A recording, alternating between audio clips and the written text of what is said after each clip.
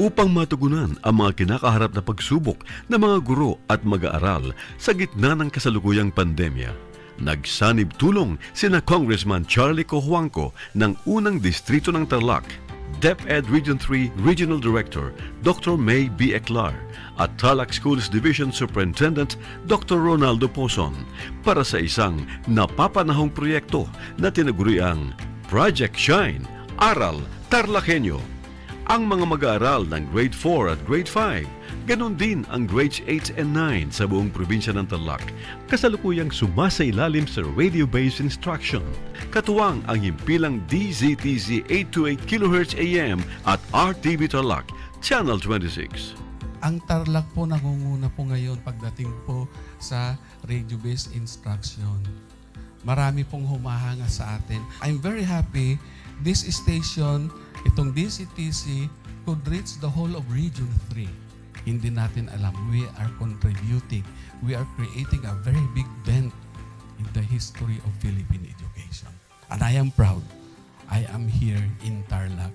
This is the noble cause of education in which you and I, without you knowing it, we are bound to do.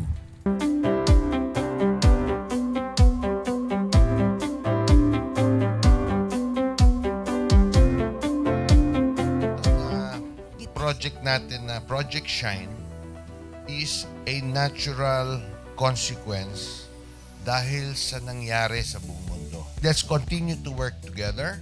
I think it's very Filipino to practice bayanihan in anything or most of the things that we do. And this is a manifestation of that. No? We have private sector, we have DEPED, we have local government, all working together.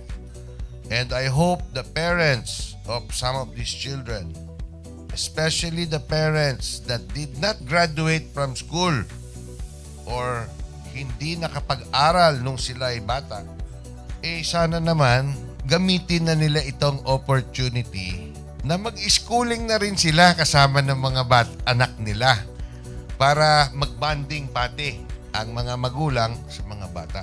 I look at this as doing God's work. Diba? So if you do God's work, it feels right. It's righteous. It's for good, not for evil. Good morning and happy learning, grade 4. Welcome to Aral TarlakHenyo here on RTV Tarlac, Channel 26. Simulcast over DZTZ 828, Radio Filipino Tarlac. I am Teacher Mercy Pacheco Bognot. This is Alistair Aidatu. I am Marie Josephine B. Andrade. I am Teacher Princess Marie M. Dueñas, and I will be your teacher broadcaster for today.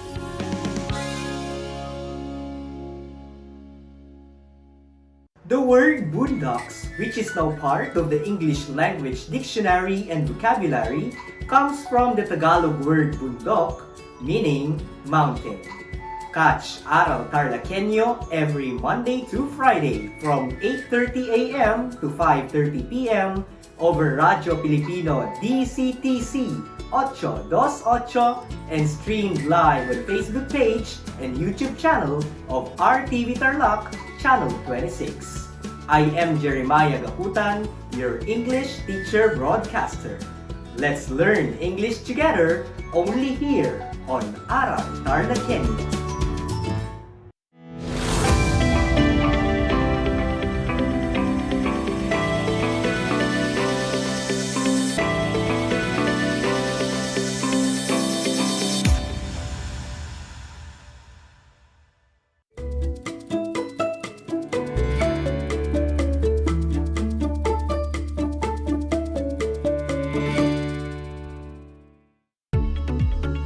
Good afternoon, dear grade 8 learners. Welcome to Aral TarlakHenyo here on RTV Tarlac, Channel 26. Simulcast over DCTC 828 Radio Filipino Tarlac. We are also streaming live via Facebook page and YouTube channel of RTV Tarlac, Channel 26, and via Converge TV, Channel 100. Please stay tuned in your most comfortable place as we venture into another lesson in English 8. Broadcasting live here in San Julian, Moncada, Tarlac. This is Sheila Marie Di Mercado, your teacher broadcaster in English for today's learning episode. Please feel free to comment on the chat box with your name, section, and school. So how are you today? I hope everyone is doing great as we are about to end this school year. It has been a great year for all of us since we have braved all the challenges and learning with perseverance and hard work. So please get ready and be focused in today's session. Be sure to have with you your learning activity sheet, pen, and paper. Again, please don't forget to comment your name, section, and school as you watch this episode. This is to know that you are all tuned in for today's learning session. Are you guys ready? If yes, then let's do this together with fun and enthusiasm. Let us begin with an activity which will let you recall lessons that are connected with today's lesson. As the instruction says, draw a heart if the statement is true and an O sign if it is false. You are given 5 seconds to answer each item. Statement number 1. Speech is a form of communication in spoken language made by a speaker before an audience for a given purpose. Your 5 seconds starts now. Time is up. What is your answer? If you drew a heart, then you are correct. Okay then, let's move on to sentence number 2. The second statement says, a good speech has qualities which can convey a message effectively through words of mouth or spoken words. Time to answer starts now. Pens up. What did you draw as your answer? Right, it is another heart because the statement is correct. Remember that the ideas must be expressed in such a way that listeners understand.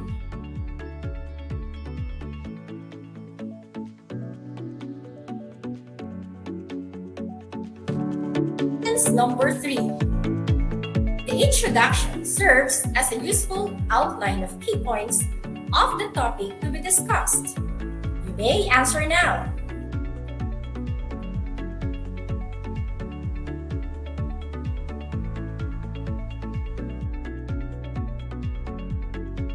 Your introduction gives your listeners a clear view of what you will be discussing thoroughly in the body of the speech. Statement number 4 states that the main points of the speech make up the body which aids the audience's comprehension of your speech. Start answering now. Is your answer correct? Let us find out. The correct answer for this item is a heart. As I've said earlier, the body of the speech gives a comprehensive discussion of the salient points of the piece. Good job! It's 4 hearts in a row. You are doing great. We have one remaining item for this activity. So, let us take statement number 5.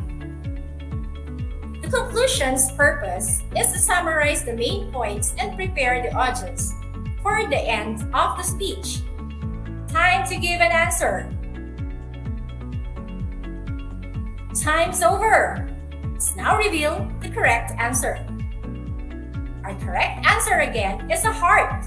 Since the conclusion is already the last part of the speech, then it is important to leave a lasting message to the listeners or audience. At this point, we are now about to begin with our new lesson. So stay focused and listen attentively. Let me reiterate that our lesson is focused on the competency, which is to deliver self-composed speech using all the needed conventions. At the end of today's session, you are expected to 1. Determine the different speech conventions. 2. Compose each or one's own speech according to a topic of interest. And 3. Deliver a self-composed speech. Do you still remember the mobile game app, 4 Pigs 1 Word? Our next activity is similar to it. Continue having fun while learning.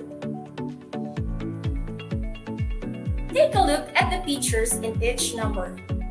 These images are suggestive of the key concepts on the different speech delivery techniques. Complete the word by using the pictures as your clue. Again, you are given 5 seconds to answer each item. Study the classroom pictures for keyword number 1. It is an 8-lettered word which begins with L. The 4th letter is G. The 6th and last letters are A and E respectively. What is the word? Yes, that's right. The first key concept is language. Next, puzzle number 2. The number or the word is composed of 8 letters, which starts with letter Q. The 4th letter is S, and the last letter is N. Guess the word. What is your answer? Very good. The word is question. Are you ready for the next word? The word is composed of 5 letters with a P in the beginning, U for the third, and E for the last. What is it?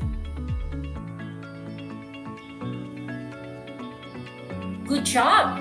You got it right. It is pause. This time, the word is made up of 6 letters with R, P, and T on the first, third, and 6th. What is the word? That's right. The word is repeat. And for our last word, you are given 4 letters to help you identify it. It starts with letter C. The 4th letter is T. The last 2 letters are S and T consecutively. What is it? Very good! The last word is contrast. You did great at that! Now, let us go over the following conventions to make your speech effective. In making and delivering a speech, it is important to know the audience. Why? Simply because by knowing one's audience or listeners will help you make the necessary adjustments as to the language and style to be employed. Always remember that you are actually selling your ideas to them. Make a great opening statement, which can be in the form of rhetorical question, a surprising statement, or a famous quote. In this manner, you are able to get the attention of the audience or listeners and keep them asking for more ideas. They will be concentrated to listen because you already caught their attention. Next convention is express your ideas and opinions using very good English.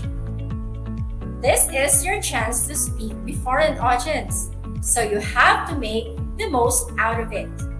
Be careful with your grammar to avoid misinterpretation or double meaning. Speak confidently using the English language through constant practice and coaching if necessary. Have some check on your sentence construction. The fourth on the list of conventions is to structure your speech. No matter how long your speech may be, it will always be made up of three essential parts, namely the opening or introduction, where you tell them what is the speech all about. The body, where you give a thorough discussion of the topic using the different methods. And lastly, the conclusion, where you reiterate by summarizing the salient points in your speech for a lasting impression. Remember, this is the finishing touch of the speech, where you can emphasize your stand on the topic. To achieve emphasis, you can employ contrast and repetition. In contrasting, you aim at making your point stand out among other ideas. When you repeat your idea, you can rephrase your sentence to achieve variety and emphasis. For the sixth reminder, focus on the topic. Do not go around the bush. Express your idea sharply. Of course, you do not want your audience to lose interest and focus on your speech. That is why you have to let them realize that the time they spent in listening to you is worth it.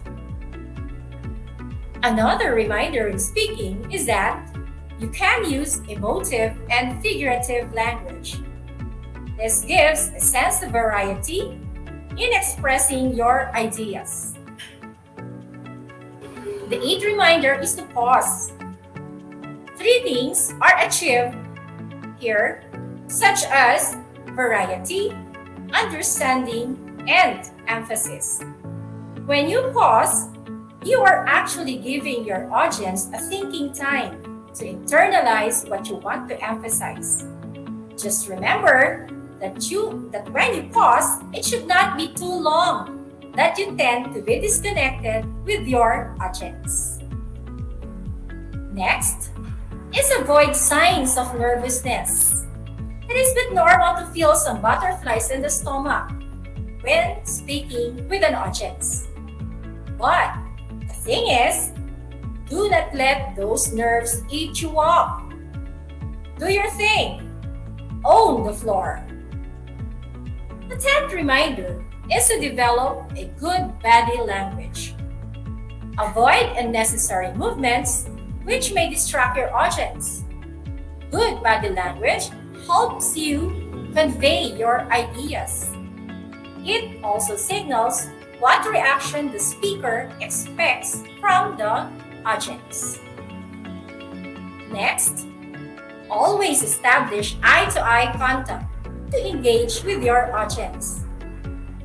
Do not look overhead or in a single direction, because when you do so, you have the tendency to lose your audience. Eye contact is an expression of sincerity when talking. Next, gesticulate for success.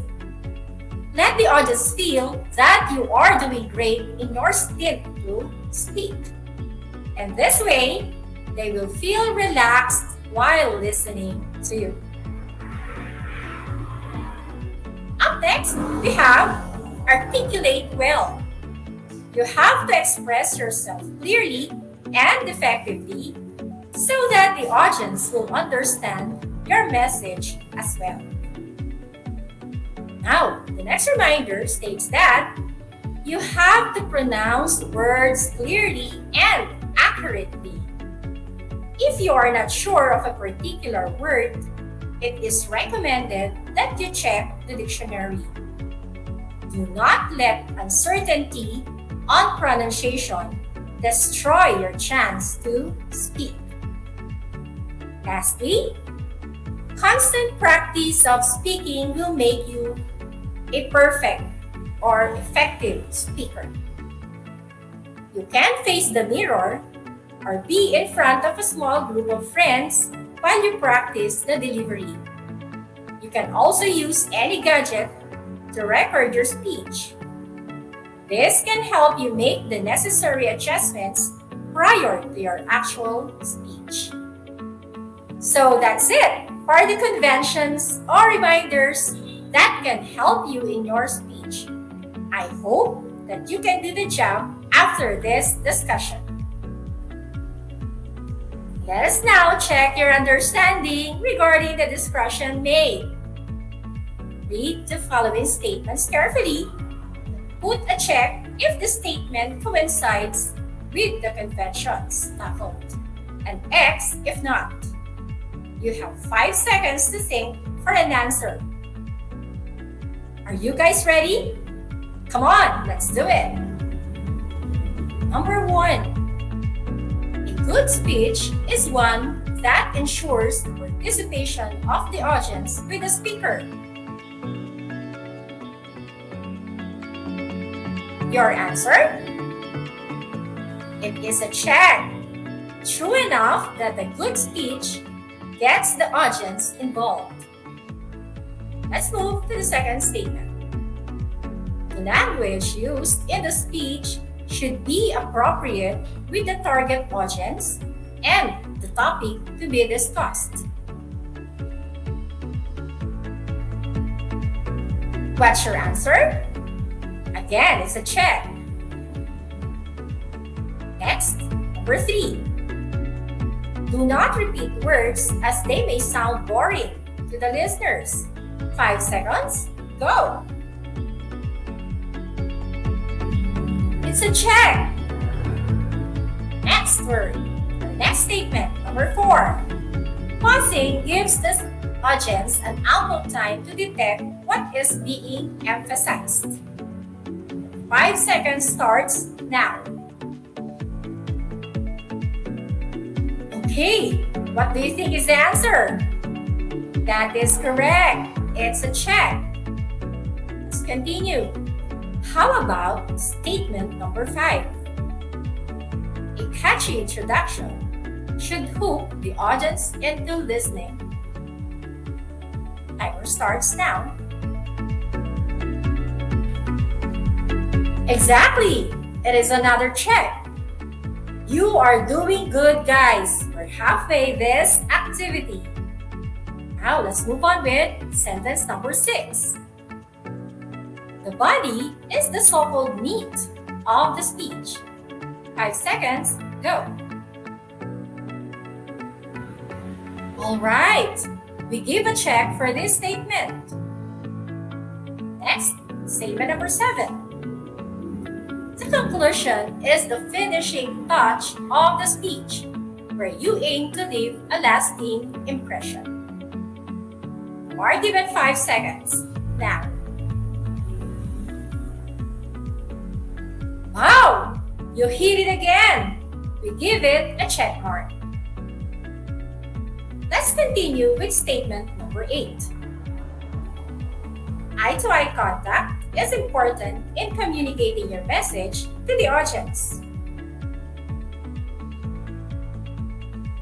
And our mark for this number is another check.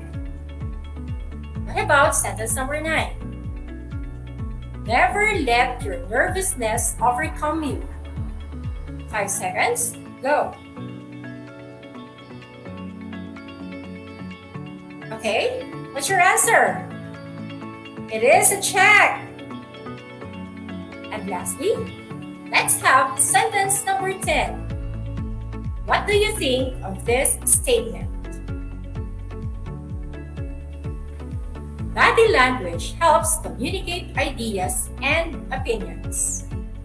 You have your 5 seconds now. You got it correct. Wow! You really listened and understood the lesson.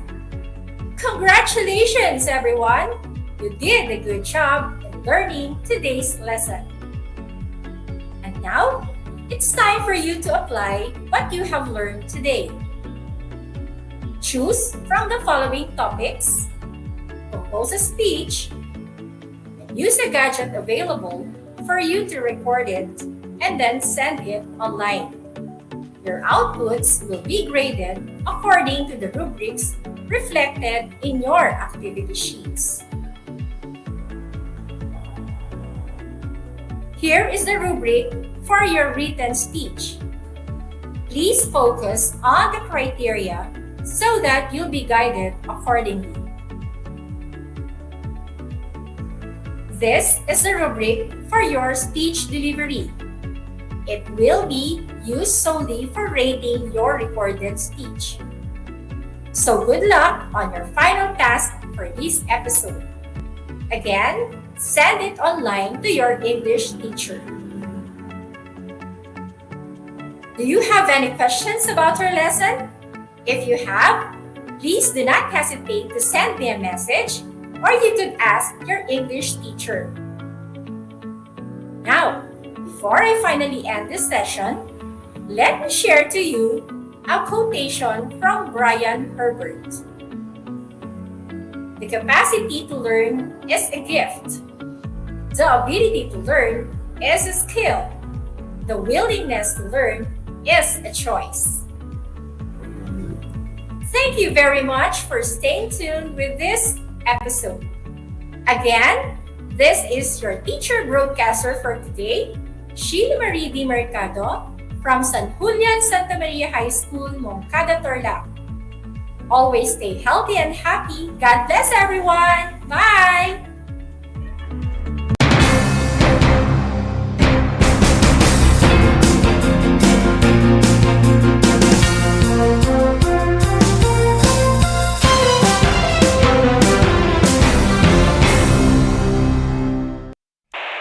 Bahagi mo Radyo Pilipino saan mang bahagi ng Pilipinas, saan mang bahagi ng mundo, anumang uri ng pamumuhay. Ito ang Kabahagi mo Radyo Pilipino, napapakinggan on air and online sa buong mundo sa pamamagitan ng www.radiopilipino.com. Impormasyong may kalidad at serbisyong may halaga, kasama katuwang Kapinoy. Kabahagi mo Radyo Pilipino. Radyo Pilipino.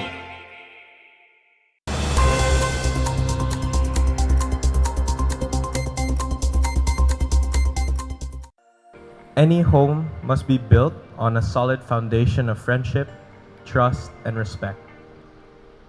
Ito ang kailangan para sa matatag na tahanan.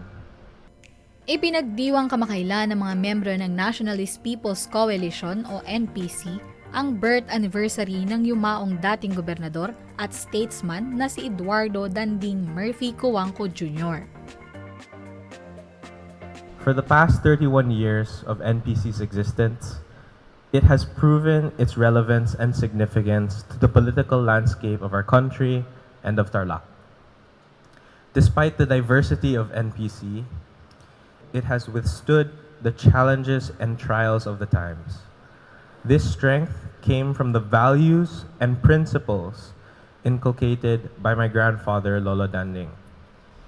His most valuable saying is that a political party that does not touch upon or improve the lives of the people has no reason to exist.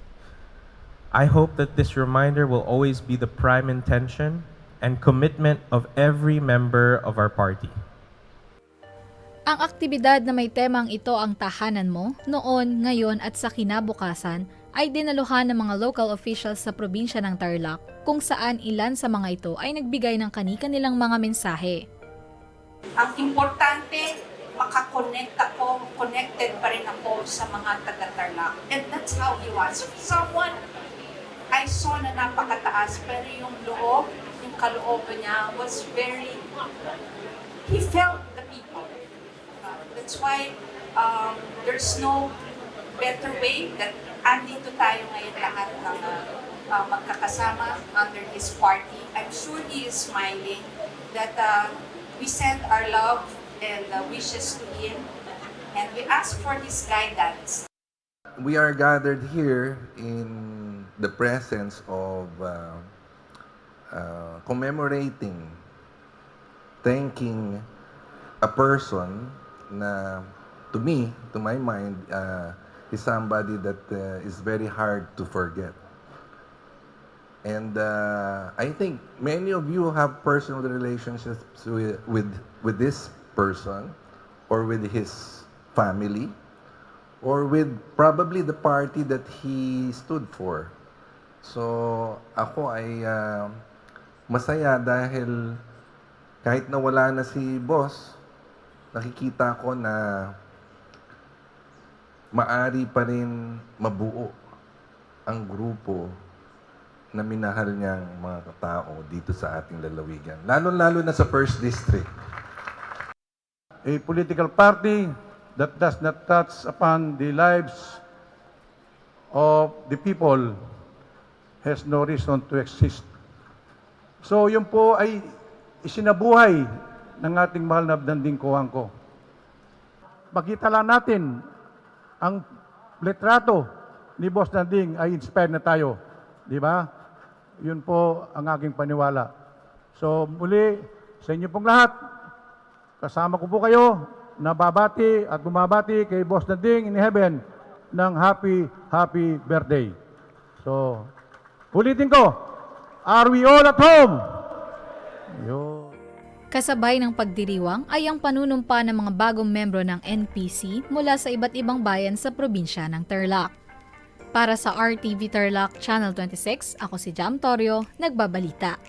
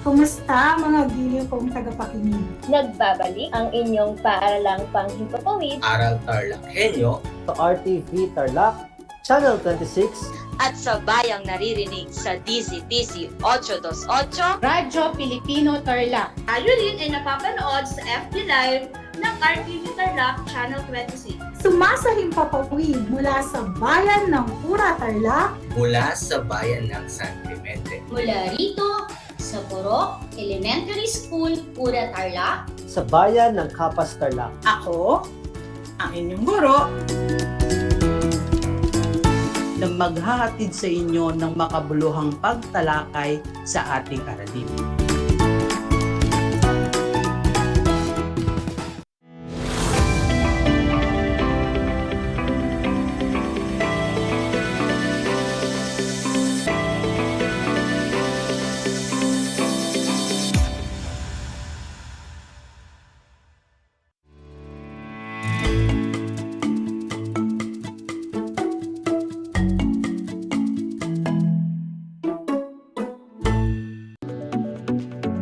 Welcome sa ating Aral TarlakHenyo ng Schools Division of Tarlac Province, hatid sa inyo ng RTV Tarlac Channel 26 at DCTC Radio Pilipino Tarlac.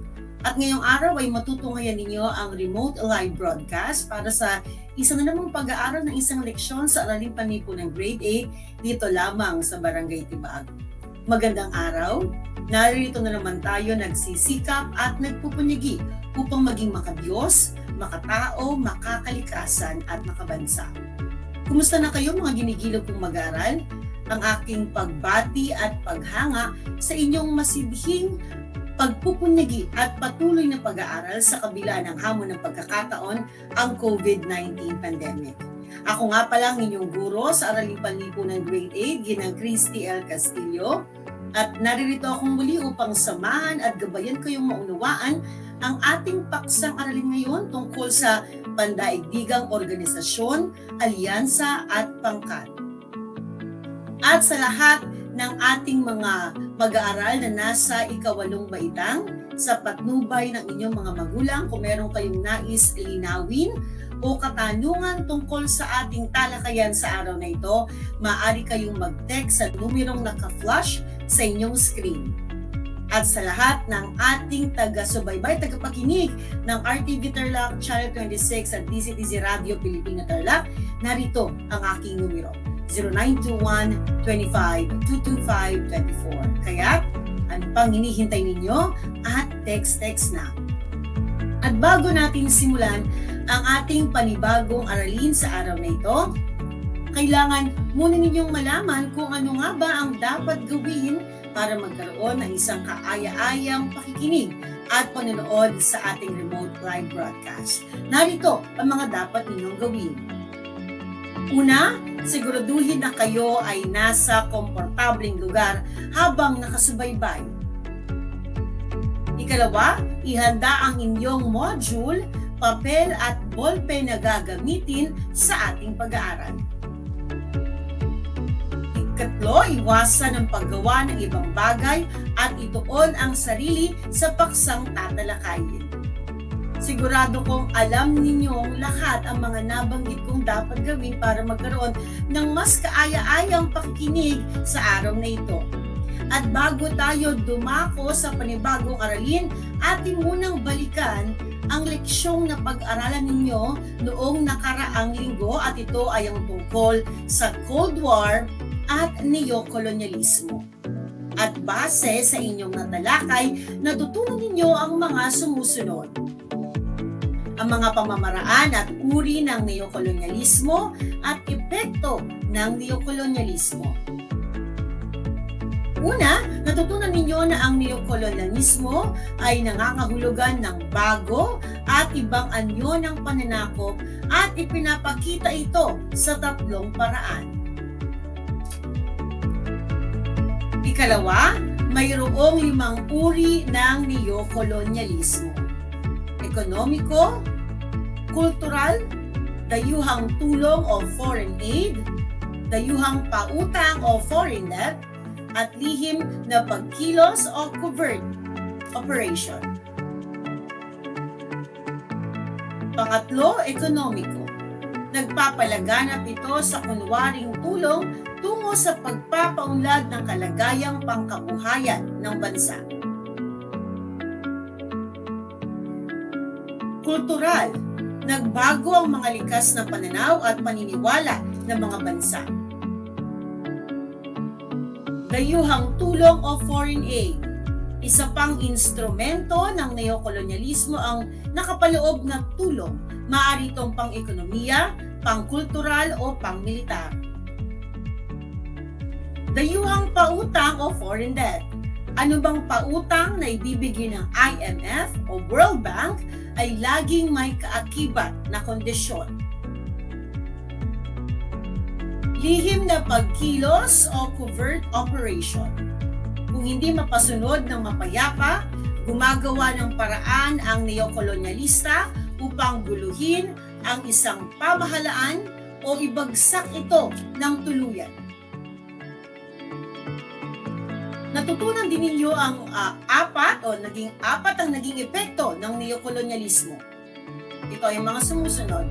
Uperdependence o labis na pagpapakandili, loss of identity o kawalan ng pagkakakilanlan, loss of pride o kawalan ng karangalan, at continued enslavement o patuloy na pagkakaalipin. Alam ko na naalala pa ninyong lahat ang mga nabanggit kong teksto at kaalaman ukol sa ating nakaraang talakayan. Ngayong araw ay handa na ba kayo sa isa na namang makabuluhang aralin? Game na ba kayo na matuto sa araw na ito, sa Araling Panlipo ng Grade 8? At dito lamang yan sa Aral TarlakHenyo. At ngayong araw ay pag-uusapan natin ang paksang aralin na may pamagat na mga pandaigdigang organisasyon, pangkat at alyansa. At bilang gabay sa pag-aaral ninyo sa araw na ito, narito ang Most Essential Learning Competency. Napapahalagahan ang bahaging ginagampanan ng mga pandaigdigang organisasyon sa pagsusulong ng pandaigdigang kapayapaan. At bago tayo dumako sa pagtatalakay ng panibagong aralin, ay magkakaroon muna tayo ng isang simpleng gawain. Pero alam ko na magugustuhan ninyo ang gawain na ito. Handa na ba kayo? Narito ang panuto para sa isang gawain na tinutukoy ko. Una ng mga nawawalang titik para mabuo ang salita. Handa na ba kayo? Para sa unang bilang, bibigyan ko kayo ng 3 segundo bawat bilang para sagutin. At ilagay ang inyong sagot sa ating comment box. Ano kaya ang tamang sagot para sa bilang na ito? Ano kaya ang mabubuong salita? Naisip niyo na ba kung ano mga nawawalang letra? At ang tamang sagot ay Islamic. Binabati ko ang nakakuha ng tamang sagot sa ating unang bilang. Tayo na ay magpapatuloy para sa ikalawang bilang. Ano kaya ang tamang sagot?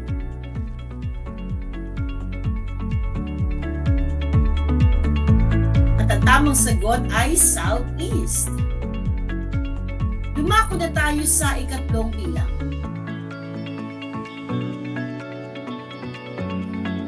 Para sa ikatlong bilang, ang tamang sagot ay Pacific. Sa lahat ng mga nakakakuha ng tamang sagot, ako'y natutuwa at binabati ko kayo. Dumako na tayo sa ika-4 na bilang. Ano kaya ang salitang ito? Mukhang napakadali ng salitang ito. At ang tamang sagot ay bank. Ika-5 bilang. Tapos na ang inyong 3 segundo at ang tamang sagot ay European. Para sa ika-6 na bilang.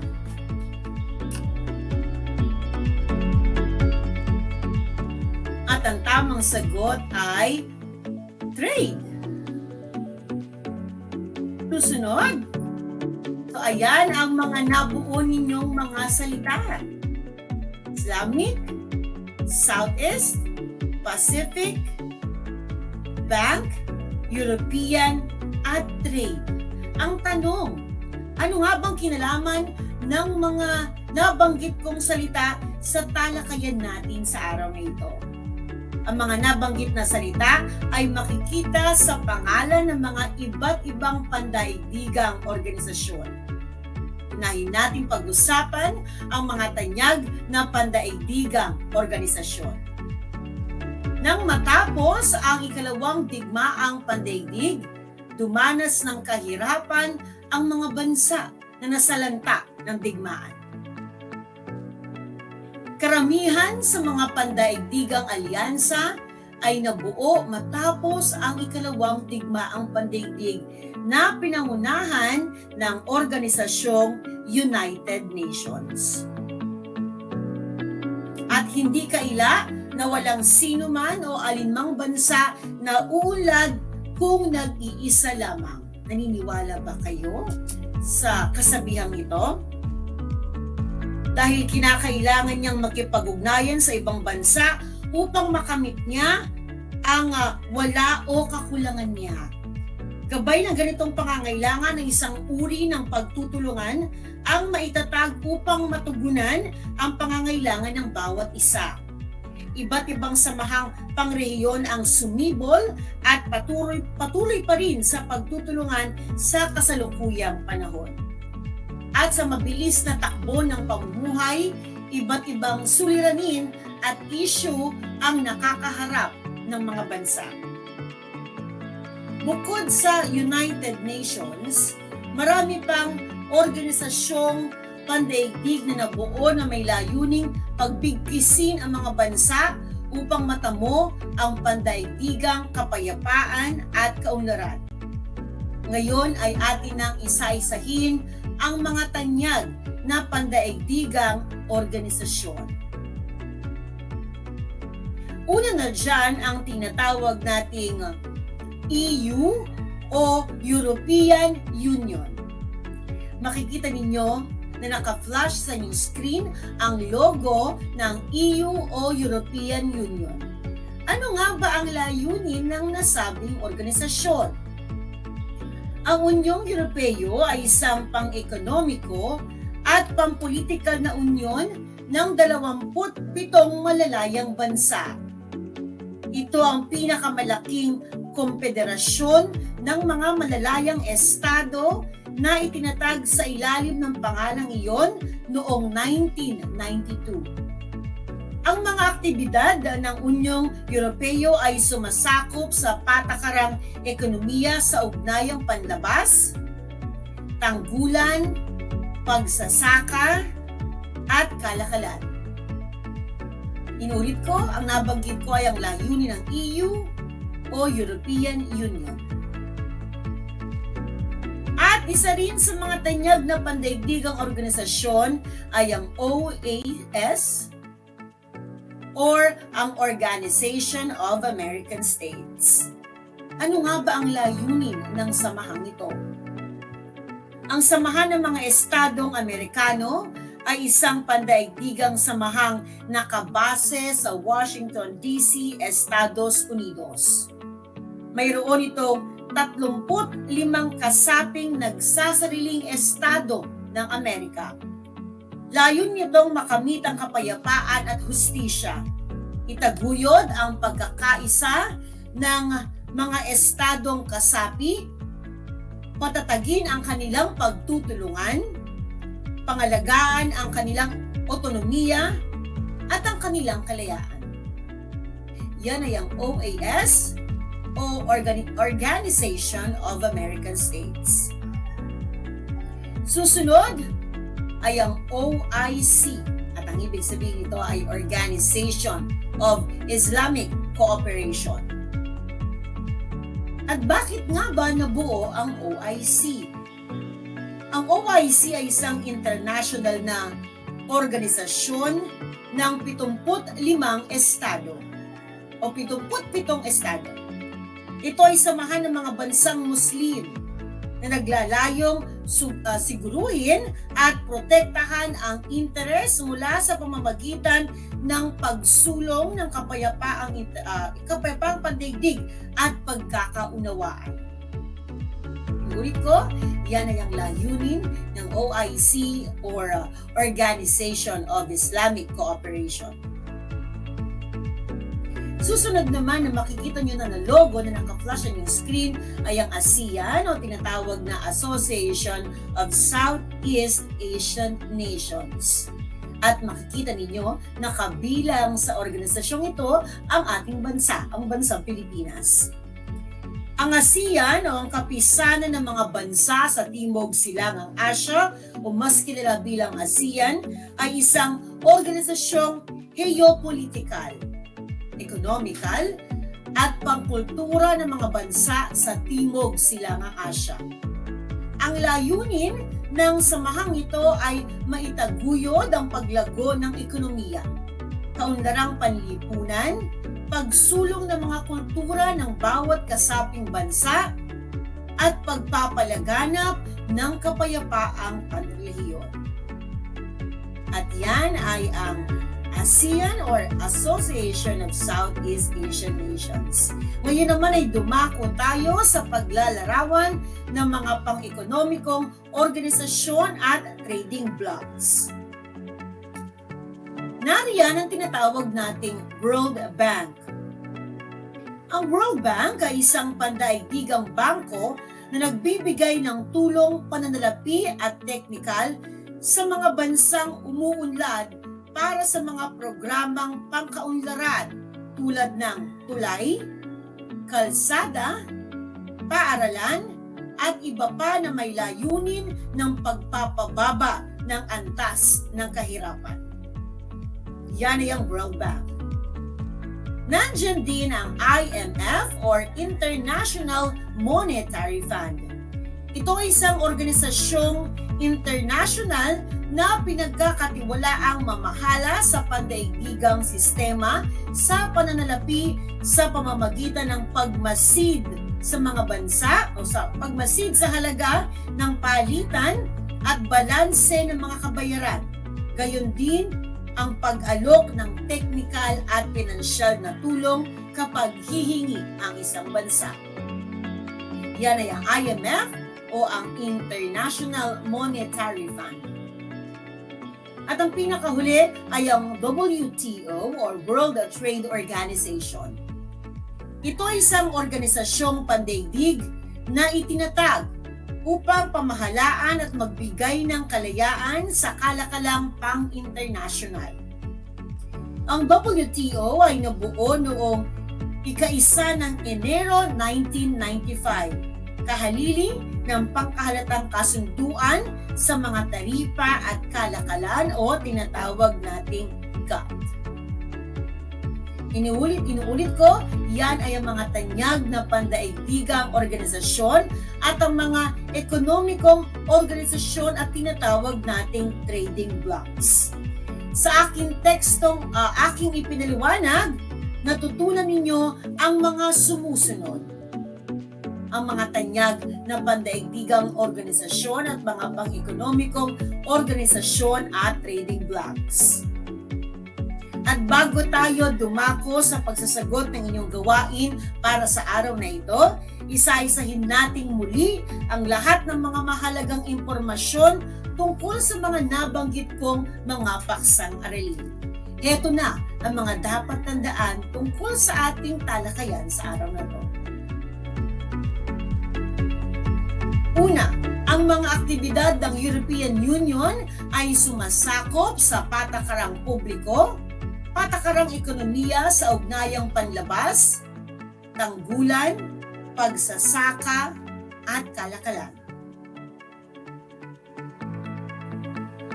Pangalawa, layunin ng Organization of American States or OAS ang makamit ang kapayapaan at hustisya, itaguyod ang pagkakaisa ng mga estadong kasapi, patatagin ang kanilang pagtutulungan, pangalagaan ang kanilang autonomiya, ang kanilang teritoryo, at ang kanilang kalayaan.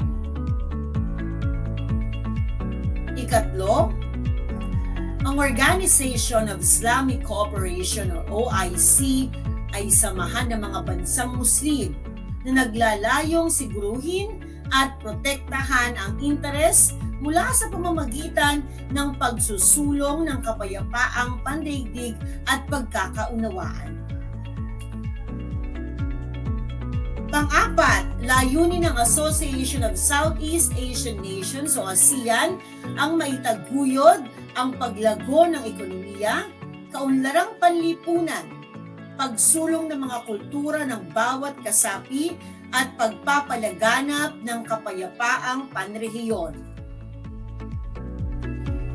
Ikalima na dapat ninyong tandaan, maliban sa mga tanyag na pandaigdigang organisasyon, mayroong tinatawag na mga pang-ekonomikong organisasyon at trading blocks.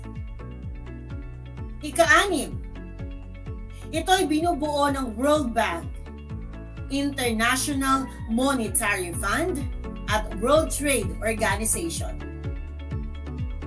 Ikapito, may mahalagang papel ang ginampanan o may mahalagang papel na ginampanan ang mga pandaigdigang organisasyon hakbang tungo sa kapayapaan at kaunlaran ng mga bansang kasapi nito. Tandaan ninyong lahat ang aking mga nabanggit tungkol sa pagtatalakay ng unang bahagi ng ating paksang aralin tungkol sa mga pandaigdigang organisasyon, pangkat at alyansa. At ngayon ay handa ang inyong kwaderno at ballpen para sa inyong gawain. Isulat ang inyong pangalan, antas, at pangkat at petsa ngayong araw. Magsisimula na tayo. Kailangan nyo lamang isa-isahin ang mga sagot sa aking katanungan. Handa na ba kayo? Mukhang handa na kayo. Kung gayon ay pakinggan ninyong mabuti ang mga tanong na aking babasahin at isulat ang inyong mga sagot sa inyong sagutang papel. At para sa ating gawain, narito ang panuto. Inuulit ko, ihanda ang inyong kwaderno at ballpen para sa inyong gawain. Isulat ang inyong pangalan, antas at pangkat at petsa ngayong araw. Kung hawak din ninyo ang inyong mga learning activity sheets, sana ay nasusundan ninyo ang aking panuto. Basahing mabuti ang bawat pahayag. Isulat kung anong pandaigdigang organisasyon ang tinutukoy sa bawat bilang. Para sa unang bilang, ito ay isang pang-ekonomiko at pampolitikal na unyon ng 27 malalayang bansa. At kayo'y bibigyan ko ng 3 segundo para sagutin ang bawat bilang.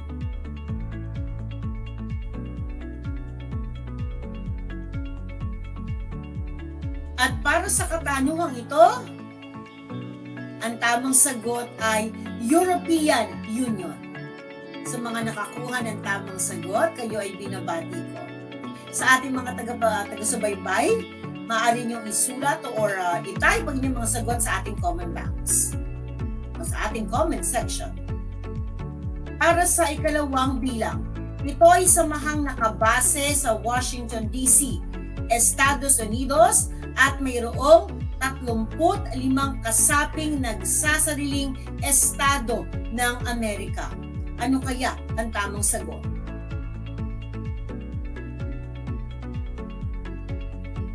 At ang tamang sagot ay Organization of American States or OAS. Kung sinagot niyo ay acronyms, yan ay tama din. Para sa susunod na bilang, ito ay isang international na organisasyon ng 57 estado at samahan ng mga bansang Muslim. Ang sagot ay OIC or Organization of Islamic Cooperation. Susunod, ito ay isang organisasyong geopolitical, economical, at pangkultura ng mga bansa sa Timog Silangang Asya, kung saan kabilang ang bansang Pilipinas. Ano kaya ang tamang sagot? Para sa bilang na to, ang sagot ay Association of Southeast Asian Nations or ASEAN. Para sa susunod na bilang, kalamang bilang, ito ay isang pandaigdigang bangko na nagbibigay ng tulong pananalapi at teknikal. At ang tamang sagot ay World Bank. Nakukuha ba ninyo ang tamang sagot? Kung gayon, kayo ay binabati ko. Para sa ika-6 na bilang, ito ay isang organisasyong international na pinagkatiwalaang mamahala sa pandaigdigang sistema sa pananalapi. At ang tamang sagot ay IMF or International Monetary Fund. At sa ika-7 bilang, at ito na ang pinakahuling bilang para sa inyong gawain sa araw na ito. Ito ay tinatag upang pamahalaan at magbigay ng kalayaan sa kalakalang pang-international. At ang tamang sagot ay WTO o World Trade Organization. Binabati ko ang lahat ng mga mag-aaral na nakakuha ng tamang sagot. Sa mga hindi naman, kayo ay maaari pang makabawi sa ating susunod na gawain. Nagustuhan niyo ba ang inyong maikling pagsusulit sa araw na ito? Ako ay natutuwang malaman yan. Isang bahagi ng ating leksyon ng ating natapos talakayin. Upang magkaroon ng ideya sa susunod na tatalakayin ay maaari ninyong basahin ang inyong Module 6 at basahin at pag-aralan ang paksang iba pang mga organisasyong pandaigdig. At para sa inyong takdang aralin, ito ay naka-flash sa screen. Organisasyon mo, ipaglaban mo, ito ay gawain 5 at ito ay nasa pahina 12 ng inyong Module 6. Ipasa ang inyong mga sagot sa inyong Google Classroom o sa Messenger account ng inyong guro sa Araling Panlipunan 8 o maaari din ninyo itong ipasa sa inyong guro personal pagpunta nyo sa inyong paaralan. At bilang pagwawakas para sa araw na ito, ako'y mag-iiwan ng isang kataga mula kay HENYO na nagsasabing, working together as a team helps build a cohesive organization. Na nangangahulugang ang pagtutulungan at pagkakaisa ay mahalaga para sa pagkakamit ng pandaigdigang kaunlaran. At para sa napapanahong suliranin ng ating bansa ngayong pandemic, kailangan natin na magtulungan para sa ikauunlad ng ating bansa. Sana ay huwag ninyong kalimutan ang lahat ng mga mahalagang leksyon na natutunan ninyo sa araw na ito at sikapin itong ibahagi ito sa iba. Inaasahan ko na marami kayong natutunan sa araw na ito. Muli, ako ninyong guro sa Araling Panlipunan Grade 8, Ginang Christy L. Castillo, na nagsasabing at nag-iiwan sa inyo na ang pag-aaral ng Araling Panlipunan ay daan para o sa pagiging makadiyos, makatao, makakalikasan at makabansa. Magandang araw sa inyo at hanggang sa muli.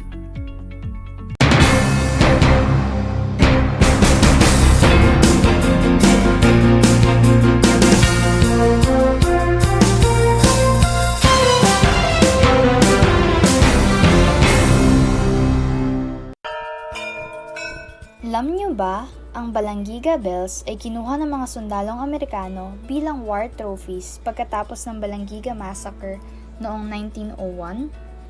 Matapos ang 117 years, na ibalik ng US noong December 11, 2018 ang iconic church bells sa Pilipinas. Ang church bells na ito ay naglalarawan ng kalayaan, katapangan at pananampalataya ng mga Pilipino. Alam niyo na! Yan ang Balanggiga Bells.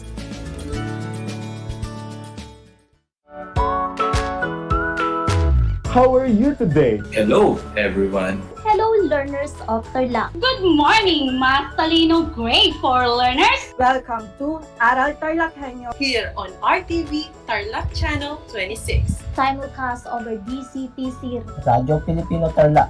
I'm Sir Glenn, your teacher broadcaster. Broadcasting live here at Paniki Tarlac. Remotely here in Concepcion, Tarlac. Live here at Barangay Pedro Elquines, Mayantok, Tarlac. Broadcasting live from Ramos National High School. Your anchor teacher today for grade 9 mathematics. Your partner in education this time of pandemic.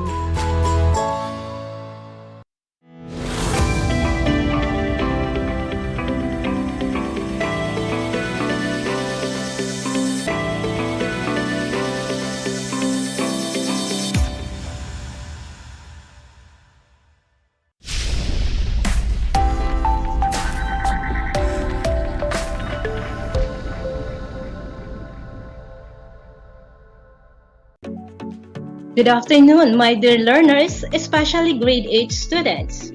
Welcome to Aral TarlakHenyo here on RTV Tarlac Channel 26.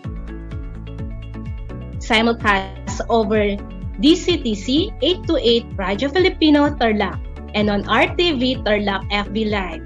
I am Mari Condico, your teacher broadcaster for TLE 8 Home Economics from Tarlac National High School, Maine. broadcasting live here at San Rafael, Tarlac City. How are you today, my dear learners? I hope that you are full of enthusiasm for another exciting learning journey for today. Are you ready for today's lesson? If yes, then that's a good start. So dear learners, sit back in a comfortable place wherein you can watch and hear me clearly for you to understand our lesson and enjoy the moment of learning. Before we begin, please have your learning materials with you, your mobile phone, your module in MELCs services, pen, paper, and activity notebook. Before we proceed to the lesson proper, let's have a short recap of our previous lesson about evaluating hazard and risks. Now, let me see if you understand our topic last time by answering this question. And you may type your answer on our comment box or comment section via FB Live. So, do you consider an ordinary chair as an hazard? I will repeat, do you consider an ordinary chair a hazard? Yes or no? If your answer is no, then you are correct. An ordinary chair will cause no harm to anyone, except if a particular condition or situation is present, such as if the chair is damaged, it is dented, some of its parts is missing, or the chair blocks the way or is scattered anywhere and you may bump into it. So if one of those situations or conditions is present, that ordinary chair may be hazardous or harmful to anyone because you are exposed to risk. And of course, the probability of getting hurt, fall down from the chair, and worst of all, having fractured or broken arms or legs is high. Now, the question is how to control the risk or how to prevent the harm. So you can control the risk by putting a signage on the chair that it is damaged or broken. You can have it repaired, or you can even put it inside the storeroom, or you can already dispose it if it is unrepairable. So those are the things that you can do to prevent hazards and risks, especially that accidents may happen in just a second. So it is better to keep our place safe and secure at all times. Okay, so I hope you understand our lesson last time. So now moving on for today's lesson, let's have first a simple game. I have here a jumbled letters and pictures that describe a word. All you must do is to guess the right word. So are you ready? So you are given 5 seconds to guess the jumbled word. We have the first word and the picture. Can you guess the word? So the correct answer is keratin. Second word. The word also described on the picture. Can you guess the word? If your answer is dermis, you are right. Next word is we have. Can you guess the word? So if your answer is epidermis, that is correct. And we have the last word. So if your answer is nails, that is an excellent. So did you enjoy our game? Nice. So actually, those words in our game are related to our topic for today. So let us first define them so that whenever those words were mentioned during the discussion, you already know their meaning. So let's start with the word keratin. So keratin is a sulfur-containing fibrous protein constituting the main structural protein of a hard epidermal tissues such as horn, hair, feathers, nails, claws, hooves, and the like. The next word is we have the word dermis.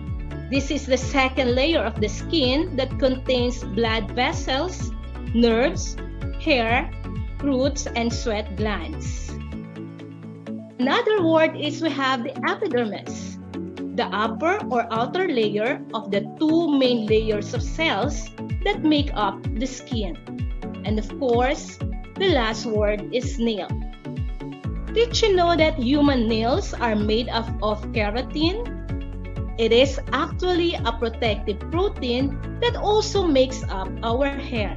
However, arrangement of keratin molecules in hair is completely different from the keratin arrangement molecules in nails. That is why nails are tougher than hair. Maybe by now, my dear learners, you already had an idea on our topic for today. So for today's lesson, we will study our nails, its purpose and function, an interesting topic on the nail growth, and the nail structure and shapes. But before that, let me ask you something. Can you imagine yourself without fingernails? What does it look? Okay, every part of our body is important and they play vital role just like our fingernails and toenails. So my question is, what do you think is the purpose or the functions of our nails? Where do we usually use them? Okay, my dear students, here are the different purposes or functions of our nails. So number one, our nails strengthens our fingertips. That makes tip of our finger one of the strongest parts of the hand. This makes performing everyday tasks, including gripping, less risky. The second purpose is our nail serves as a protection. Having a fingernails covering can prevent viruses and bacteria from entering the body. If a person's nail bed is disrupted, they may be more at risk for nail infections. Nails are designed for protecting not only the fingertips and toe tips, but also the surrounding soft tissue from an external injuries. The third one is that our nails enhance fine motor movement. So the fingernails enhance your ability to scratch and separate things such as pages in a book or hairs in the hand. And of course, one of the most important functions of nails is to provide a visual advertisement of the overall health of a person. Some of the diseases are reflected on the color of the nails. Example, if your nails is bluish in color, it may be attributed to poor circulation, blood circulation, or heart disorder. Okay, my dear learners, now that you know the purpose or function of our nails, aside from that, I have here some interesting trivia or interesting topic about the nail growths. Okay, so are you ready to discover them? Okay, number one, how fast do our nails grow? Do you have any idea? Did you know that our nails' normal growth rate is from 0.5 to 1.2 millimeter per week? How about the nail growth between children and adults? Whose nail will grow faster? Is it among the children or the adult? You may type your answer on our comment section in our FB Live. So if your answer is children or the child, you are right. The fingernails of children grow faster compared to the adults. And of course, they eventually slow as they grow older. It has been recorded that the peak age of nails growth is the age of 10 to 14 and gradually slow down when an individual reaches 20 and above. How about our nail growth between your left hand and right hand? which one will grow faster? Is it your nails on the left hand or your nails on the right hand? What is your answer? So the answer is, it depends. Okay? The hand that is dominant or the hand that we always choose prompts our fingernails to grow faster than non-preferred or non-busy hand. So if you always choose your right hand, eventually your nail will grow faster on your right hand. Okay, another more trivia about nail growth. Did you know that nail grows faster in warmer weather and during daytime? It is also observable during pregnancy among women and eventually returns to normal after pregnancy because of lactation or breastfeeding. And of course, it is more evident among males compared to females. So generally speaking, the growth of our nails depends on heredity, age, and health. So we can maintain healthy nails by eating nutritious foods that is rich in protein, vitamins, and minerals. Okay, now my dear learners, I hope you found the topic interesting. Now that you know the things that affects the health and growth of our nails, its importance and purpose, I hope you take care of them. So let us start it by familiarizing ourselves to the different parts of the nail. So we have the number 1, we have the lunula. So it is situated at the base of the nail.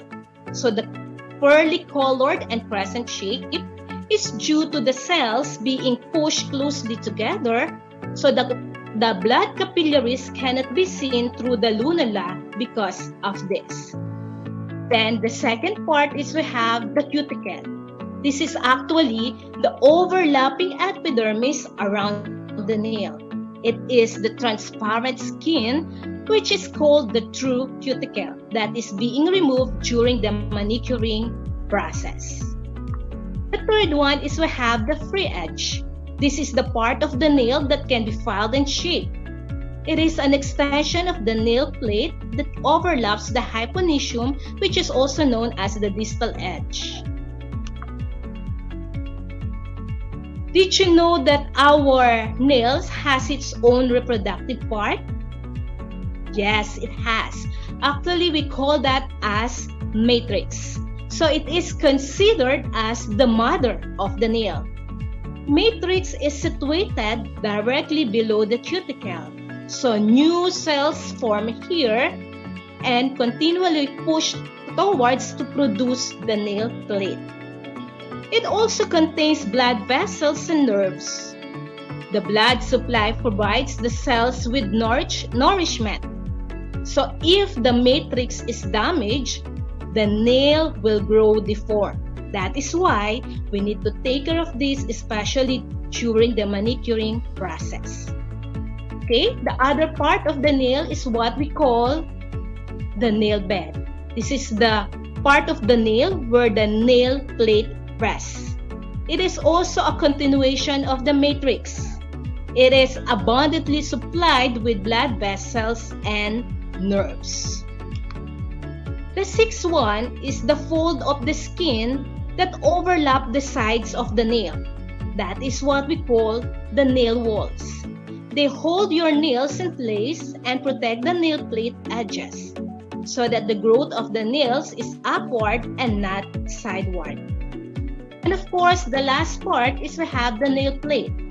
So this is the visible nail that rests in the nail bed up to the free edge. So this is made up of dead cells and a minimum amount of moisture. So the nail is semi-transparent, allowing the color of the blood supply of the dermis to show. So those are the different parts of our nail. So before we move to the next topic, can you name 3 at least parts of your nails? So you are given 5 seconds to answer. So name at least 3 parts of your nails.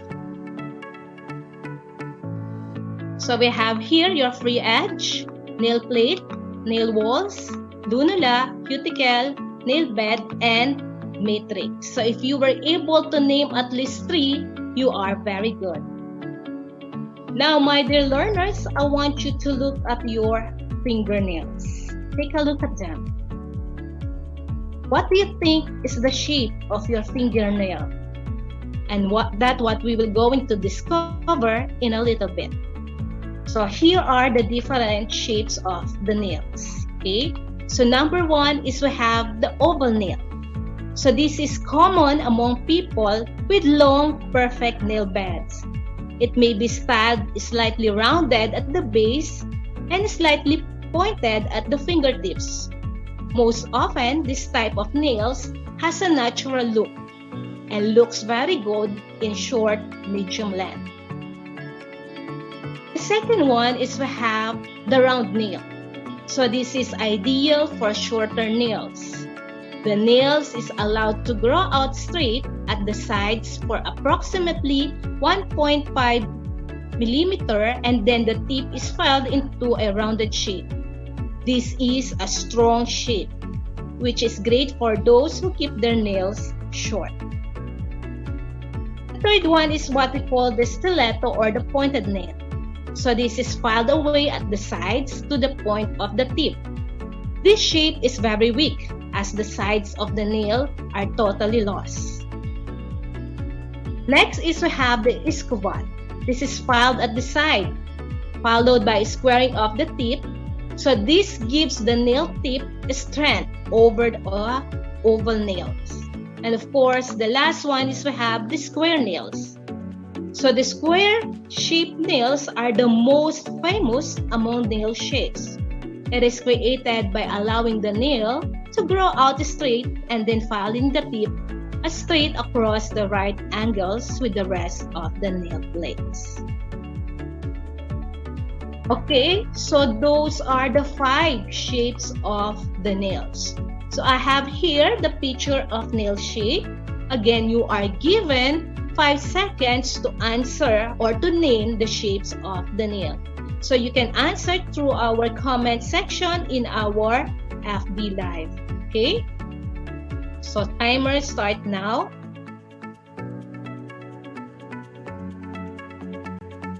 Okay, number 1 is we have stiletto or the pointed nails.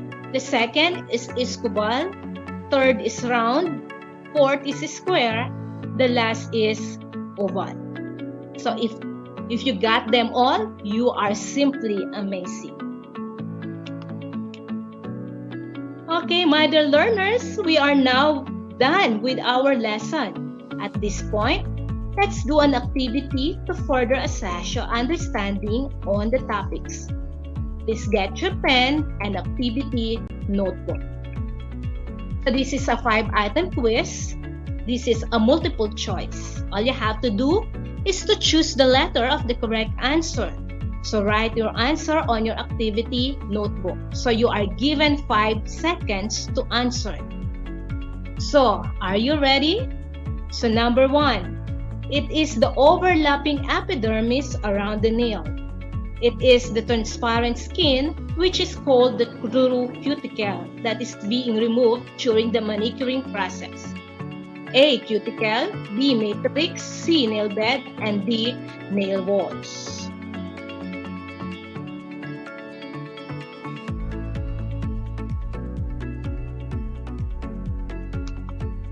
Number 2.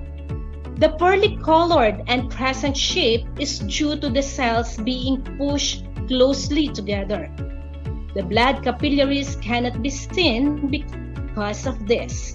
A. Cuticle, B. Lunula, C. Matrix, and D. Nail walls.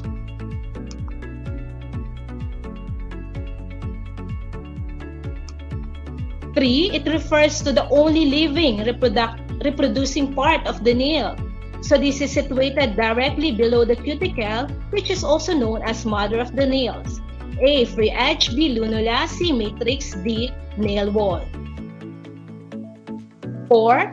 A nail shape that is common among people with long, perfect nail beds. Is it oval shape, stiletto, C. Round shape, D. Square? 5. A shape of nail that is filed away at the sides to a point at the tip. This shape is very weak as the sides of the nail is totally lost. Is it A, oval, B, stiletto, C, round, and D, square shape? Okay, let us check your paper. Are you ready? So number 1, the overlapping epidermis around the nail is cuticle. So if your answer is A, that is correct. Number 2, lunula is the pearly colored and crescent shape that is due to the cells being pushed closely together. So the correct answer is letter B. And number 3, if your answer is matrix or letter C, you are right because matrix is the only living reproducing part of the nail. And number 4, a nail shape that is common among people with long, perfect nail beds is an oval shape. The answer is letter A. And number 5, stiletto or pointed nails is considered as very weak nail shape. So the correct answer is letter B. To count the number of correct answers, so how was your score? If your score is 5 over 5, you are amazing. So if your score is 3 or 4, that's great. If your score is lower than 3, that's okay. You can browse your module once again and review your answer. Anyway, I know that you can do better next time. Okay, it's a great job, grade 8.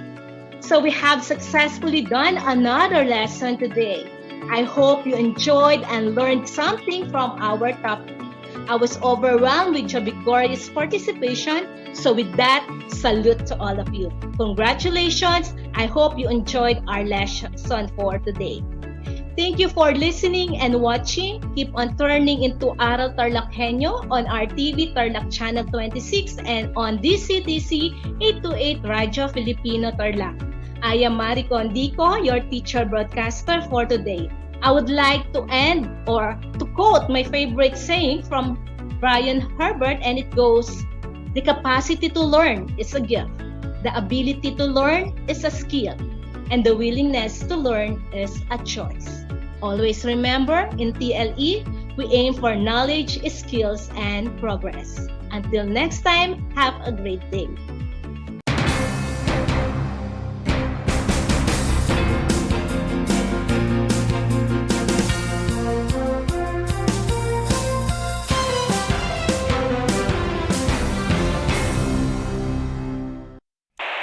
Bahagi mo Radyo Pilipino saan mang bahagi ng Pilipinas, saan mang bahagi ng mundo, anumang uri ng pamumuhay.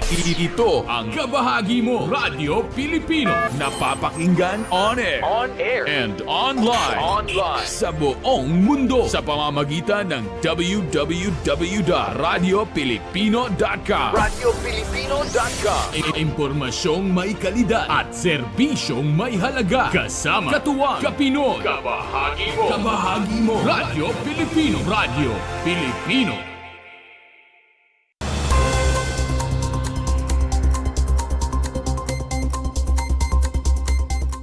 Magandang hapon po sa inyong lahat. It's a real joy and pleasure and privilege to be here with you this afternoon on this momentous occasion. Especially so since it's the 77th commencement exercise for this distinguished university. Ang sabi nga, ang pagsasaka ay hindi para sa duwag, hindi para sa tamad, hindi para sa mahina ang loob. Kansangan ng ating mga ninuno, magtanim ay hindi biro. Ilan lang yan sa mga iniwan na salita ni Senator Amy Marcos para sa pagbisita nito sa Tarlac Agricultural University. Nagsilbing guest speaker si Senator Amy ng kakatapos lang na 77th Commencement Exercise and Recognition Program kung saan sentro ng kanyang mensahe sa mga graduates ang kahalagahan ng ginagampanang tungkulin ng mga magsasaka sa pag-unlad ng isang bansa. congratulations sa mga graduates. Unang-una, napakaswerte nyo nakapasok kayo sa Tarlac Agricultural University, isa sa pinakasikat sa Pilipinas, hindi lang sa probinsya.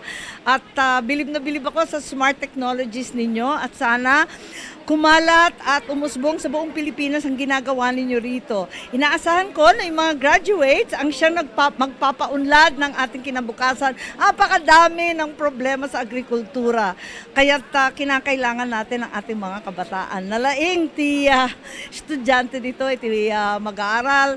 And congratulations of course to the parents who have really accomplished a great deal by sending their kids to school. So congratulations to everyone all around, and we're counting on you for the future of agriculture in the Philippines. Kasama ng senadora sa pagdalo ay sina Governor Susan Yap, Mayantok Mayor June Pobre at si Tarlac 1st District Congressman Jaime Coangco. Sa panayam kay Congressman Jaime, nagbigay ito ng mensahe para sa mga graduates. Make sure to do your best. Life may not be always as you plan it, but wherever God decides to put you, just do your best, give your 100% all of the time, and you will be rewarded in the end with success. And that I assure you. So congratulations po ulit. Samantala, nagpahayag naman ng pagbati para sa mga fellow graduates nito ang class valedictorian na si Hannah May M. Season. Sa buong batch ng TAU 2023 graduates, I'm so proud of you guys and I'm so happy sa narating natin, and I'm very thankful sa family ko kasi they really fueled my ambition and my eagerness to do this. Hindi ko man ginaw talaga maging class valedictorian, hindi ko yan sinet, pero lagi ko lang ginagawa yung best ko since first year. Kaya kung sino mang makakakita or makakanood nito and gusto ninyong maging class valedictorian in the near future, kahit hindi nyo i-goal, basta always do your best. Si Hannah ay nagtapos ng kursong Bachelor of Secondary Education, major in Mathematics. Congratulations, TAU graduates! Bagamat sinubok ng panahon at pandemya, hindi nagpatinag si Hannah at ang ilang libong nagsipagtapos sa araw na yon na masungkit ang kani-kanilang mga diploma. Para sa RTV Tarlac Channel 26, ako si Jam Torio, nagbabalita.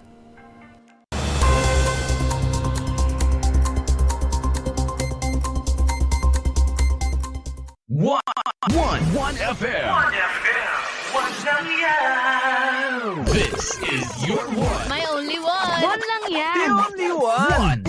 One FM. 96.1 Tarlac, 98.3 Lucena, 88.3 Legazpi, 96.1 Surigao, 95.9 Butuan, 92.1 Mindoro, 96.7 Tacloban, 99.3 Baler, 95.1 Puerto Princesa, Palawan.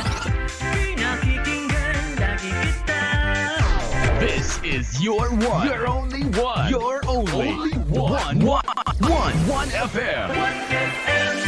Your only one FM. One FM. Kumusta mga giliw kong tagapakinig? Nagbabalik ang inyong paaralang panghimpapawid, Aral TarlakHenyo, sa RTV Tarlac, Channel 26, at sa bayang naririnig sa DCTC 828 Radyo Pilipino Tarlac. Tayo rin ay napapanood sa FB Live ng RTV Tarlac Channel 26. Sumasahimpapawid mula sa bayan ng Pura Tarlac, mula sa bayan ng San Clemente, Mula rito sa Borok Elementary School, Pura Tarlac, sa bayan ng Kapas Tarlac. Ako, ang inyong guro, na maghahatid sa inyo ng makabuluhang pagtalakay sa ating aralin.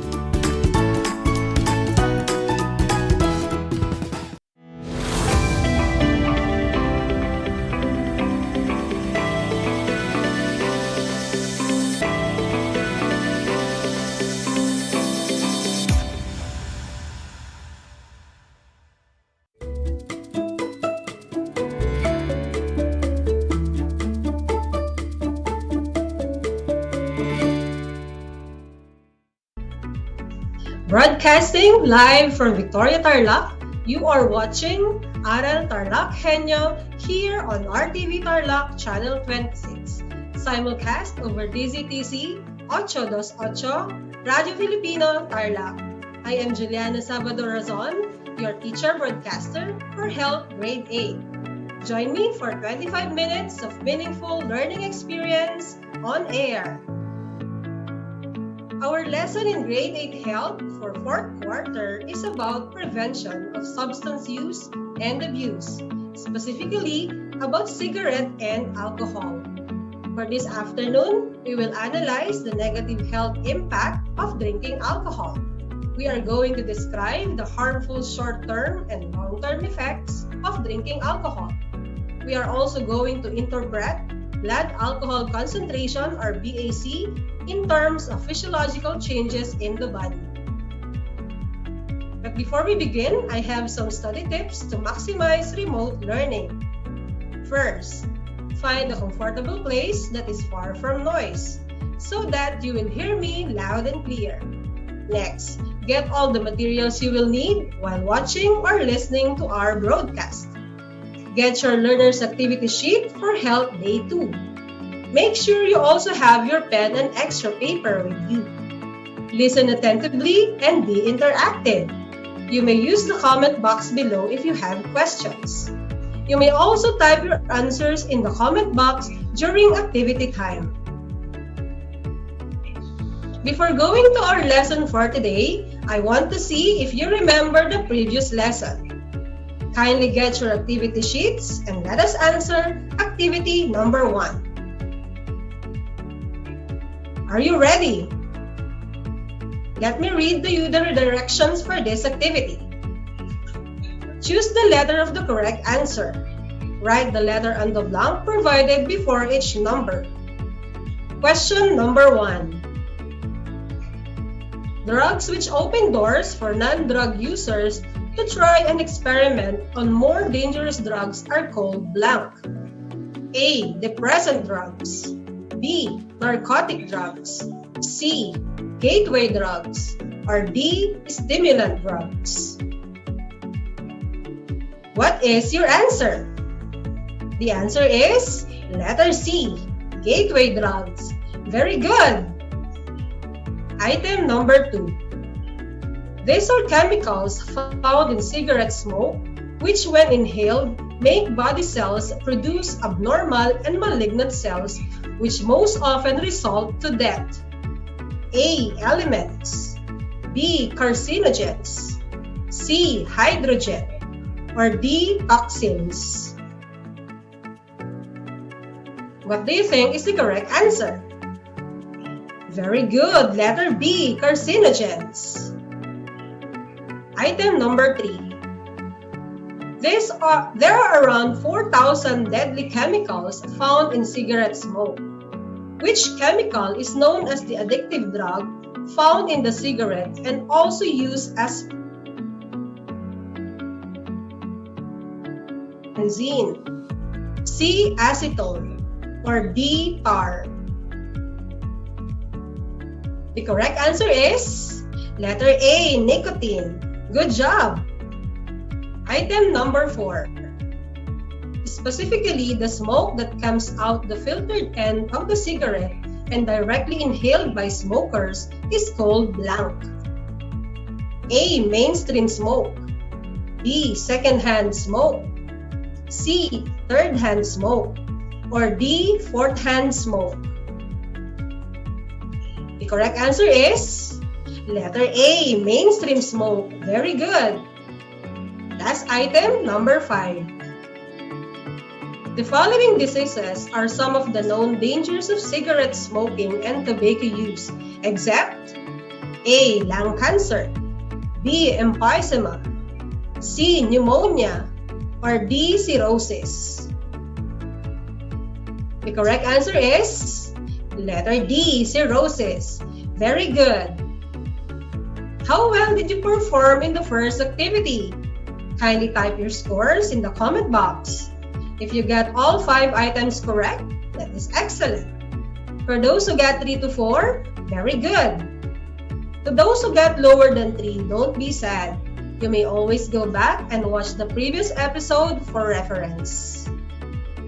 We now move on to our lesson for today, the dangers of alcohol. Alcohol is a colorless, bitter-tasting substance that humans have been consuming since the ancient times. It comes from plants that underwent fermentation. Fermentation is the process of extracting alcohol from a plant or a fruit. An example of fermented alcohol is a beer. A beer is extracted from grains. On the other hand, wines are from grapes and other fruits. There are 3 types of alcohol: isopropyl, methanol, and ethanol. Isopropyl and methanol are used in laboratories and are poisonous and fatal if taken. On the other hand, ethanol is also called the beverage alcohol. This is what humans consume that intoxicates and alters the nervous system. Examples of ethanol alcohol are beer, wine, and spirits like gin, rum, whiskey, and vodka. Ang isopropyl at ethanol ay ginagamit din na rubbing alcohol na madalas nating bitbit at ginagamit ngayong panahon ng pandemya. Dahil ang alcohol na may 70% alcohol content ay maaaring makapatay ng mga bakterya at viruses tulad ng coronavirus or mas kilala bilang COVID-19. Question: is alcohol a drug? Yes, it is a drug. Like other drugs, alcohol affects the way your body works. It can be toxic and addictive. Alcohol is actually a depressant. It means that when taken, it slows down the processes of a person's central nervous system. It also affects the way you think, feel, and behave. It is not true that alcohol gives strength and energy. In fact, alcohol has very little nutritional value. They only provide empty calories. Malamang maraming sa inyo ang nakakita na ng alak. Pero nagka-interest ba kayong tingnan ang alcohol content nito? Now let us find out the alcohol content of the different alcohol beverages. Beer contains 0.9 to 6% alcohol by volume. Wine contains 12 to 14% alcohol by volume. Spirits like scotch, rum, gin, whiskey, and vodka contains 40 to 50% alcohol by volume. Narito naman ang ilan sa mga kilalang alak at ang kanilang taglay na alcohol content. Ang San Mig Light ay may 5% alcohol content. Ang Emperador Brandy ay may 36% alcohol content. Samantalang ang Red Horse ay may 6.9 to 8% alcohol content. You can actually check the bottle of the alcoholic drink for its alcohol content. Now let us discuss the path of alcohol in the body. Alcohol enters the body first through the mouth. Some alcohol gets into the bloodstream through the stomach, but most goes on into the small intestines. Alcohol enters the bloodstream through the walls of the small intestines. The heart pumps alcohol throughout the body. Within 10 to 20 heartbeats, alcohol in the bloodstream reaches the brain. In the liver, alcohol is converted into water and carbon dioxide. Alcohol is filtered in the kidneys, leaving salts and acids, then exits the body through urination. Moving on with the blood alcohol concentration or BAC. When alcohol enters the bloodstream, it goes in all parts of the body. The main effect of alcohol drinking reflects on a person's central nervous system. The central nervous system controls one's mental processes, memory, speech, learning, and decision-making. It also affects the person's senses, feelings, movement, and breathing. The level of alcohol in your blood is called blood alcohol concentration or BAC, or most often called blood alcohol level or DAL. The amount of alcohol that entered in the bloodstream at a certain period can be measured in percentage through BAC. A BAC of 0.01% means there is 0.01 gram of alcohol in 100 milliliter of your blood. Ngayon, alamin natin ang mga iba't ibang BAC level at ang mga physiological effects nito according to alcohol.org. 0.02% BAC, this is the lowest level of intoxication. You will feel relaxed, experience altered mood, feel a little warmer, and may make poor judgment. 0.05% BAC. At this level, your behavior will become exaggerated. You may speak louder and gesture more. You may also begin to lose control of small muscles. Your judgment is impaired and coordination is reduced. 0.08% BAC. At this level of BAC, you will lose more coordination. So your balance, speech, reaction times, and even hearing will get worse. Reasoning, judgment, self-control, concentration, and memory will be impaired. Short-term memory loss may start. 0.10% BAC. At this level of BAC, reaction time and control will be reduced. Speech will be slurred, thinking and reasoning are slower, and the ability to coordinate your arms is poor. 0.20 to 29% BAC. Stupor, confusion, feeling dazed, and disorientation are common. Standing and walking may require help, as balance and muscle control will have deteriorated significantly. Nausea and vomiting are likely to occur. 0.30 to 39% BAC.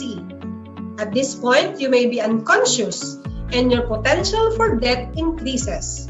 Along with a loss of understanding, at this BAC, you'll also experience severe increase in your heart rate, irregular breathing, and may have a loss of bladder control.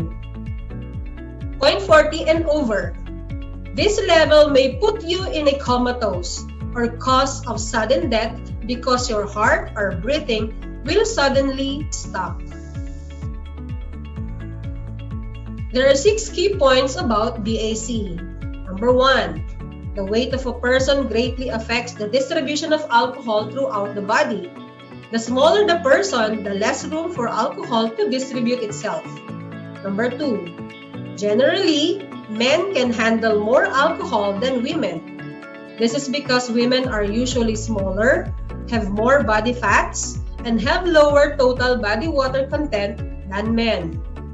Also, a woman's ability to metabolize alcohol can be affected by her menstrual cycle due to higher levels of estrogen.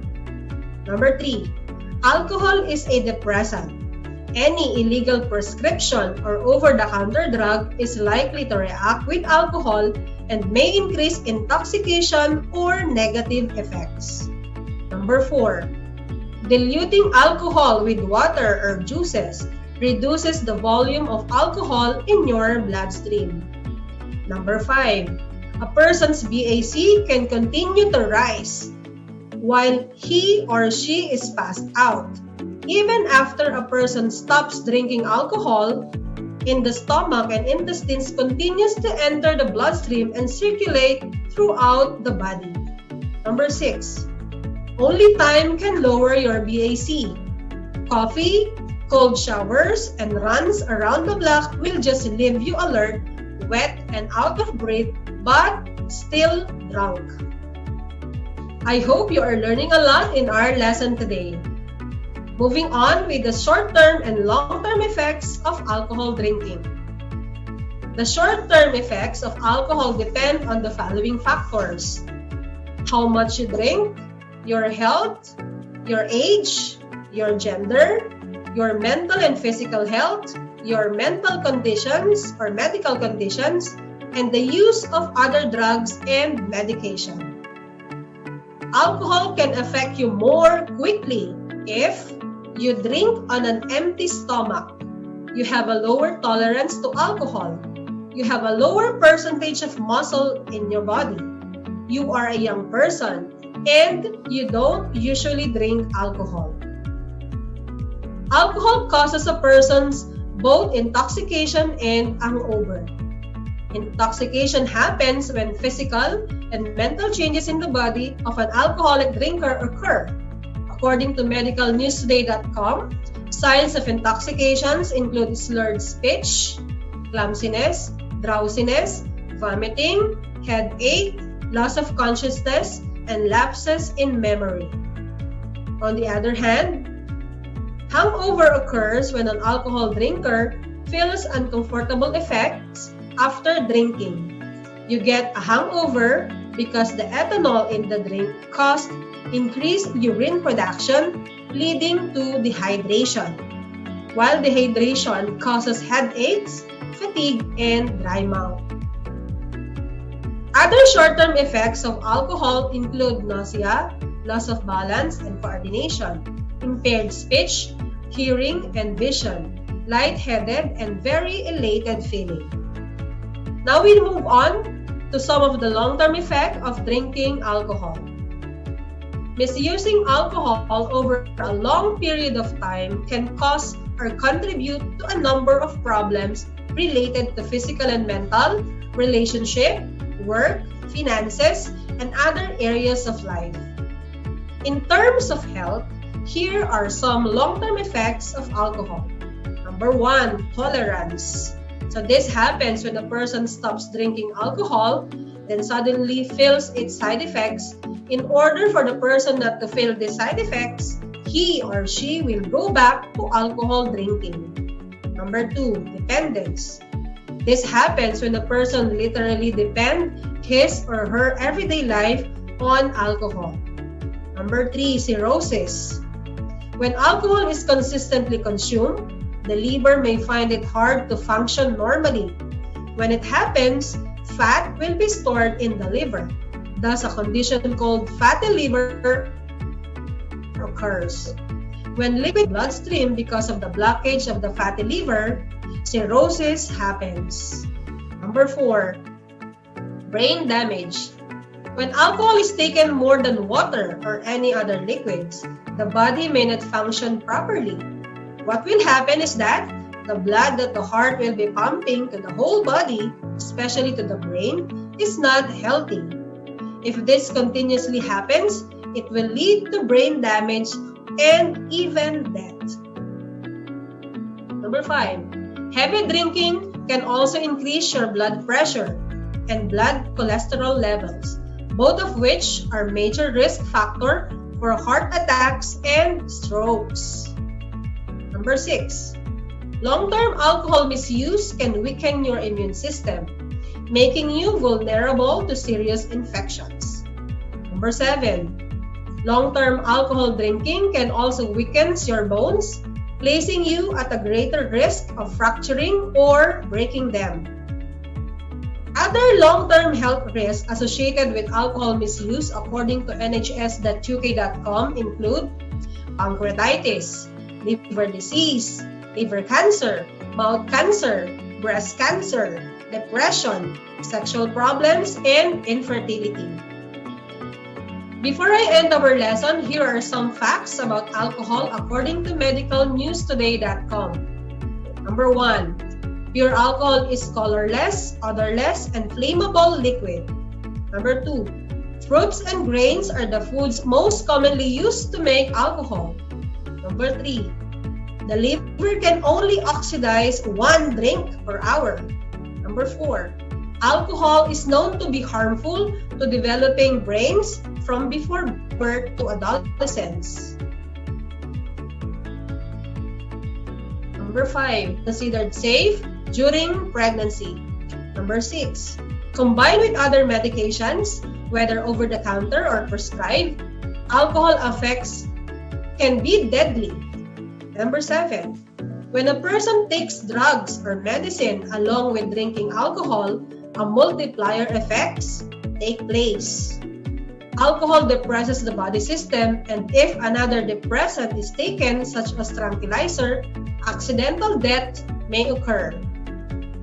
There you have it, students, the dangers of alcohol. At this point of time, kindly get your activity sheets and your pen. Let us answer activity number 2. For this activity, identify the following terms by unscrambling the jumbled letters. Are you ready? For item number 1, it is a colorless, bitter-tasting substance that humans have been consuming since the ancient times, which comes from plants that underwent fermentation. Item number 2, this type of alcohol is also known as the beverage alcohol. This is what humans consume that intoxicates and alters the nervous system. Item number 3, this occurs when alcohol drinker feels uncomfortable effects after drinking. Item number 4, it happens when a person stops drinking alcohol, then suddenly feels its side effects. In order for the person not to feel these side effects, he or she will go back to alcohol drinking. Last item, number 5. It is a condition in which healthy liver tissue is replaced with scar tissue and the liver is permanently damaged due to heavy consumption or alcohol consumption. Now let us check your answers. The answer for number 1 is alcohol. For number 2 is ethanol. For number 3 is hangover. Answer for number 4 is tolerance. And for number 5 is cirrhosis. Kindly type your scores in the comment box. Congratulations to those who got perfect score. For the final activity for this session, refer to activity number 3 in your activity sheets. Let me read the direction. Read and study each situation. Using the given cases, fill up the table by writing the physical and mental effects of alcohol to the body. Situation A is already given as your reference. For this activity, you may use a separate sheet of paper and submit it to your MAPE teacher. The rubrics for scoring for this activity is as follows. Developing or 75 to 79% if the student has able to give one mental or emotional effect or alcohol for each case. Approaching proficiency or 80 to 84% if the student was able to give 2 mental and emotional effects of alcohol for each case. Give 3 mental and emotional effect of alcohol for each case. Advance or 90 to 100% if the student was able to give all mental and emotional effects of alcohol for each case. Alright, students, there you have it. But before I end, I would like to take this opportunity to thank our EPS, Madam Dalen I. Roy, our principal, Sir Angel Villamin, our head teacher, Ma'am Jane Luzon, and of course, for the undying support of MAPE teacher of Victoria National High School. Thank you so much. Alright, thank you guys for participating. I hope you have learned a lot to our lesson today. Once again, I am Juliana Sabado Razon, your teacher broadcaster from Victoria National High School, now signing off. God bless everyone and keep safe.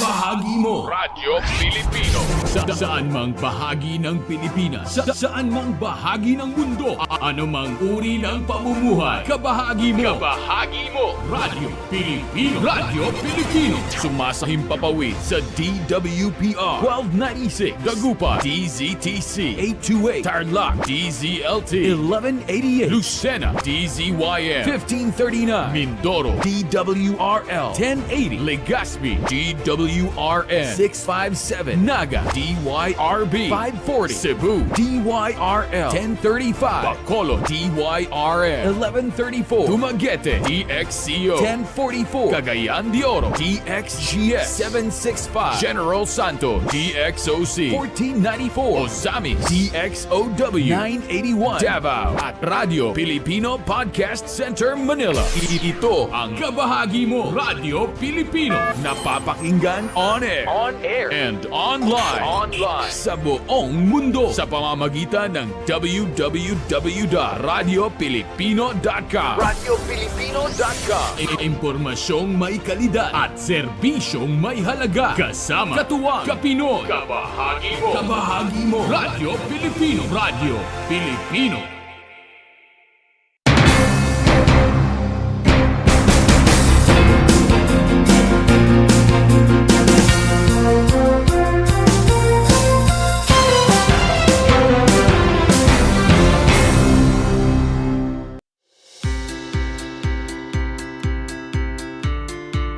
Upang matugunan ang mga kinakaharap na pagsubok ng mga guro at mag-aaral sa gitna ng kasalukuyang pandemya, nagsanib tulong sina Congressman Charlie Cojuangco ng unang distrito ng Tarlac, DEPED Region 3 Regional Director Dr. May B. Eclar at Tarlac Schools Division Superintendent Dr. Ronaldo Pozon para sa isang napapanahong proyekto na tinaguriang Project Shine, Aral TarlakHenyo. Ang mga mag-aaral ng Grade 4 at Grade 5, ganon din ang Grades 8 and 9 sa buong probinsya ng Tarlac, kasalukuyang sumasailalim sa radio-based instruction. Katuwang ang himpilang DZTZ 828 kHz AM at RTV Tarlac, Channel 26. Ang Tarlac po nangunguna po ngayon pagdating po sa radio-based instruction. Marami pong humahanga sa atin. I'm very happy this station, itong DCTC, could reach the whole of Region 3. Hindi natin alam, we are contributing. We are creating a very big dent in the history of Philippine education. And I am proud. I am here in Tarlac. This is the noble cause of education in which you and I, without you knowing it, we are bound to do.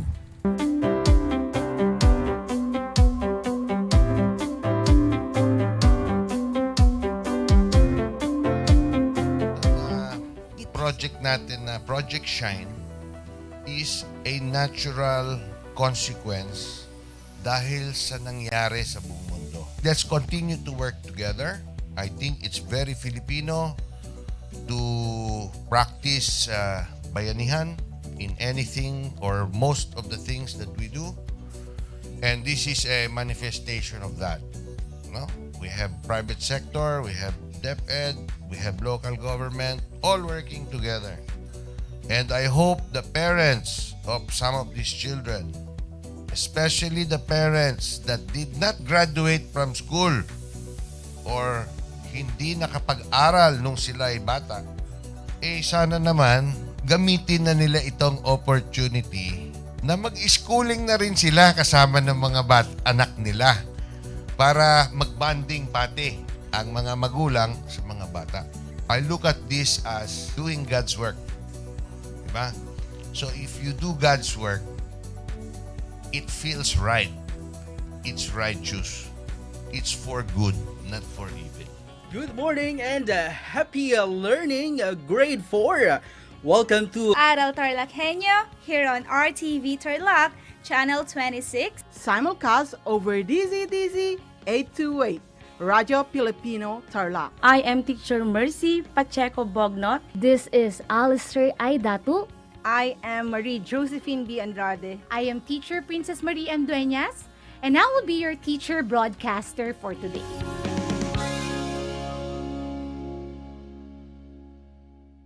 The word boondocks, which is now part of the English Language Dictionary and Vocabulary, comes from the Tagalog word bundok, meaning mountain.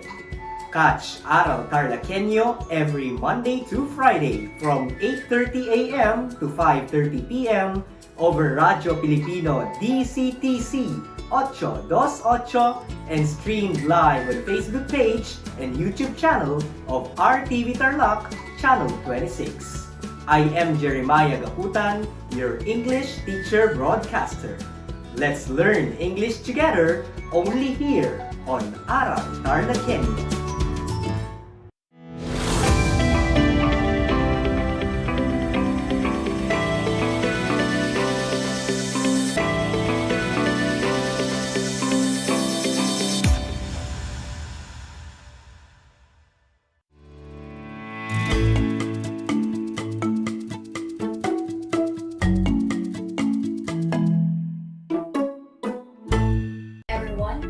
Especially to our grade 9 learners. Welcome to Aral TarlakHenyo, here on RTV Tarlac, Channel 26, simulcast over DZTZ 828 Radio Filipino Tarlac. Streaming live also via Facebook page of RTV Tarlac, Channel 26. I would also like to acknowledge our viewers via Converge Cable TV, Channel 100. You are tuning in to our radio station, committed to serve quality education at the comfort of your homes. Broadcasting live here in Cebuana National High School, Pura Tarlac, via remote live broadcast. This is teacher Darlene W. Evangelista, your English 9 teacher broadcaster for this episode. To our dear listeners and viewers out there, join me for the next 25 minutes because we will be unlocking new knowledge and information that will surely be helpful to you. Our episode for today is for grade 9 English. So I am asking our grade 9 students to find a comfortable spot, far from noise, and listen carefully while participating in a fun learning activity. Be sure to have all the things you need for our lesson this afternoon. Prepare your pen and paper, your lecture notebook, and your activity sheets. As you listen and watch carefully, capture and list down the important information and ideas. Are you ready for today's lesson? I'm sure you are. Gear up, grade 9 learners, as we begin our exciting adventure with our topic for today. Our discussion for this afternoon is about the Quarter 4 MELC 2. React to a value judgment on critical issues that demand sound analysis and call for prompt actions. Our lesson focus, genre and related discourse features of a summary. After you have tuned in and listened thoroughly in our radio-based instruction, you will be able to define what a summary is, recognize the parts of a summary, and create a summary based on the text provided by following its qualities and features. This is the walkthrough of our lesson for today. What is a summary? What are the parts of a summary? Activity 1. What are the qualities and features of a summary? Activity 2 and 3. And what a summary should include and should not include. What is a summary? A summary is a comprehensive and objective restatement of the main ideas of a text, with an article, book, movie, event, etc. Another definition of summary, according to the Oxford Dictionary, is a brief statement or account of the main points of something, and in our case, a text. Note, you simply report back what the writer has said, without making value judgment. Now, what are the parts of a summary? We have introduction, body, and conclusion. First, we have the introduction. A summary begins with an introductory sentence that states the text title, author, and the main point of the text as you see it. Begin with a sentence that includes proper citation of the author's name, the title of the article, and the main idea of the article. Next, we have the body. It introduces the main ideas of an article. The body is where the main ideas are developed, sources are brought in to support them, and the overall argument is made. Each paragraph within the body should revolve around one major idea and follow the basic guidelines of a paragraph. We have topic sentence, idea, support, and wrap-up. The body paragraph should cover the main supporting arguments and the evidence that the author has used to defend them. Lastly, we have the conclusion. It summarizes the main idea and the underlying meaning of the article. Conclusions wrap up or tie together everything that's been said and give you a final chance to lay out your main ideas before the reader. For writing, in which summary is the sole purpose, here are some ideas that will help you write your conclusion. Number 1. Are there any connections or loose ends to tie up and will help your reader fully understand the points being made in this text? This is the place to put those. Number 2. This is also a good place to state or restate the things that are most important for your readers to remember after reading your summary. Number 3. You may want to simply paraphrase the author's concluding section or final main idea. Now, let's see if you understand the definition and the parts of the summary. Let's have Activity 1. Activity 1. Name it right. Directions. Read the statements carefully. Identify what is described by writing the letter corresponding to your answer in the space provided before each number. Or you may comment your answers here in our live broadcast. Here are the choices. A. Summary. B. Introduction. C. Body. And letter D. Conclusion. Listen carefully as I read the statement twice, and I will give you 5 seconds to answer each statement. Let's have number 1. It is a comprehensive and objective restatement of the main ideas of an article, a book, movie, event, etc. Number 1. It is a comprehensive and objective restatement of the main ideas of a text, an article, book, movie, event, etc. What is your answer? Very good. The correct answer is letter A, summary. Number 2. It introduces the main ideas of an article. Number 2. It introduces the main ideas of an article.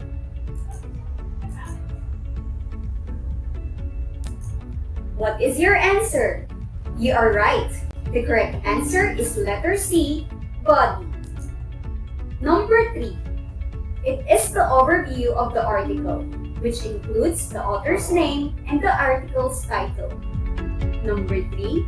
It is the overview of the article, which includes the author's name and the article's title. What is your answer? Correct. The answer is letter B, introduction. Number 4. It summarizes the main idea and the underlying meaning of the article. Number 4. It summarizes the main idea and the underlying meaning of the article.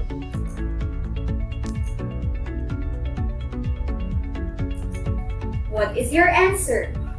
Very good. The correct answer is letter D, conclusion. Did you get all the correct answers? Impressive, grade 9 learners! You did a good job in identifying what is being described in each statement. Now, let's move on to the features and qualities of a summary.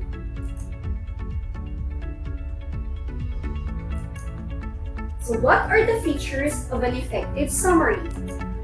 An effective summary captures the most important information. An effective summary is highly readable. An effective summary can stand on its own. An effective summary is faithful to the original, and an effective summary is as concise as possible. Now, let's have the qualities of a summary. A good summary should be comprehensive, concise, coherent, and independent. A summary must be comprehensive. You should isolate all the important points in the original passage and note them down in a list. Review all the ideas on your list and include in your summary all the ones that are indispensable to the author's development of her or his thesis or main idea. A summary must be concise. Eliminate repetitions in your list, even if the author restates the same points. Your summary should be considerably shorter than the source.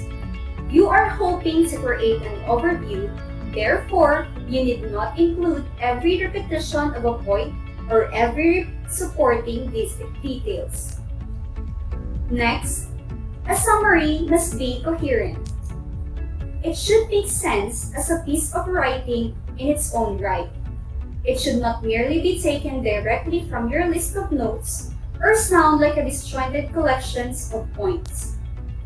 Next, a summary must be independent. You are not being asked to imitate the author of the text you are writing about. On the contrary, you are expected to maintain your own voice throughout the summary. Don't simply quote the author. Instead, use your own words to express your understanding of what you have read. After all, your summary is based on your interpretation of the writer's points or ideas.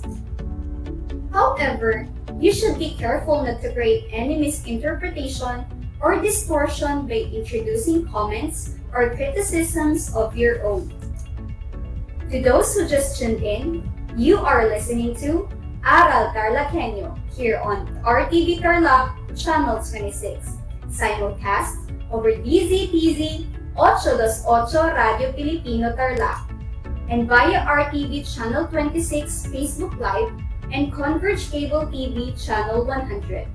This is Ma'am Darlene W. Evangelista, your teacher broadcaster in English on the topic Features of a Summary. Now, let's apply what you have learned about the features and qualities of a summary. Let's have activity number 2. Activity 2. Some are true and some are not. This is the direction. Write true if the statement is correct and false if otherwise. You may comment your answers here in our live broadcast. Number 1. An effective summary can stand on its own. Number 2. An effective summary captures the less important information. Number 3. An effective summary is as wordy as possible. Number 4. A summary must be coherent. And number 5. A summary must be comprehensive. I will give you 30 seconds to answer this.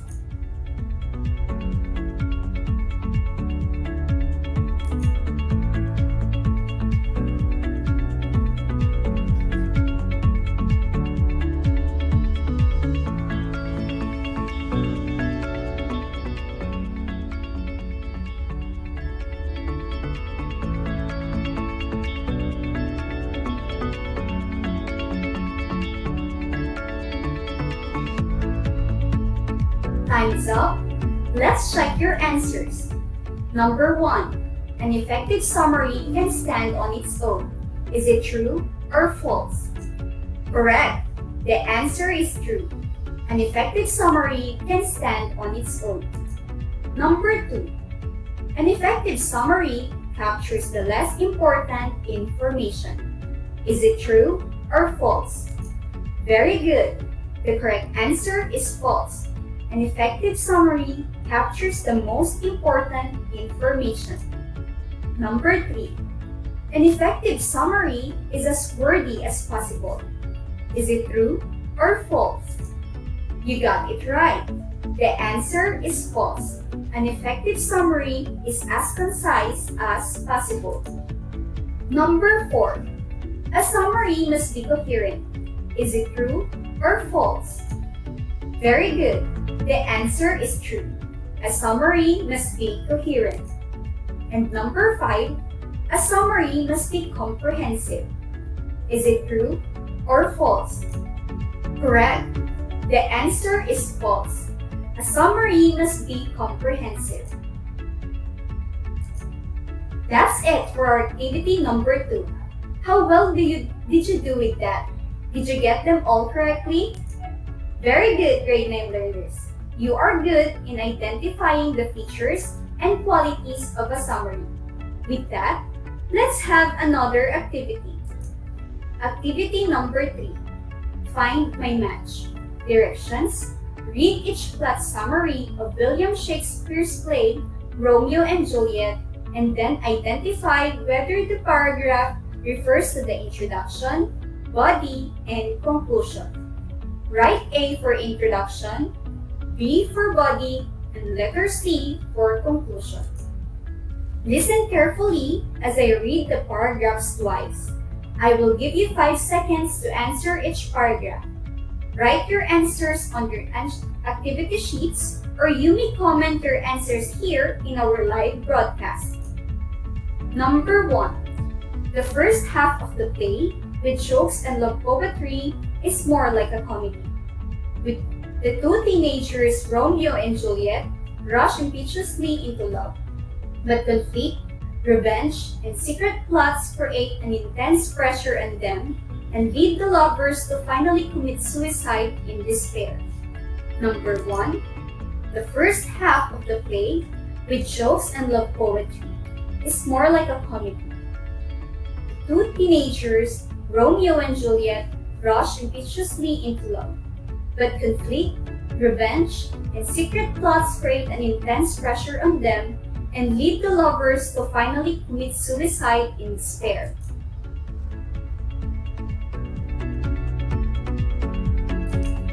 What is your answer? Very good.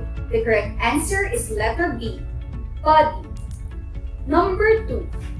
Shakespeare's play, Romeo and Juliet, is the world's most famous romantic tragedy. In this play, a long-lasting dispute between the Montague and Capulet family from the city of Verona causes the death of Romeo and Juliet. Number 2. Shakespeare's play, Romeo and Juliet, is the world's most famous romantic tragedy. In this play, a long-lasting dispute between the Montague and Capulet family from the city of Verona causes the death of Romeo and Juliet.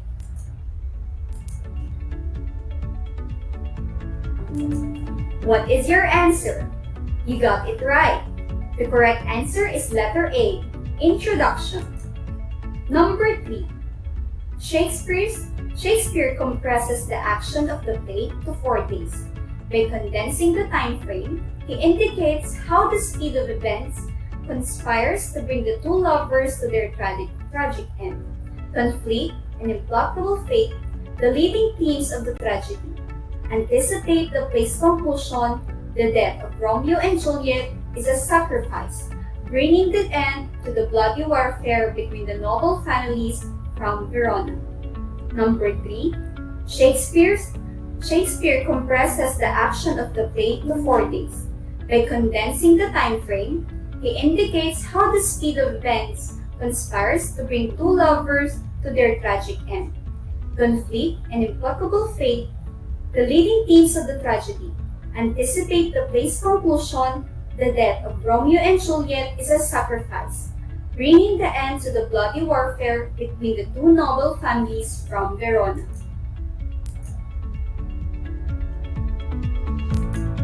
What is your answer? Correct. The answer is letter C, conclusion.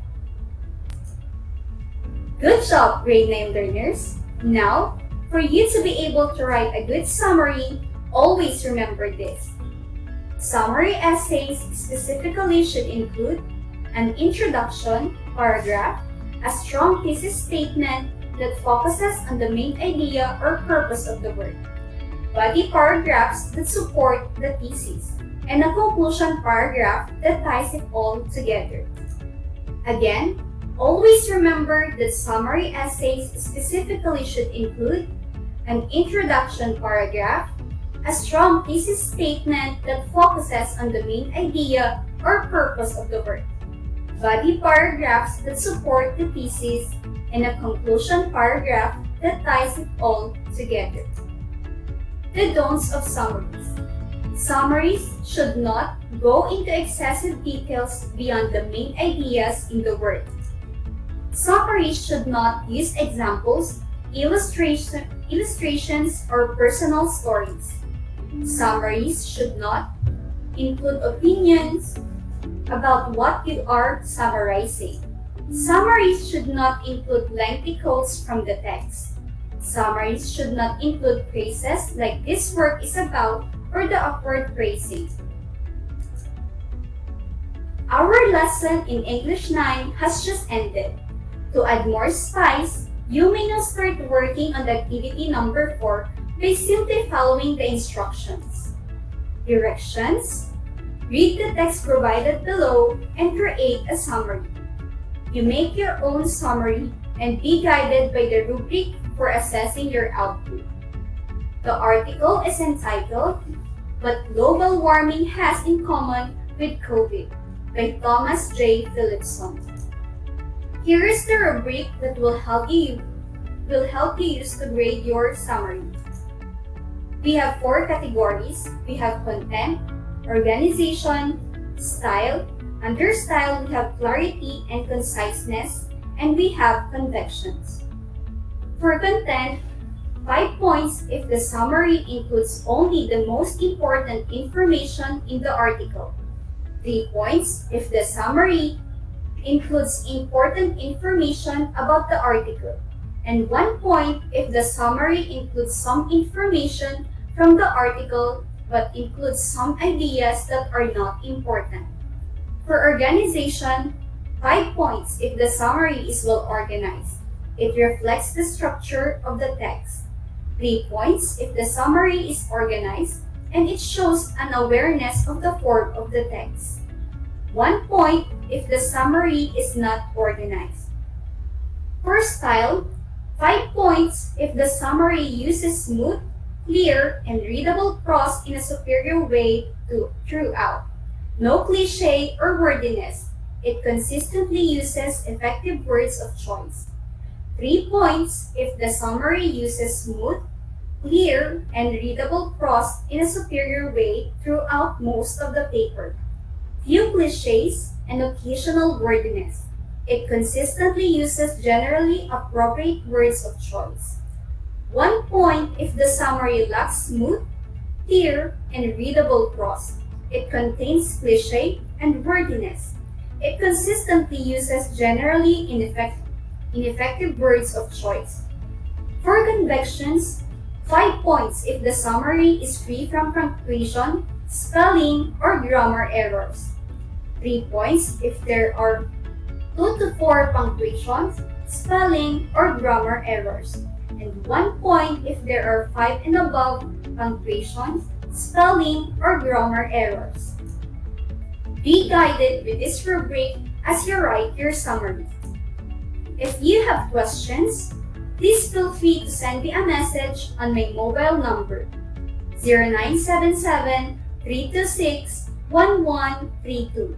I will repeat 0977-326-1132, and I'll address your concern right away. That's it for this episode. You really did a good job, grade 9 learners. I hope you learned something today. Before we end our session, let me share with you a quotation from Benjamin Franklin. It says, "An investment in knowledge pays the best interest."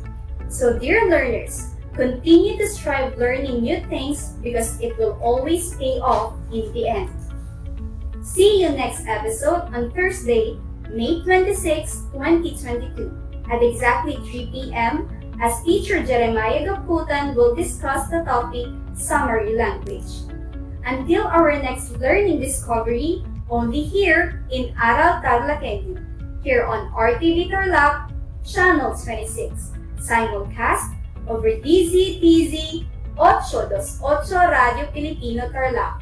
This has been your teacher broadcaster, Darlene W. Evangelista. Stay safe and God bless everyone.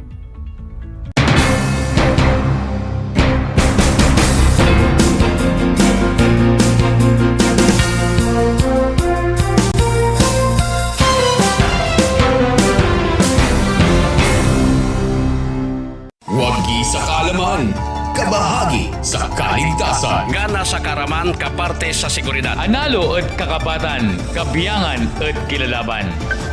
Narito ang mga dapat gawin habang lumilindol. Yumuko at magtago sa ilalim na matibay na mesa at kumapit sa mga paa nito. Umiwas sa mga bintanang salamin, mga aparador at mabibigat na gamit na maaring mahulog o matumba. Matapos ang pagyanig, agad na lisanin ang gusali at pumunta sa evacuation area. Kung ikaw ay nasa labas, magtungo agad sa open area.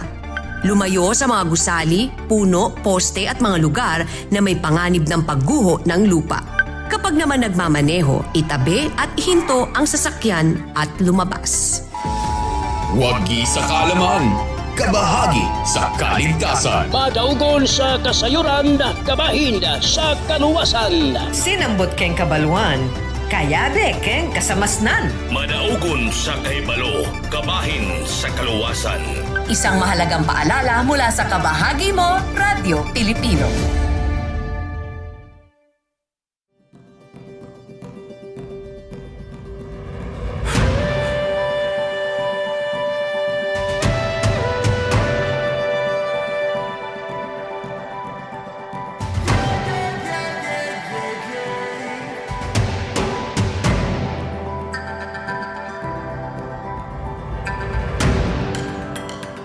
Ang Asia-New Zealand Afforestation Project o ANZAP ay sumusunod at umaayon sa isa sa 5 haligi ng Provincial Government of Tarlac, kalikasan muna. Although Tarlac is landlocked, the province is teeming with natural resources and beauty, and we TarlakHenyos are the stewards of this bounty.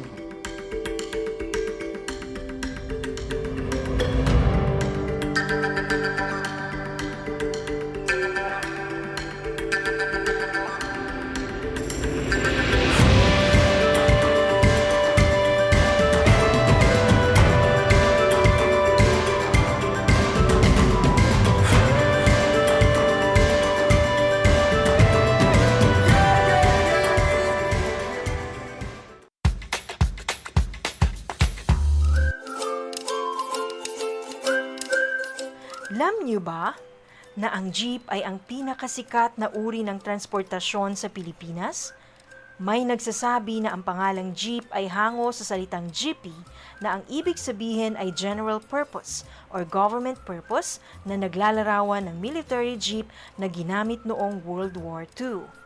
Pagkatapos ng digmaan, iniwan na ng mga sundalong Amerikano ang libu-libong jeep sa kalsada ng Maynila.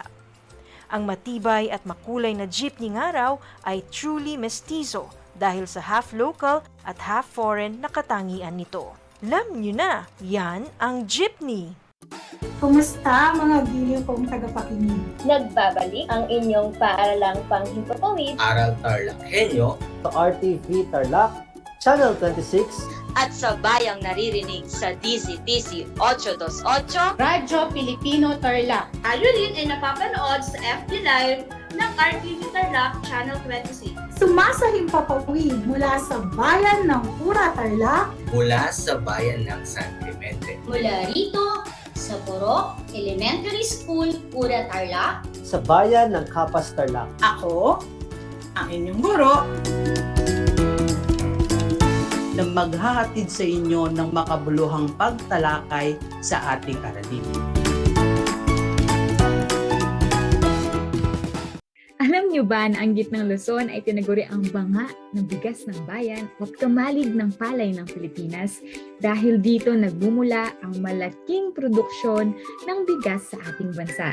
Ito ay binubuo ng mga lalawigan ng Aurora, Bataan, Pampanga, Nueva Ecija, Zambales at Tarlac. Ugaliin nating manood ng Aral TarlakHenyo Lunes hanggang Biyernes alas 8:30 ng umaga hanggang alas 5:30 ng hapon. Ako si Binibining Pia Isrin Capiral, ang inyong teacher broadcaster sa Araling Panlipunan dito sa Project Shine Aral TarlakHenyo. Lagi nating tandaan ang pag-aaral ng Araling Panlipunan ay tungo sa daan ng pagiging makadiyos, makakalikasan, makatao at makabansa.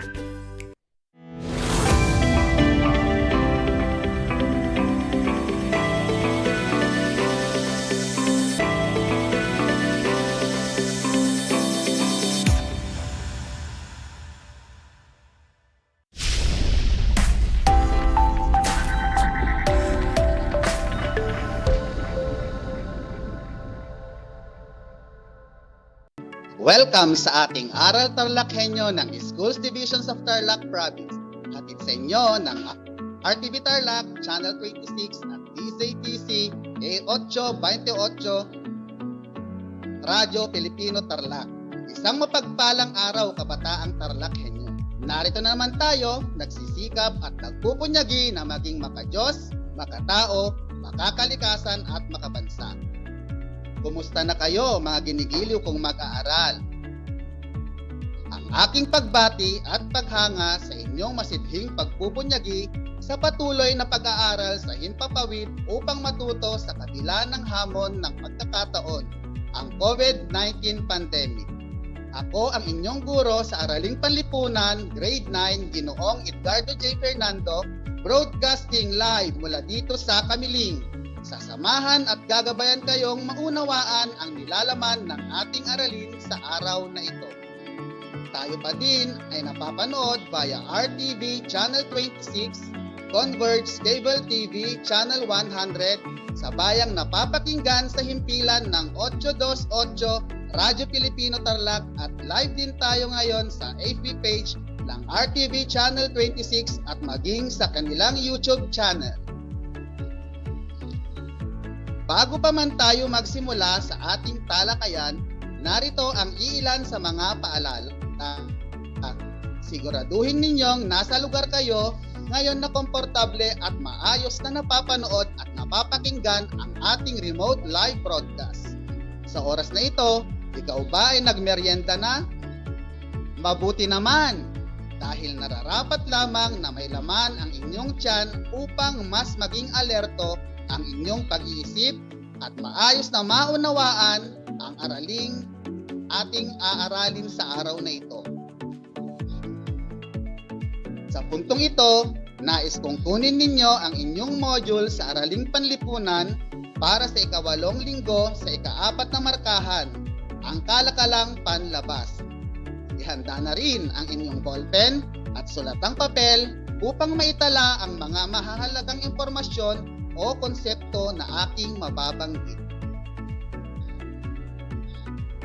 Ang ating paksang aralin sa araw na ito ay patungkol sa ang Pilipinas at ang kalakalang panlabas. Bago tayo magsimula sa ating paksa ngayong araw, ay alalahanin muna natin ang ating naging aralin noong nakaraang episode. Natatandaan pa ba ninyo? Mahusay! Ang ating nakaraang paksa ay ukol sa dahilan at epekto ng impormal na sektor. Mga dahilan ng impormal na sektor: makaligtas sa pagbabayad ng buwis sa pamahalaan, makaiwas sa masyadong mahaba at masalimuot na proseso ng pakikipagtransaksyon sa pamahalaan o ang tinatawag na bureaucratic red tape. Sa aspektong ito ay pumapasok ang labis na regulasyon ng pamahalaan. Kawalan ng regulasyon mula sa pamahalaan na kung saan ang mga batas at programa ay hindi na ipapatupad ng maayos, makapaghahanap buhay ng hindi nangangailangan ng malaking kapital o puhunan, at mapangibabawan ang matinding kahirapan. Mga epekto ng impormal na sektor: pagbaba ng halaga ng nalilikom na buwis. Yan ang una, dahil ang mga kabilang dito sa informal na sektor ay hindi nakarehistro. Hindi rin sila nagbabayad ng buwis mula sa kanilang kinita o operasyon. Pangalawa, banta sa kapakanan ng mga mamimili. Dahil ang mga bumubuo sa informal na sektor ay hindi rehistrado at hindi sumusunod ayon sa itinalaga ng batas tungkol sa kanilang operasyon, maaaring ang mga produkto o serbisyo ay hindi pasado sa quality control o standard. Pangatlo, paglaganap ng mga illegal na gawain. Dahil sa kagustuhan na kumita ng mabilisan ang mga tao, ay nauudyok na pumasok sa informal na sektor na kung minsan ay mga gawaing illegal o labag sa batas. At ngayon, sa aking palagay, ay handa ka na sa ating bagong paksa para sa araw na ito. Inaasahan sa pagtatapos ng talakayan na ito ay inyong masusuri ang pang-ekonomikong ugnayan at patakarang panlabas na nakatutulong sa Pilipinas. Ito ay nakaangkla sa ating Most Essential Learning Competencies, Quarter 4, Week 8. Sa lahat po ng mga magulang at mag-aaral sa ikasyam na baitang na nanonood at nakikinig sa ating broadcast, kung kayo po ay may mga katanungan o nais linawin ukol sa ating paksa ngayong araw, maaari kayong magbigay ng mensahe sa aking messenger. I-type lamang po ang Edgardo J. Fernando upang makita ang aking FB account. Maaari ding tumawag o mag-text sa numerong 0961-103-5501. Sa puntong ito ay sukatin muna natin ang inyong paunang kaalaman ukol sa ating paksa. Handa na ba kayo? Tukuyin at isulat sa iyong sagutang papel ang letra ng tamang sagot. Una, ito ay tumutukoy sa pagpapalitan ng mga produkto at serbisyo ng mga bansa. A. Kalakalang panlabas. B. Kalakalang panloob. C. Kalakalang galyon. At D. Kalakalang barter. Kung ang inyong sagot ay A, kayo ay tama. Ikalawa, ang pagpapadala ng mga produkto at serbisyo sa ibang bansa ay tinatawag na A. Trade surplus. B. Importation. C. Trade deficit. D. Exportation. Kung ang napili ninyo ay D, tama kayo ulit. Ikatlo, ang kalakalang panlabas ay pader ng bansa kung A. Kung malaki ang tubo. B. Masigit ang inaangkat kaysa iniluluwas. C. Malaki ang utang panlabas. D. Positibo ang balance sa kalakalan. Kung ang isinulat ninyo ay D, binabati ko kayo. Pang-apat, ano ang pinakamahalagang dahilan kung bakit kailangan ng isang bansa ang kalakalang panlabas? A. Bawat bansa ay nangangailangan ng tulong ng ibang bansa. B. Hindi lahat ng pangangailangan ng mamamayan ay kayang matugunan ng bansa. C. Ang bansa ay nagiging dalubhasa sa paggawa ng mga produkto at serbisyo. D. May kagustuhan ang tao na sadyang tutugunan lamang ang ibang bansa. Kung ang inyong sagot ay B, kayo ay magaling. Para sa ikalima, sang-ayon kay Adam Smith, alin ang pinakamabisang batayan ng matagumpay na kalakalan? A. Malayang kalakalan. B. Absolute advantage. C. Protection. D. Comparative advantage. Ang tamang sagot ay letter B. Ilan ang nakakuha ninyo ng tamang sagot? May nakakuha ba ng 5, 4, 3? Huwag kayong mag-alala dahil sa ating talakay, inyong matututunan ang mga tanong na hindi nyo nasagot ng tama. Sa puntong ito ay maaari na tayong magsimula sa ating talakayan. Narinig na ba ninyo ang konseptong no man is an island?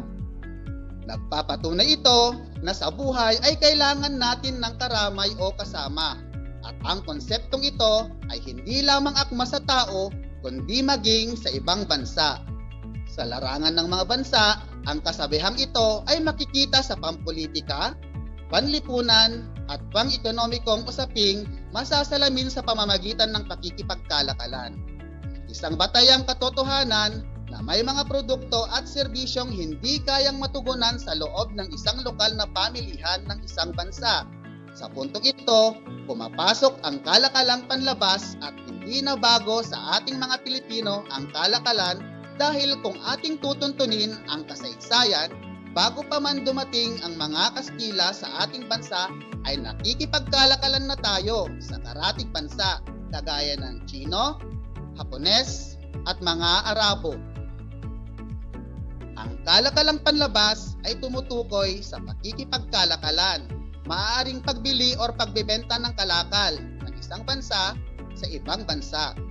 Ito ay nagaganap sapagkat walang bansa ang maaaring makatugon sa lahat ng kanyang pangangailangan nang walang tulong mula sa ibang bansa. Ang ating bansa ay sagana sa mga produktong pang-agrikultura gaya ng palay, gulay, mais, niyog at iba pa, subalit kulang naman tayo sa ibang produkto kagaya ng petrolyo at langis. Kung kaya't tayo ay nakaasa sa produksyon ng ibang bansa na siyang batayan ng pag-iiral ng kalakalang panlabas. Hindi matatagpuan sa isang bansa ang lahat ng kailangan nito. Kailangang makipag-ugnayan sa ibang bansa upang makuha nito ang mga produkto at mga serbisyong kailangan na wala ito.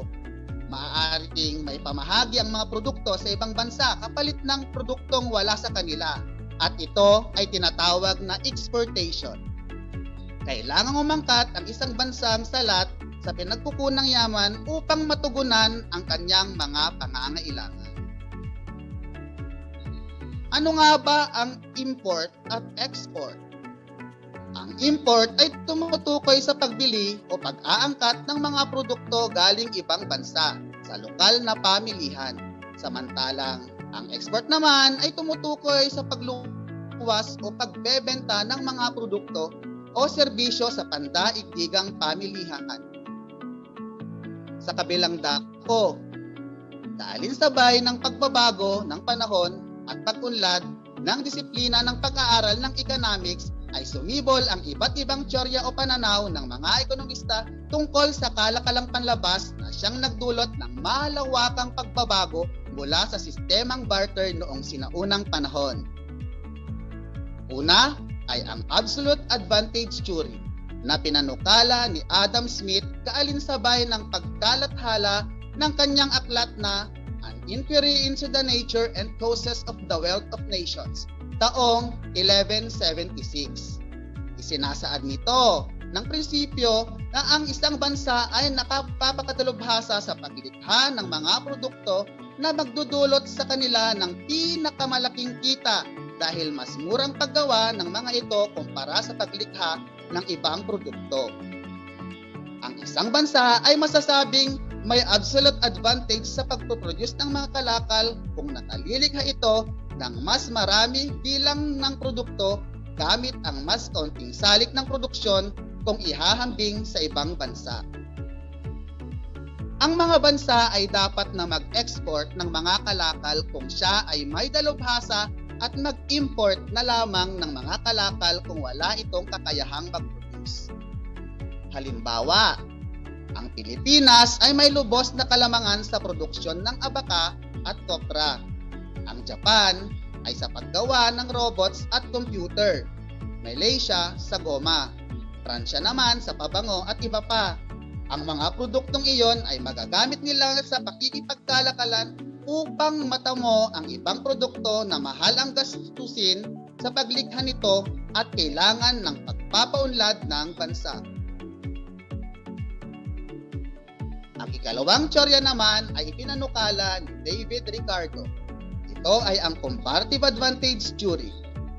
Ayon sa teoryang ito, makakabuti sa isang bansa na lumikha ng produkto kung saan matatamo nito ang higit na kapakinabangan at umangkat na lamang ng produkto na kailangan ng bansa na mas mura kaysa lumikha nito. Ang comparative advantage ay nakabatay sa konsepto ng opportunity cost. Ang comparative advantage ay tumutukoy sa kakayahan ng isang bansa na i-produce ang produkto sa mas mababang opportunity cost kaysa sa ibang bansa. Ang Pilipinas ay higit na nakikinabang sa paglikha ng asukal kaysa sa paggawa ng computer. Kahit kaya nating gumawa ng computer na gagastusan ng malaking halaga, mas mainam na bumili na lang tayo ng computer sa ibang bansa na mabibili sa mas murang halaga. Ang bansang Japan naman ay nangangailangan ng asukal at computer. Mas magastos ang paglikha ng asukal kaysa computer. Kaya bibili na lamang ng asukal sa Pilipinas ang Japan upang mata mo ang kapakinabangan sa computer. Paano naman sinusukat ang kalakalang panlabas? Ang kalagayan ng kalakalan sa ating bansa ay makikita sa balance of trade ng balance of payments. Dito malalaman kung nakikinabang ang pakikipagkalakalan sa isang bansa. Ang balance of payments o BOP ang nagsisilbing sukatan ng pandaigdigang gawaing pang-ekonomiya ng isang bansa.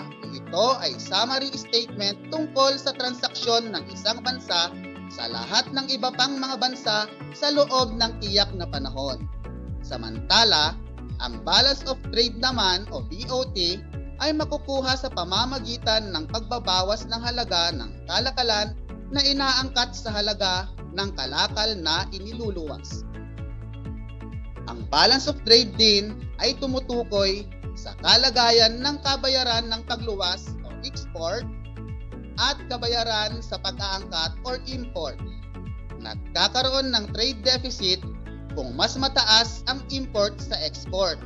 Samantalang, trade surplus naman kung mas mataas ang export sa import.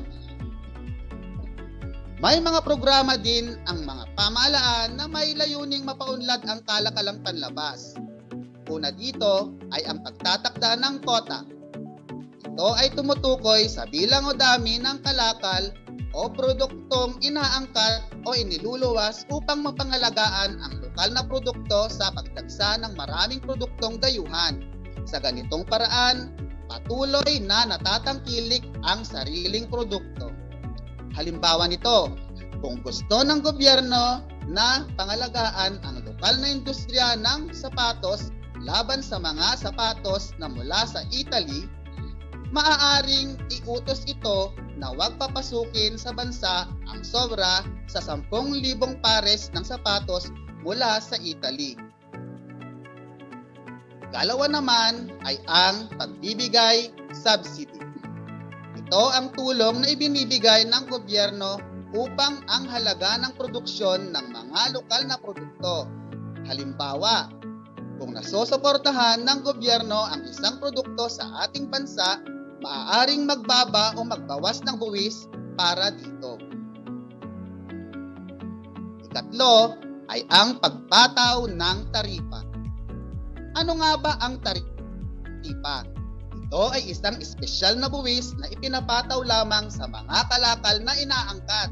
Ang pagpataw ng buwis sa mga angkat na kalakal ay nagpapataas sa presyo nito. Kapag lubhang mataas ang taripang ipinataw sa isang kalakal, posibleng napipigil ang pag-aangkat o kaya tuluyang napapahinto ang operasyon sa kalakalang ito.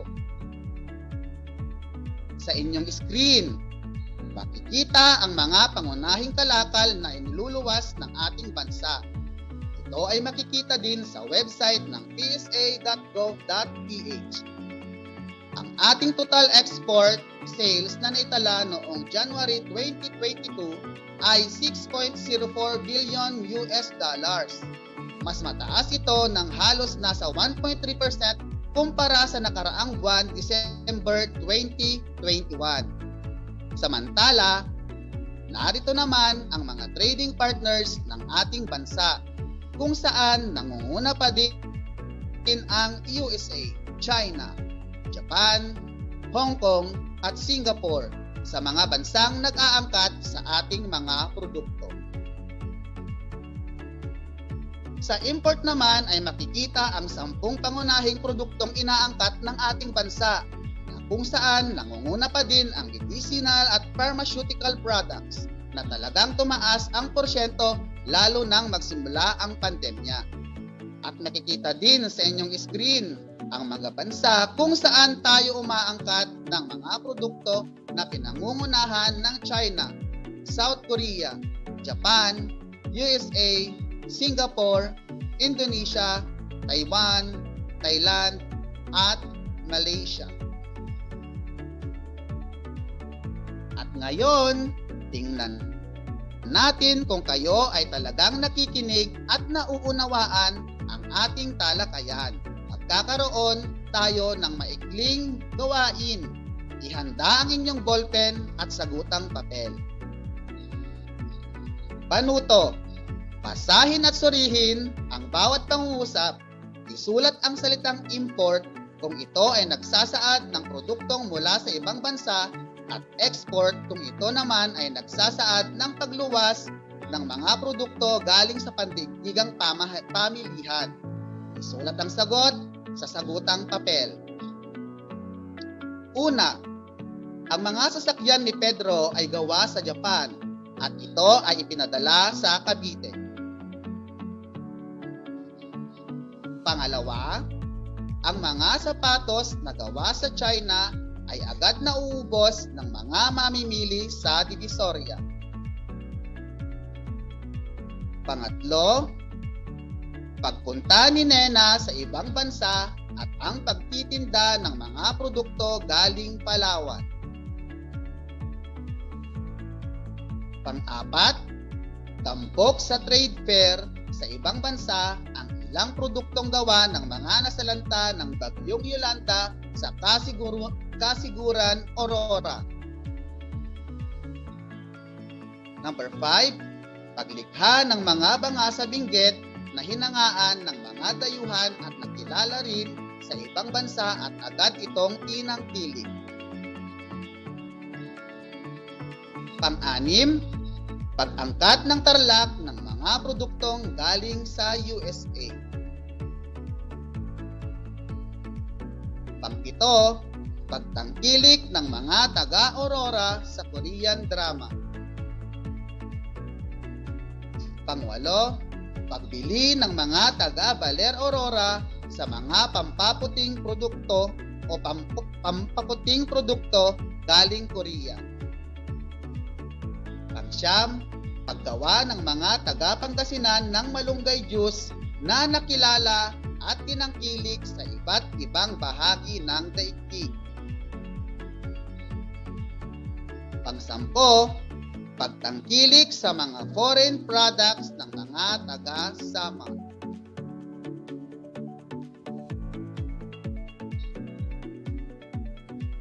Ngayon ay atin nang iwasto ang inyong mga kasagutan. Number 1, import. Number 2, import. Number 3, export. Number 4, export. Number 5, export. Number 6, import. Number 7, import. Number 8, import. Number 9, export. At ang number 10 ay import.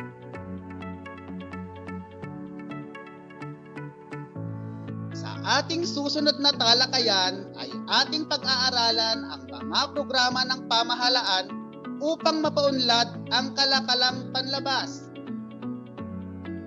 Inaasahan ko na kayo ay natuto sa ating talakayan sa araw na ito.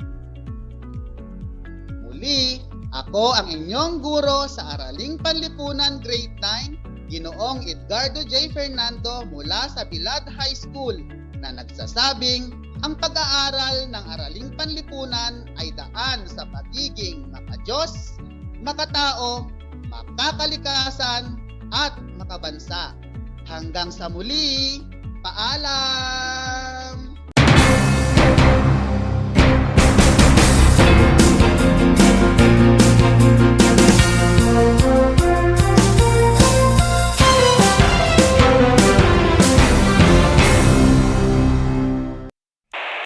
Bahagi mo Radyo Pilipino. saan mang bahagi ng Pilipinas, saan mang bahagi ng mundo, anumang uri ng pamumuhay. Ito ang Kabahagi Mo Radyo Pilipino. Napapakinggan on air, and online sa buong mundo sa pamamagitan ng www.radiopilipino.com. RadyoPilipino.com. Impormasyong may kalidad at serbisyong may halaga. Kasama katuwang Kapinoy. Kabahagi Mo. Kabahagi Mo Radyo Pilipino. Radyo Pilipino.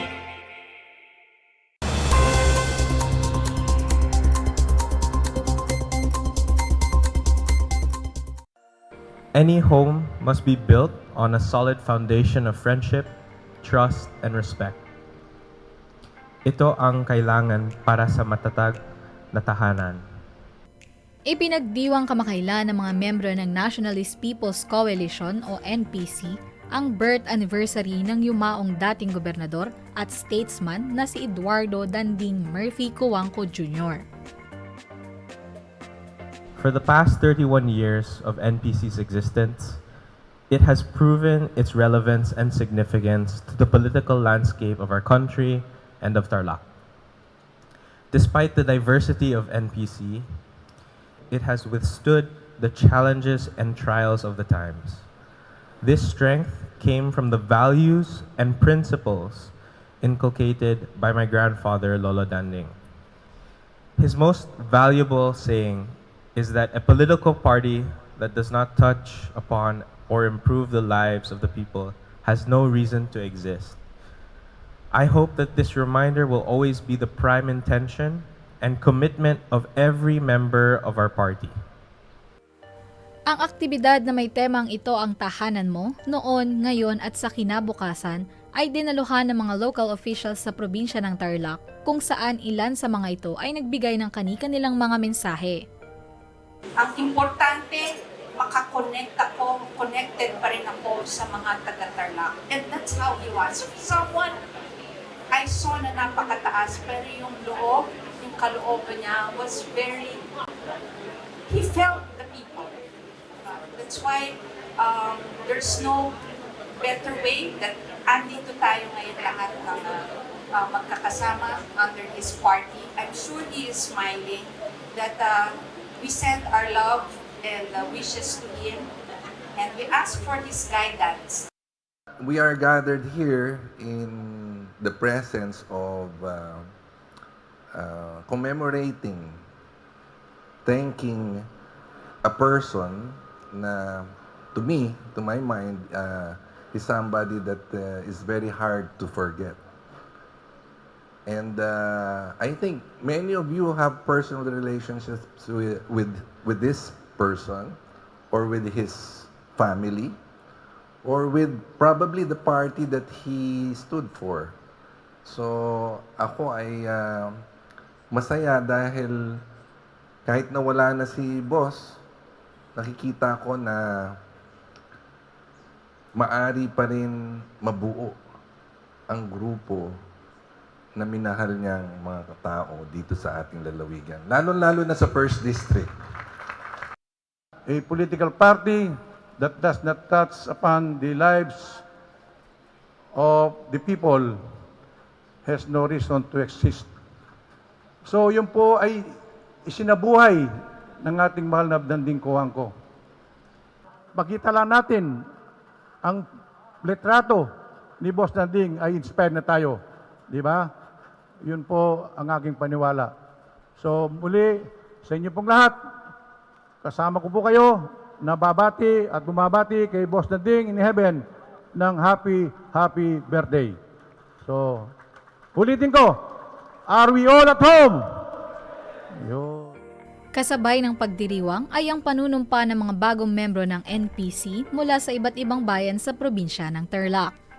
Para sa RTV Tarlac Channel 26, ako si Jam Torio, nagbabalita.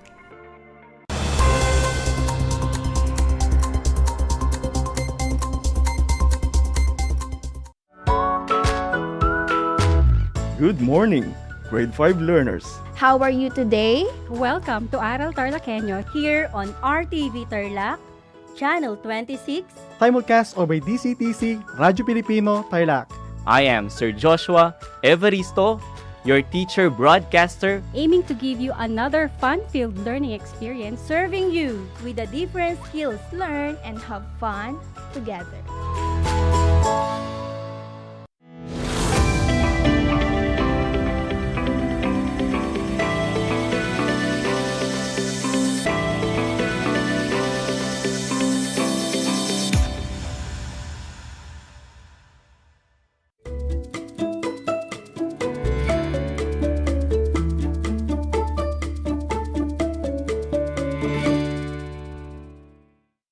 Hello and good day, learners.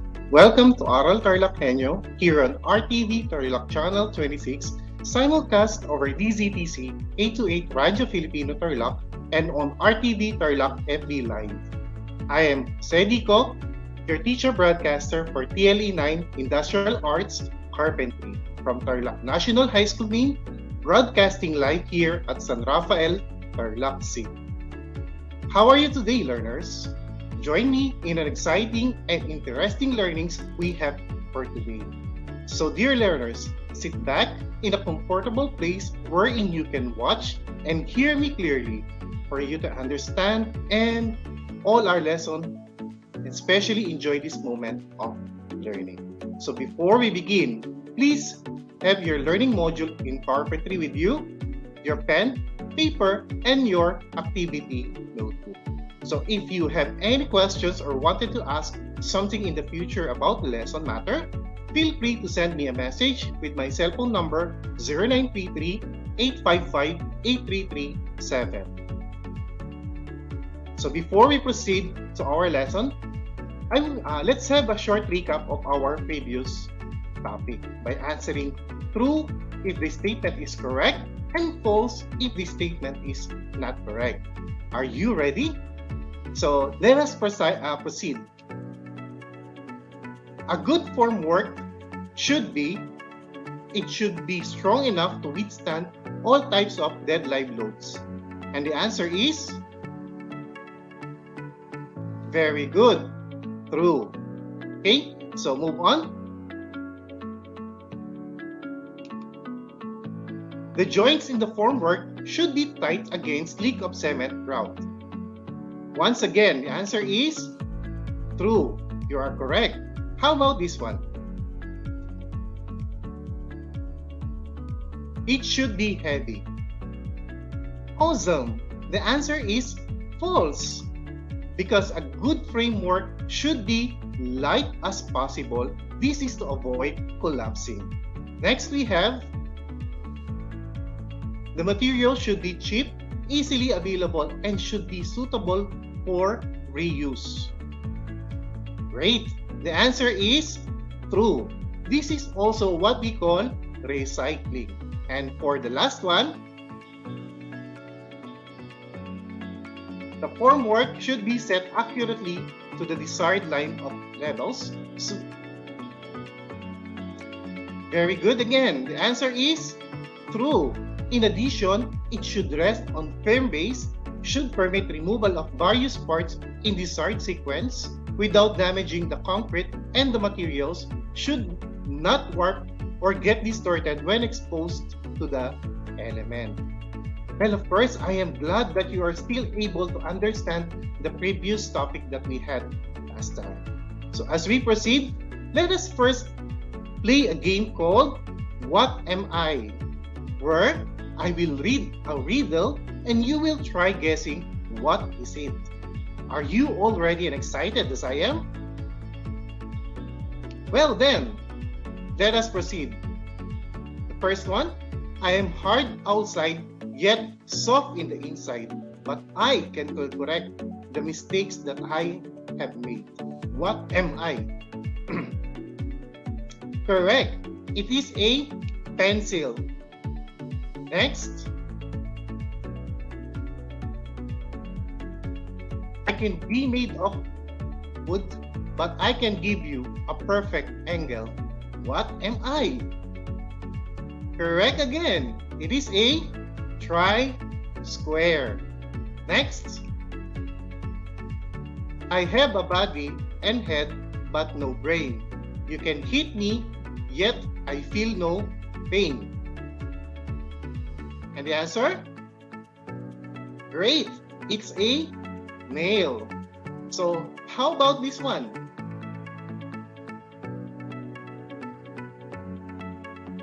What piece of wood is like a king? Perfect! The answer is a ruler. And the next one? This is something with a bark, but it doesn't have a bite. With a lot of sun and rain, it can grow to a great height.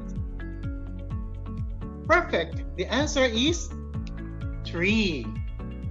I hope you enjoyed the activity that we had, since all of these are related to the topic that we have for today, which is tools, materials, and equipments for fabricating formwork. So, the learning outcome for this activity are as follows. Number 1, identify the different tools, materials, and equipments for fabricating formwork. Number 2, prepare tools, materials in fabricating formworks. And number 3, appreciate the importance of using right tools, materials in fabricating formworks. Please do take note that in PLE, it is an integration of different subjects like computations, measurements, scientifically, and mathematically.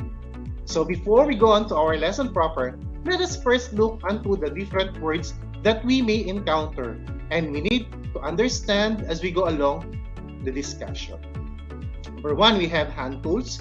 It is a tool held in the hand and operated without electricity or other power. Number 2, power tool.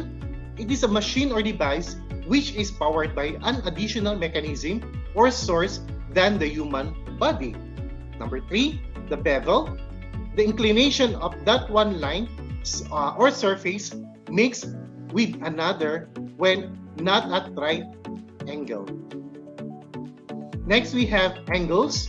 It is the space within two lines or three or more planes diverging from a common point, or within two planes diverging from a common line. Number 5, we have the fabricate. It means to make, assemble, or manufacture. Number 6, it is form. It is of temporary boarding, sheeting, or pan used to produce the desired shape and size concrete. So by this time, I believe we are all ready to start our topic proper.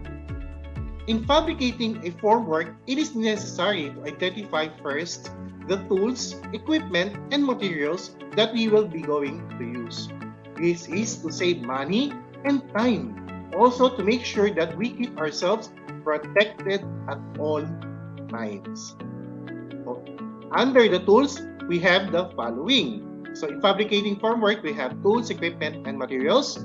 So for under the tools, we have claw hammer, pencil, pull push rule, steel square, tri square, crosscut saw, chalk line, and pliers. So let us go deeper and see each tools.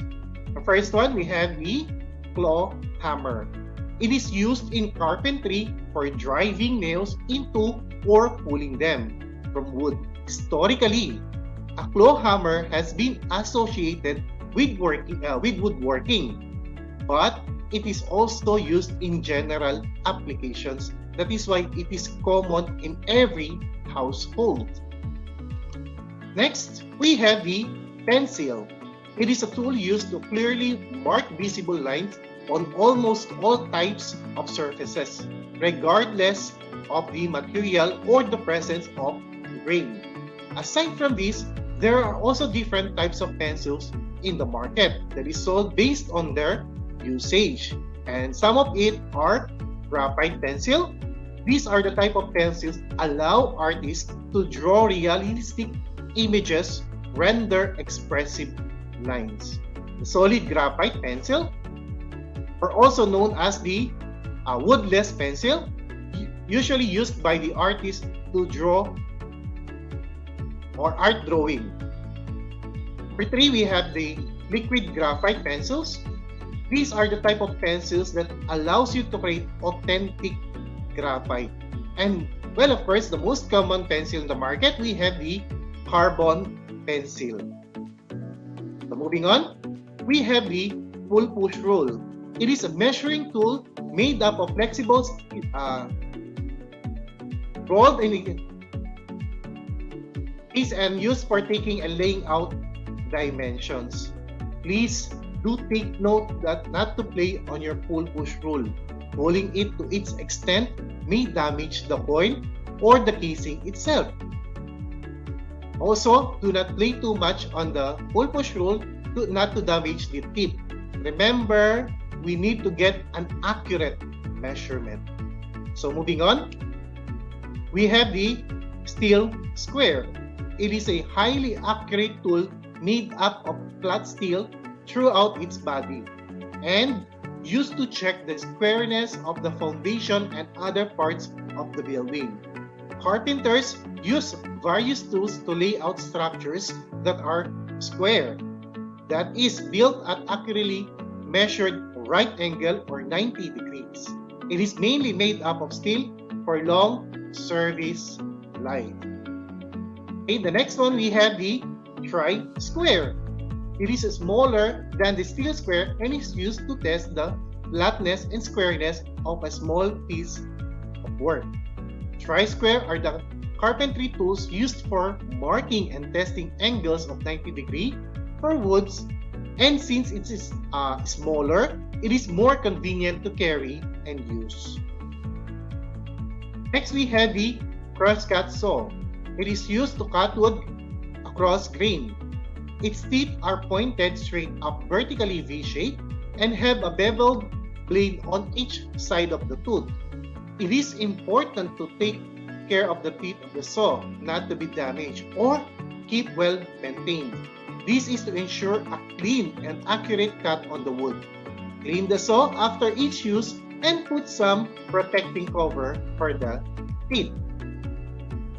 Moving on to chalk line. It is a tool for marking long, straight lines on relatively flat surfaces like wood. Much farther than is practical by hand or straight edge. It is commonly used ink or dye for the chalk line. And last but definitely not the least, for tools, we have the pliers. It is a tool mainly used for gripping. They can also be used for bending and cutting things. It can also be used in holding, pulling, and tightening of GI wire that also used to support a framework. So any questions so far?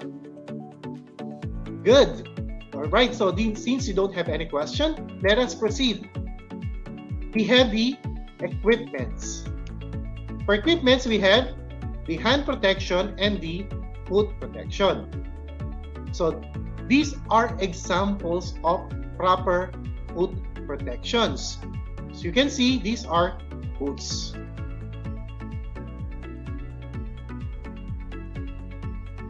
Always take note that to wear footwear of an appropriate type at the places where there are falling objects, sharp-edged tools, nails, abnormally wet surface, or slippery surfaces. And by the way, did you know that over 40% of work injuries occur to the feet and ankle?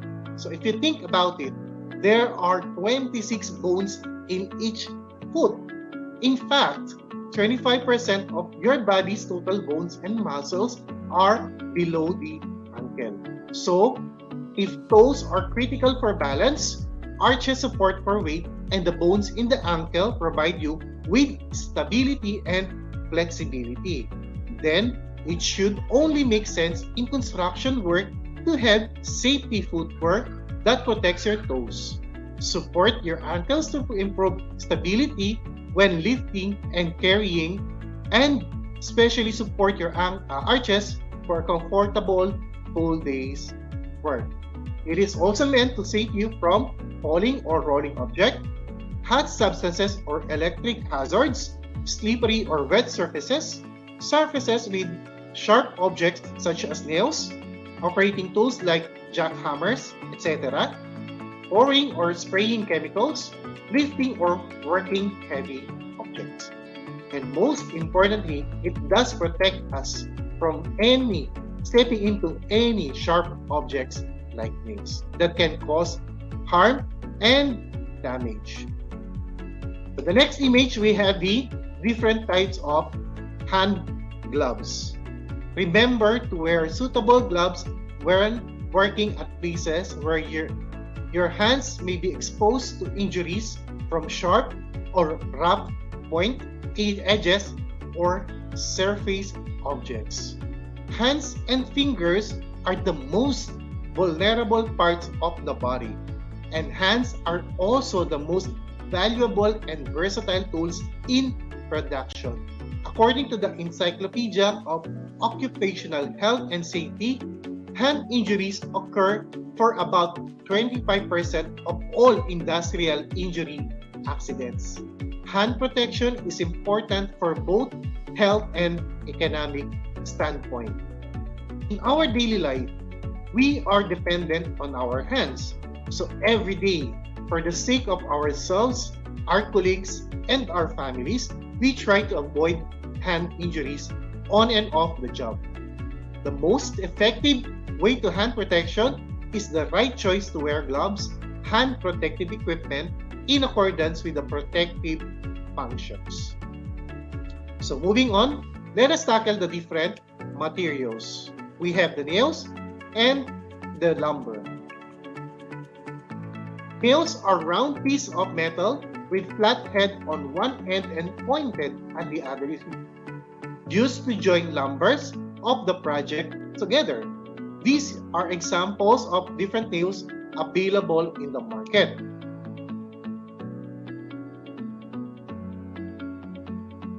Each nail serves different purpose and its size ranging from 1/2 an inch up to 5 inches. And the most used common nails, especially for formwork fabrication, is the common nails, considering also its price and can still be reused further. So we have the following: the common nails, concrete nails, the wall nails, steel wire nails or the finishing nails, umbrella head roofing nails, box nails, nail cut pack, nail veneer pin, rivet nails, duplex nails, clout head nails. So next we have the lumber, the most important materials that we need to prepare. Lumber is a term applied to wood after it's milled or processed into boards, planks, bleach, and others.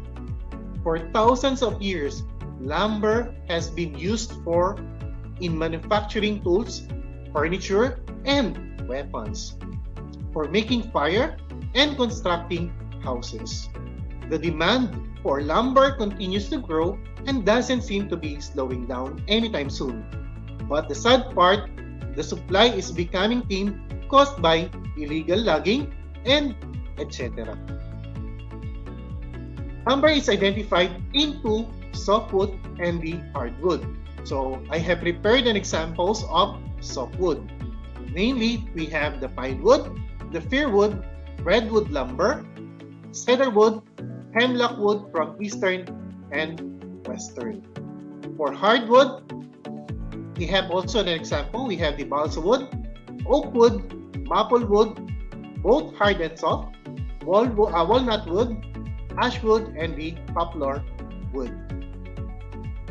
So I believe you have noticed that some of it are familiar to us and some don't, because primitively some of it are grown and nurtured outside the country, and we import them, and these are common lumbers. The common lumbers that we found in the Philippines, we have here the Gimilena, mahogany, nara, yakal, tuog, apitong, almasiga, pear tree, lawan, amugis, acacia, itil-itil, rubber tree, oak tree, kamagong, and the coconut tree. So again, these are just examples of lumbers in the Philippines. Aside from this, we still have a lot of lumbers. Because we are blessed, Philippines is under tropical country and thus produce varieties of lumber, though sometimes we need to import from other countries. Their prices depend on the quality of the wood. The hardest, the higher the price. So are you still with me, my dear learners? Do you have any question or clarification so far? Okay, very good. So let's do some sum up. In fabricating formwork, it is important to be stiff, hard, and stable to support in the making of beam. Therefore, it is important to take note the tools and materials to be prepared prior preparation. Once again, should be affordable and can be reused afterwards. This is to maximize the use and minimize expenses. So under the tools, we have the claw hammer, pencil, wood push rule, steel square, tri-square, crosscut saw, chalk line, and pliers. For equipments, we have proper foot protection and hand protection. This way, we can ensure safety among our workers and also to ourselves. For materials, we have the nails and lumber. So this is the most important things that we need to consider. And the most common used is the soft wood. Not only for the sake of reusing it, but also for its price, and on top of that, for disposal. Any questions so far, my dear learners? Okay, great. So we are now done with the lesson. At this juncture, it is time to assess how your understanding on the lesson that we discussed. So I will be giving a 5 multiple choices quiz, and please do ready your quiz notebook or a piece of paper where you will write your answer. So are you ready? So please keep your notes ready and listen carefully to the direction.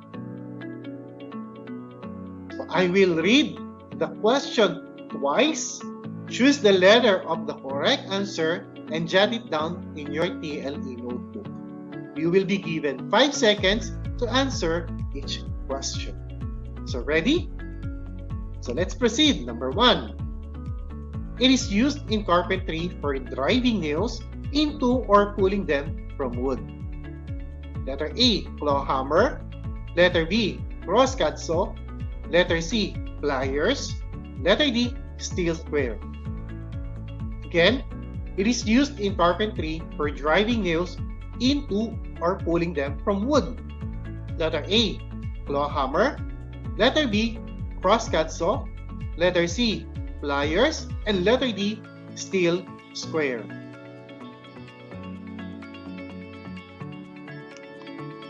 Okay, moving on. It is a measuring tape that coils into a compact case. It is used for measuring long and short. Letter A, chalk line. Letter B, pull push rule. Letter C, steel square. Or letter D, hand protection. Again, it is a measuring tape that coils into a compact case. It is used for measuring long and short. Letter A, chalk line. Letter B, push-pull rule. Letter C, steel square. And letter D, hand protection.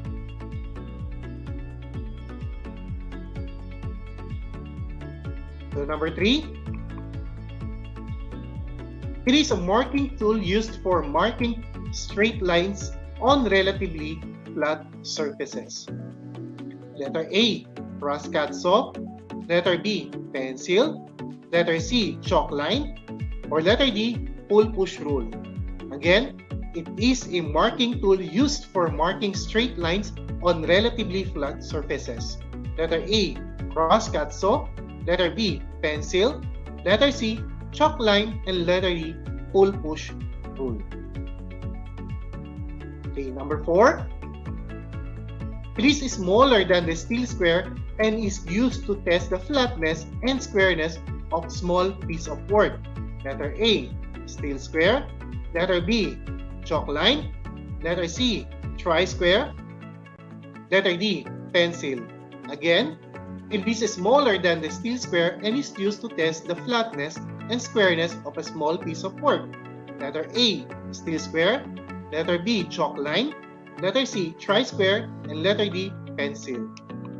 And last but definitely not the least, number 5, it is the most important materials needed in the fabrication of formwork. Letter A, nails, letter B, lumber, letter C, claw hammer, and letter D, proper foot protection. Again, it is the most important materials needed in the fabrication of formwork. Letter A, nails, lumber, letter B, letter C, claw hammer, and letter D, proper foot protection. So it is now time to check your answer, but remember, honesty is the best policy. So let us see your score. Number 1, the answer is claw hammer. Number 2, push-pull rule. Number 3, chalk line.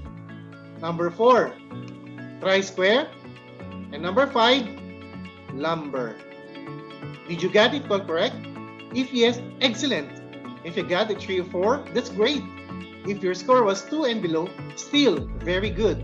Don't you worry because you have all the modules with you and you can still review to master the topic. So, another lesson was successfully given and done. For further understanding on your module, read and get familiarized about the procedures in making the formwork. I will demonstrate first and then you will make the formwork as part of our activity and will be done during our limited face-to-face class. So before we bid farewell, allow me to share with you the 5 important lessons that can be learned from a simple pencils. Everything you do will leave a mark. You can always correct your mistakes. What's important is inside, not outside. You will undergo painful sharpening that will make you better. And to be the best that you can be, you should allow yourself to be guided by the hands that holds you. And always bear in mind that in TLE, we aim for knowledge, skills, and progress. Thank you for listening and keep on tuning in to Aral TarlakHenyo on RTV Tarlac Channel 26 and on DZTC 828 Radio Filipino Tarlac. I would like to take this opportunity as well to extend my deepest gratitude for this opportunity to Dr. Nancy C. Dolorosa, Education Program Supervisor in TLE, to our Principal 4 in Tarlac National High School, Dr. Yolanda Marin Gonzalez. Thank you po. And once again, I am Jose Dico, your teacher broadcaster for today, saying, keep safe everyone and until next time. Have a great day ahead.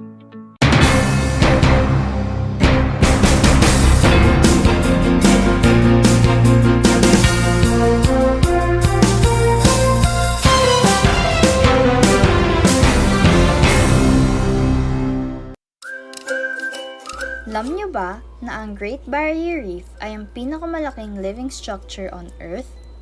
Matatagpuan ito sa baybayin ng Queensland sa Australia. Ito ay pinamamahayan ng 3,000 coral reefs at 900 coral islands na matatagpuan sa ilalim ng Coral Sea. May haba itong higit sa 2,000 kilometers at makikita lamang sa outer space. Ngunit, dahil sa fragile coral colony nito, unti-unti na itong nasisira sa paglipas ng panahon at dulot na rin ng climate change, polusyon at man-made disasters. Alam nyo na, yan ang Great Barrier Reef.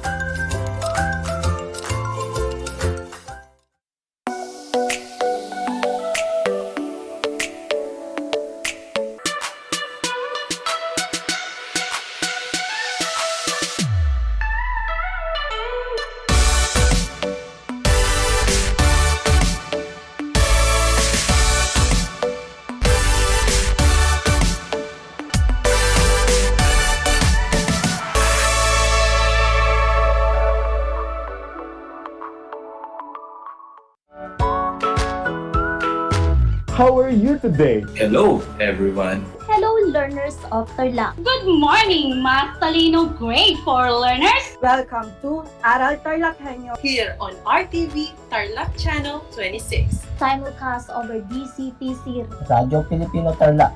I'm Sir Glenn, your teacher broadcaster. Broadcasting live here at Paniki Tarlac. Remotely here in Concepcion, Tarlac. Live here at Barangay Pedro Elquines, Mayantok, Tarlac. Broadcasting live from Ramos National High School. Your anchor teacher today for grade 9 mathematics. Your partner in education this time of pandemic.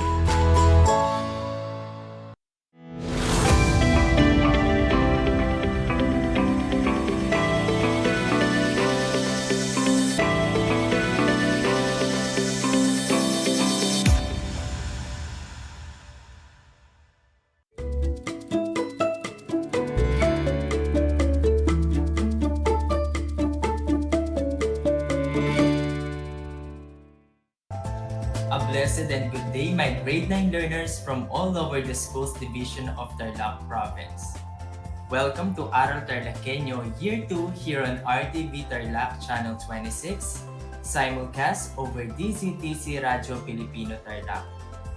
And yes, I am your teacher broadcaster, Sir Jello Cordova, who will be with you in this 25-minute informative and educational broadcast about our lesson for Health Grade 9 for the 4th quarter. I would also like to welcome all the listeners, especially our students, our supportive parents, and valuable stakeholders that this radio and TV broadcast may reach. It is indeed a great honor and privilege to become part of your learning process in the new normal. Time check, ladies and gentlemen.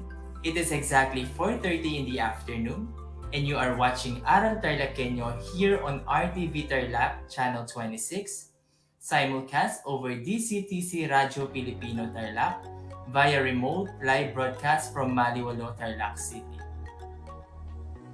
Before we start, I just want to give few important reminders while listening to the broadcast. Make sure that you are in a quiet and focused, yet relaxed and in a comfortable place. Ensure that copy of your learning activity sheet is available to serve as your references in understanding our lesson. Today's lesson is about intentional injuries. This time, let us focus on bullying, stalking, and extortion in school or in the community. Are you ready for a new session of learning and discovery with Teacher Jello? Great! Minds on, hands on. Grade 9, let's get it on learning exciting and practical things about health. Let's go! A gentle reminder to our virtual viewers, feel free to ask questions or share relevant experiences during and after this broadcast through the comment section. However, let us make sure that we engage in a respectful manner. You can post your questions, clarifications, and queries via FB livestream of Aral TarlakHenyo here on RTV Tarlac Channel 26. You may also send me a direct message in our group chat or through SMS. You may also reach out to me, your teacher broadcaster, through my number 0909-971-4402. I'll do my best to attend to your concerns the soonest I can. Moving along, it is important to use these channels of communication responsibly. I am looking forward to get feedback from all of you about our discussion. Connected to our lesson or previous lesson, which was domestic violence, today's lesson is our last for the 4th quarter in Health 9. To bring richer learning experience and clearer context of our lesson, allow me to share with you some photos. Kindly observe carefully. Later on, I will throw some questions based from the presented photos. Here is the first photo.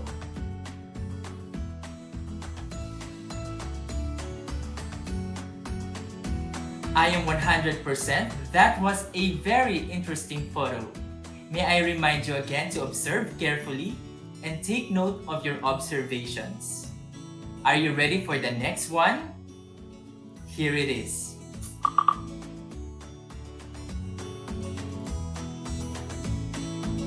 Did you learn something new from the photos? I am pretty sure these photos enrich your understanding of intentional injuries. Let us have a quick recall by answering these questions. What have you noticed with these two photos? I have a response coming from Greg. He said that the first photo shows being fat shamed. What else? According to Bea, the girl is receiving hateful words. Very good observation. Indeed, the photo shows a girl being bashed or bullied through social media. How about on the second photo? What can you say about it? According to Lester, the second photo shows a wounded child. Very good observation. Anything else? Here's a response coming from Raven. She said that it is a possible form of child abuse. Great answer. These photos greatly deal with intentional injuries caused by peers. Intentional injuries are injuries resulting from violence and something you do with the purpose of hurting yourself or others. For our next activity, please refer to your learning activity sheet. Let us have a little mind stretching. I have here questions. You just have to choose the correct answer from the given choices. Are you ready? Here is the first question. Which is not an example of intentional injury? A. Suicide attempt. B. Fraternity hazing. C. Vehicular accident. D. Domestic violence. If your answer is letter C, you got it right. Question number 2. It is an unwanted aggressive behavior among school-aged children that involves a real or perceived power imbalance. A. Bullying. B. Terrorism. C. Parasuicide. D. Kidnapping. If your answer is letter A, you are correct. Looks like you are all warming up. Here is the third question. Which is an example of verbal abuse? A. Teasing. B. Name-calling. C. Taunting. D. All of the above. If your answer is letter D, perfect. Question number 4. It is the act of hurting person's body such as hitting, kicking, pinching, or destroying his or her possessions. A. Physical bullying. B. Cyberbullying. C. Verbal abuse. D. Social abuse. If your answer is letter A, excellent. For others to have a chance to answer, here is the last item. It is sometimes referred to as relational bullying or hurting someone's reputation or relationships. A. Verbal bullying. B. Unintentional injuries. C. Domestic violence. D. Social bullying. If your answer is letter D, very good. Did you got them all? Good job. Those 5 questions are related to our topic for today, which is intentional injuries caused by peers, such as bullying, stalking, and extortion. Let's begin the discussion with bullying. Bullying is an unwanted aggressive behavior. The behavior is repeated or can be repeated over time. Both kids who are bullied or who bullies others may have serious lasting problems. In order to be considered bullying, the behavior must be aggressive and include an imbalance of power. Kids who bully use their power such as physical strength, access to embarrassing information, or popularity to harm others. Repetition. Bullying behavior happens more than once or has the potential to happen more than once. There are different classifications of bullying. These are verbal, social, physical, and cyberbullying. Let's begin with verbal bullying. Verbal bullying is saying or writing mean and nasty things. It includes teasing, name-calling, making inappropriate sexual comments, taunting, and threatening to cause harm. Social bullying. Social bullying is sometimes referred to as relational bullying, hurting someone's reputation or relationships. It includes telling other children to not be friends with someone, spreading rumors with someone, and embarrassing someone in public. Next is physical bullying. Physical bullying is hurting a person's body or destroying his possessions. It includes hitting, kicking, pinching, spitting, tripping, pushing, taking or breaking someone's things, and making mean or rude hand gestures. Next is cyberbullying. Cyberbullying is a verbal and social bullying done through the use of technology and electronic means. It includes using of social media such as Facebook and Twitter, using of mobile devices, cell phone, and using electronic mail such as emails. The next slide deals with the prevention from bullying. Ways to prevent bullying. Help kids understand bullying. Talk about what bullying is and how to understand or stand up to bullying instead of being a bystander. Keep the lines of communication open. Check in with kids often. Make sure they have a safe space to talk about and their concerns where they know they will be heard. Encourage students what they love. Hobbies, sports, and special activities can help boost kids. Learn to make friends and protect them from bullying behavior. Model how to treat others. Treat others with kindness and respect. Teach kids with your words and attention or action. Also, you may do the high five way. Ignore, talk friendly, walk away, talk firmly, and report.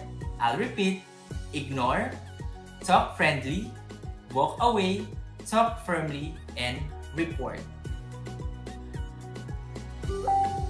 The next intentional injury caused by peers is stalking.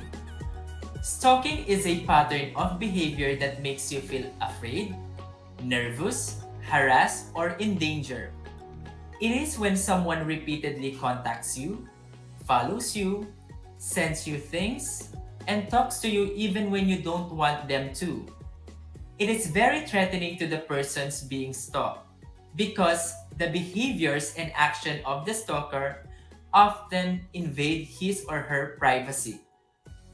Stalking behaviors involves actions such as knowing your schedules, showing up at places you to go, sending mails, emails, and pictures, calling or texting repeatedly, contacting you or posting about you on social media or social media networking sites, writing letters, damaging your property, sending gifts, stealing things that belong to you, and any other action to contact, harass, trap, or frighten you.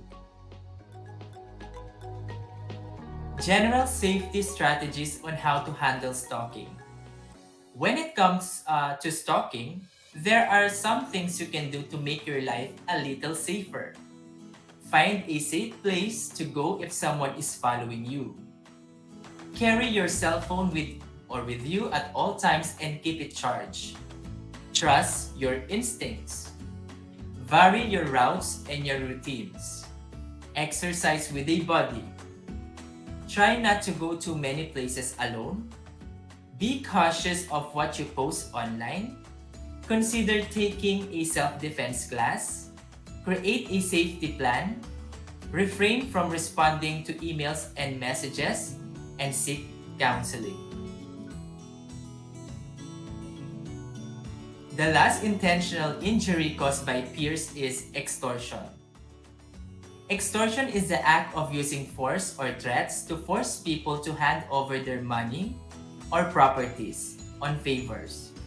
Extortion can happen outside or near school, wherein children are victimized to give up their allowances in exchange for the promise that they will not be beaten up. The act is different from robbery.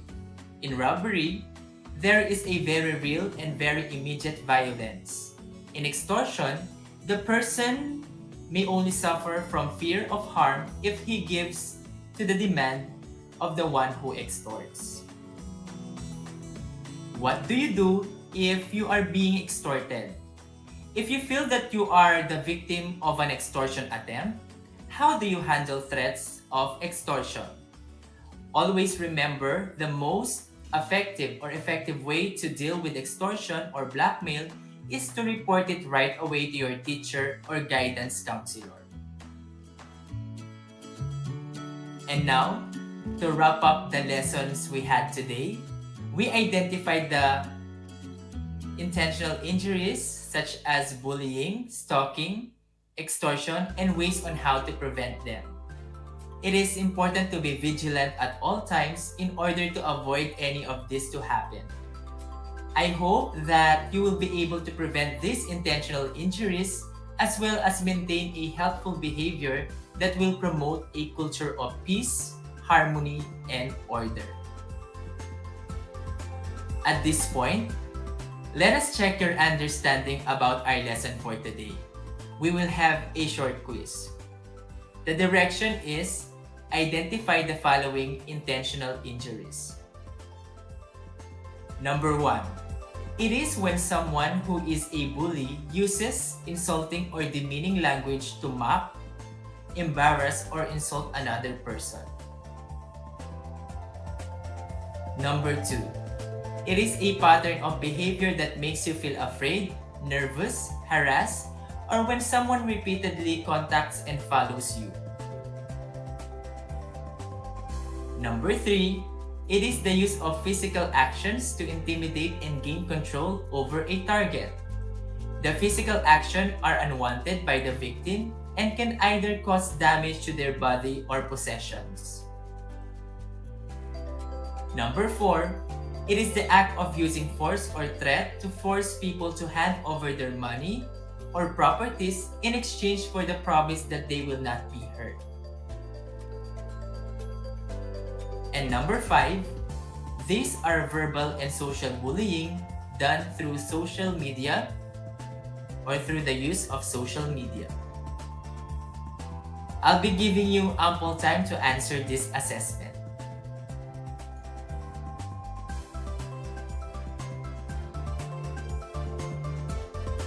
Okay, let us try to check your answers.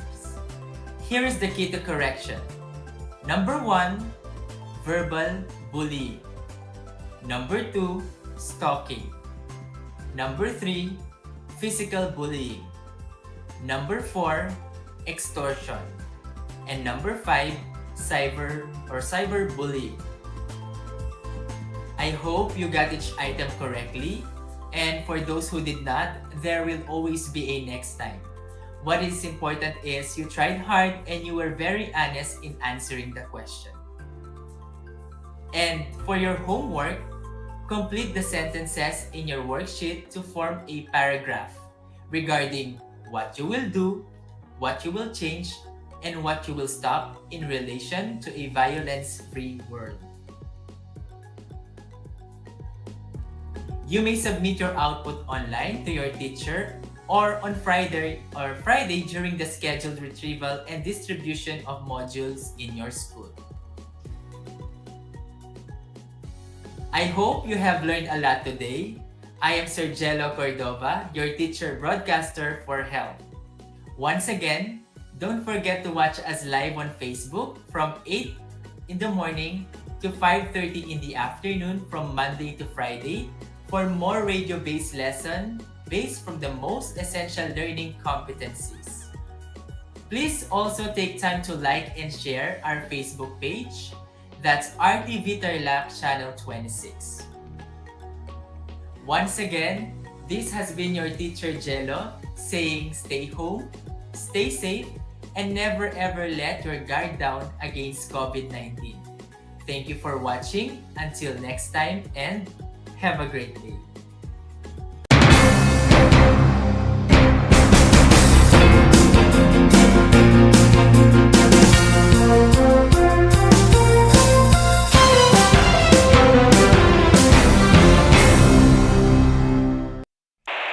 Bahagi mo Radyo Pilipino saan mang bahagi ng Pilipinas, saan mang bahagi ng mundo, anumang uri ng pamumuhay. Ito ang Kabahagi Mo Radyo Pilipino, napapakinggan on air and online sa buong mundo sa pamamagitan ng www.radiopilipino.com. Impormasyong may kalidad at serbisyong may halaga, kasama katuwang Kapinoy. Kabahagi Mo. Kabahagi Mo Radyo Pilipino. Radyo Pilipino.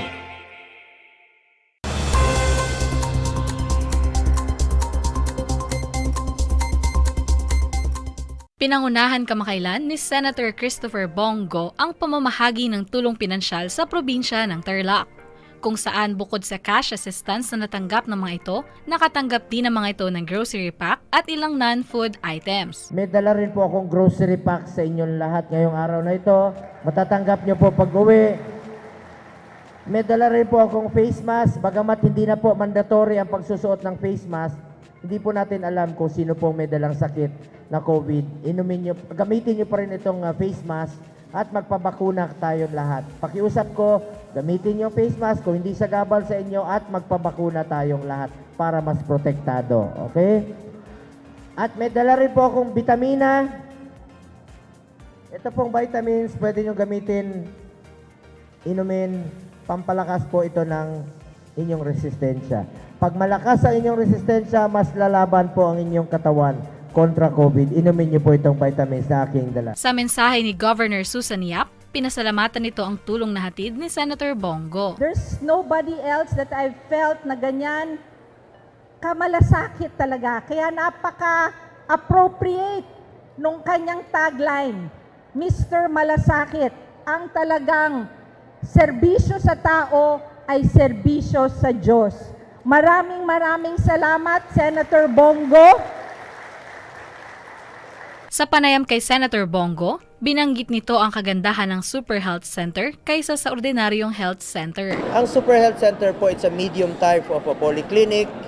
Mas maliit sa hospital, mas malaki po sa rural health unit. Pwede po dyan yung birthing, panganganak, dental, laboratory, x-ray, at pwede po itong i-expand ng LGUs. Halimbawa, gusto nila lagyan ng dialysis machine, pwede po. Ang kinaganda nito, ilalagay po ito sa mga strategic areas all over the Philippines. Sa kakaikot ko po sa buong Pilipinas, napansin ko po yung mga buntis, minsan nanganganak na lang po sa tricycle o sa jeepney. Ngayon po, pwede na silang manganak dyan sa Super Health Center. And it will help decongest the hospitals dahil pwede na po ang panganganak dyan. Yung mga primary care, check-up, x-ray, pwede na po dyan. Makakatulong po yun na ma-decongest po yung mga hospitals natin at magagamot na kaagad immediately dyan po sa mga Super Health Center.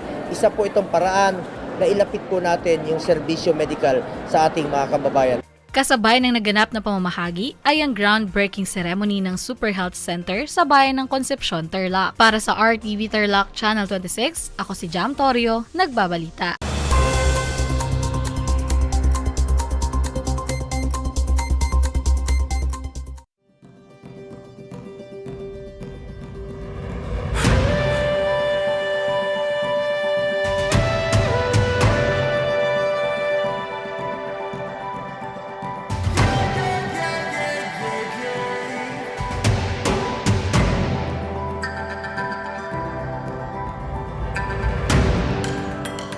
Ang ASEAN-New Zealand Afforestation Project o ANZAP ay sumusunod at umaayon sa isa sa 5 haligi ng Provincial Government of Tarlac, kalikasan muna.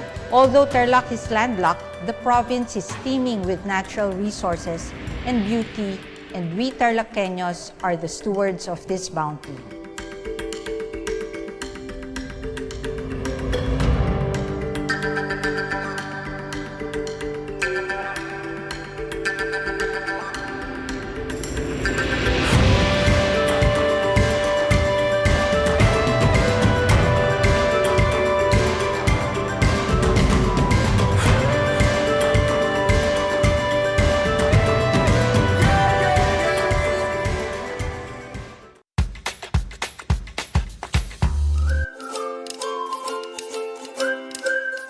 Alam niyo ba na ang jeep ay ang pinakasikat na uri ng transportasyon sa Pilipinas? May nagsasabi na ang pangalang jeep ay hango sa salitang jeepy na ang ibig sabihin ay general purpose or government purpose na naglalarawan ng military jeep na ginamit noong World War II. Pagkatapos ng digmaan, iniwan na ng mga sundalong Amerikano ang libu-libong jeep sa kalsada ng Maynila. Ang matibay at makulay na jeepney nga raw ay truly mestizo dahil sa half local at half foreign na katangian nito. Alam nyo na, yan ang jeepney. 1 FM. This is your one. My only one. One lang yan. The only one. 1 FM. 96.1 Tarlac, 98.3 Lucena, 88.3 Legazpi, 96.1 Surigao, 95.9 Butuan, 92.1 Mindoro, 96.7 Tacloban, 99.3 Baler, 95.1 Puerto Princesa, Palawan. Pinakikinggan lagi kita. This is your one. Your only one. Your only one. 1 FM. 1 FM. Your only 1 FM. Handa ka na bang pumasok sa mundo ng sports? Kung ready ka na, welcome sa headquarters ng Usapang Sports, Sports Minded. Saksihan ang inspiring, unfiltered moments kasama ang mga paborito mong athletes and sports legends at ang mga secrets to win mula mismo sa mga bigating coaches. Sports Minded. Uplifting stories. Breathtaking adventures.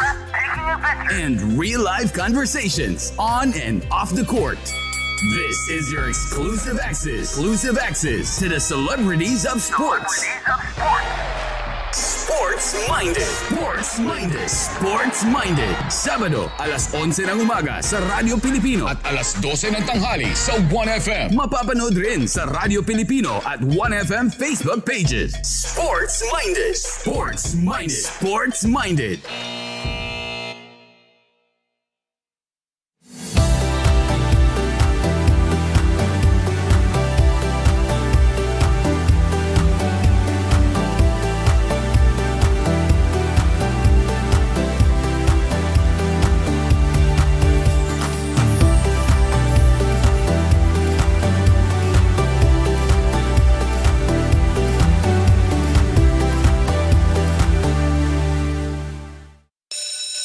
Gutom ka ba sa impormasyon?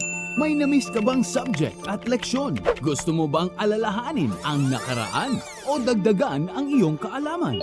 Lahat yan alamin natin because the professor is in. Professor on air and online. Kasama si Professor Willie Perez. Isang oras na kaalaman, isang oras na makabuluhan. Professor on air. Mamangha at tumawa sa mga tips at trivia. Sa gabay at tanong, sagot ka rin niya. Professor on air and online. Kasama si Professor Willie Perez. Tuwing Sabado, alas 10 hanggang alas 11 ng umaga. Mapapakinggan sa Radyo Pilipino at mapapanood sa RTV Tarlac Channel 26. Professor on air.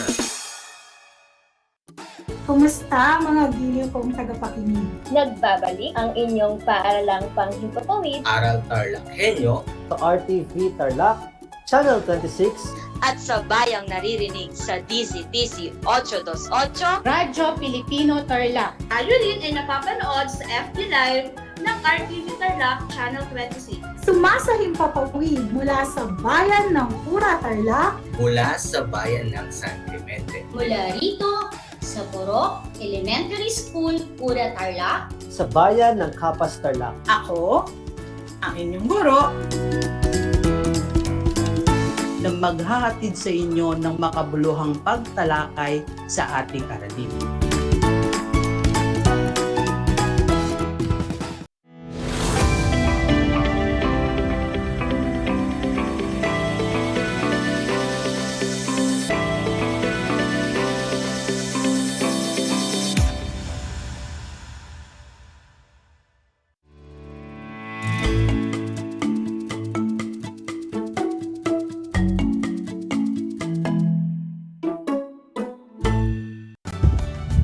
Magandang hapon po sa lahat ng taga-subaybay ng ating Project Shine, Aral TarlakHenyo, dito sa RTV Tarlac, Channel 26, at sa bayang napapakinggan sa DZTC Radyo Pilipino 828 AM Radio, at napapanood via Converge TV Channel 100, FB Live sa FB page ng RTV Tarlac, Channel 26, at sa FB page ng DEPED tayo, Tarlac Province.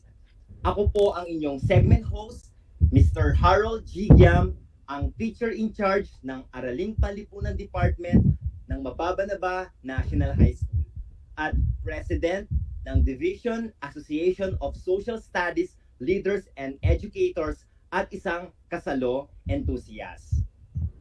Ngayong hapon ito, mapalad tayong makasama ang isang napakatalino at down-to-earth na Master Teacher 1 ng Araling Panlipunan ng Kapas National High School at isa ring kasalo enthusiast. We have Mr. Ferdinand M. Villanueva. Kasama rin po natin ang isang malapit sa puso ko, ang aking kaibigan, ang Vice President ng Division Association of Social Studies Leaders and Educators ng Cluster 4, ang Araling Panlipunan Leader ng Aranguren Integrated School High School Department, at kasalo enthusiast, we have Mr. Kevin Chaster M. Cura. Magandang hapon pong muli, Sir Ferdinand and Sir Chaster. Good afternoon, sir. Yes, sir. Hello Welcome po. po sa ating Project Shine, Aral TarlakHenyo sa Division Virtual Project Kasalo sa Radyo. Bago ang lahat, bumati po muna tayo sa ating mga taga-subaybay na nakikinig at nanonood, Sir Chaster at Sir Ferdinand. Unahin mo natin si Sir Ferdinand. Magandang hapon, Sir Chas, Sir Harold, magandang hapon sa dalawang mahusay na guro sa aralin sa Division ng Tarlac Province. Masaya ako na nakasama ko kayo ngayong hapon na to. Pinapaabot ko din ang isang magandang hapon at mainit na pagbati sa lahat ng mga nanonood ngayon, na mga mag-aaral. Alam ko maraming nanonood ngayon na mga high school students, no? Mga magulang po na nanonood, magandang hapon po. Ganun din, magandang hapon sa lahat ng mga kapwa natin guro sa Araling Panlipunan na nanonood ngayon. Sa Harold, kukunin ko na ang pagkakataon na batiin din ang mga importanteng mga tao, tagapamuno sa ating Schools Division of Tarlac Province. Unahin na natin ang mahal nating Schools Division Superintendent, Dr. Ronaldo A. Poson. Sir, good afternoon po. At sa ating mahal na EPS ng Araling Panlipunan, Dr. Lamberto F. Gamurot. Pinapaabot ko rin ang aking pagbati sa mahal kong punong guro, Dr. Mariolito G. Magkalas, at sa aking mahal na HT Head Teacher, Madam Munina Escoto Martinez. Muli po, sana samahan nyo kami sa loob ng 25 minutes at makapulot po tayo ng maraming aral at impormasyon tungkol sa paksang ating tatalakayin ngayong hapon na ito. Maraming salamat, Sir Harold. Thank you, Sir Ferdinand. Sir Chaster, bumati ka muna. Yan, magandang hapon po sa lahat ng mga nakikinig at nanonood dito sa ating kasalo sa radyo. Binati na ni Sir Ferds halos lahat ng aking babatiin. Babatiin ko na lamang ang aking mga mag-aaral at mga kapwa-guro sa Aranguren Integrated School High School Department. Magandang hapon po, at sa inyo rin, Sir Harold at Sir Ferds, magandang hapon po sa inyo. Ayan. Maraming salamat, Sir Chaster and Sir Ferdinand. Sa araw na ito, tatalakayin at pag-usapan natin para sa ating kasalo sa radyo ang mga produktong agrikultural at mga industriya. Ayan. Ano namang mga produktong agrikultural ang may pagmamalaki ng lalawigan ng Tarlac? Dahil alam ko maraming mga gustong malaman kung ano bang mga pinagmamalaki ng ating lalawigan. Sir Ferdinand. Sir Harold, alam mo ba na ang ating probinsya ng Tarlac ay napakapalad dahil tayo ay biniyayaan ng may kapal ng napakayaman na at maunlad na mga produktong agrikultural. Ang mga produktong agrikultural ng ating probinsya, pangunahin na dito ang mga sumusunod. Kabilang dyan ang palay, tubo, mais, halamang ugat tulad ng kamote, singkamas, tabako, at mga sari-saring gulay, Sir Harold. Ayan. Thank you, Sir Ferdinand. So mula sa mga nabanggit ni Sir, saan madalas itinatanim ang mga pangunahing produktong ito na nabanggit niya tulad ng palay, tubo, Sir Chester? Okay, Sir Harold.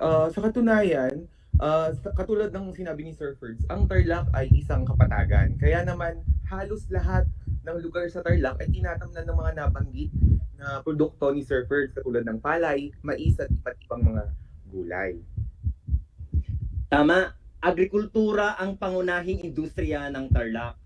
Palay at tubo ang pangunahing pananim. Ngunit isa ang tubo sa may magandang kasaysayan kung bakit may pagmamalaki natin ito sa ating lalawigan. Alam mo, very excited ako kung ano ang kwentong ibibigay sa atin ni Sir Ferdinand patungkol sa tubo. Sir Ferdinand. Salamat po, Sir Harold. Alam niyo ba, Sir Harold, para sa impormasyon ng manunood at tagapakinig natin sa radyo, ang kasaysayan ng industriya ng asukal o sugar industry sa Pilipinas noong Spanish colonization ay mula sa mga Arab traders na dinala galing Celebes. Yun ang mga nabasa natin sa ating mga pananaliksik. Una, di umanong itinanim ang tubo sa Mindanao. Pagkatapos, ang asukal ay dinala patungong norte. At ang prosesong ito ay umabot ng Visayas at Luzon. Ang sugarcane farming ay patuloy pa rin na isinasagawa sa buong bansa hanggang sa kasalukuyan. Sa katunayan, ang ating probinsya ng Tarlac ay mayroon tayong mga malalaking sugar milling companies. Ilan dito ang Central Azucarera de Tarlac. Familiar ba kayo doon, Sir Harold, sa Central Azucarera de Tarlac? Yes, sir. Actually, nakita ko na yan din. Parang mga tries na siguro. Opo. Hanggang ngayon kasi, still operational yon. Yan ay matatagpuan natin sa San Miguel, Tarlac City. At ang Paniki Sugar Mills Incorporation sa Paniki, Tarlac naman. So sa mga kababayan natin sa Paniki, alam nila at pamilyar sila dun sa Paniki Sugar Mills Incorporation. Sa aking pagbabasa, Sir Harold, at pananaliksik, ukol dito, hindi lang daw ng tubo ay naipagbibili sa mga malaking sugar milling companies. Mayroon din tayong mga maliliit na kabyawan. So may mga kabyawan sa ating mga bayan, tulad sa bayan ng Victoria at sa Hirona noong mga unang panahon. Dito dinadala ng ating mga kababayang magsasaka ng tubo ang kanilang ani na unas o tubo para lutuin nila, para maging inuyat. So nung mga bata nga kami, naalala ko pa, Sir Harold, ginagawa namin palaman yung inuyat kasi nakalagay sa lata yun. No? Yes, sir. At di ba, Sir Chas, naalala niyo pa yon yung yes, nakatikim ka mo ng inuyat? Actually, hanggang sa ngayon, sir, meron pa rin mga nagtitinda ng inuyat na inilalagay sa stick. Oo nga, no? Tapos, lulutuin nila yon hanggang lubos na maluto at maging tagapulot. Alam ko ang tagapulot sa Ilocano ay sugar. Sir Harold, tama ba yung tagapulot? Yes, sir. At saka nabanggit nyo kanina, yung term na unas, kung di ako nagkakamali, ang Ilocano kasi ng tubo ay unas. Unas. Ano naman po sa Kapampangan? Sa mga hindi... Sa amin, atbo. Pastor. Atbo, sir. Okay, oo. Okay. So, may natututulan tayo.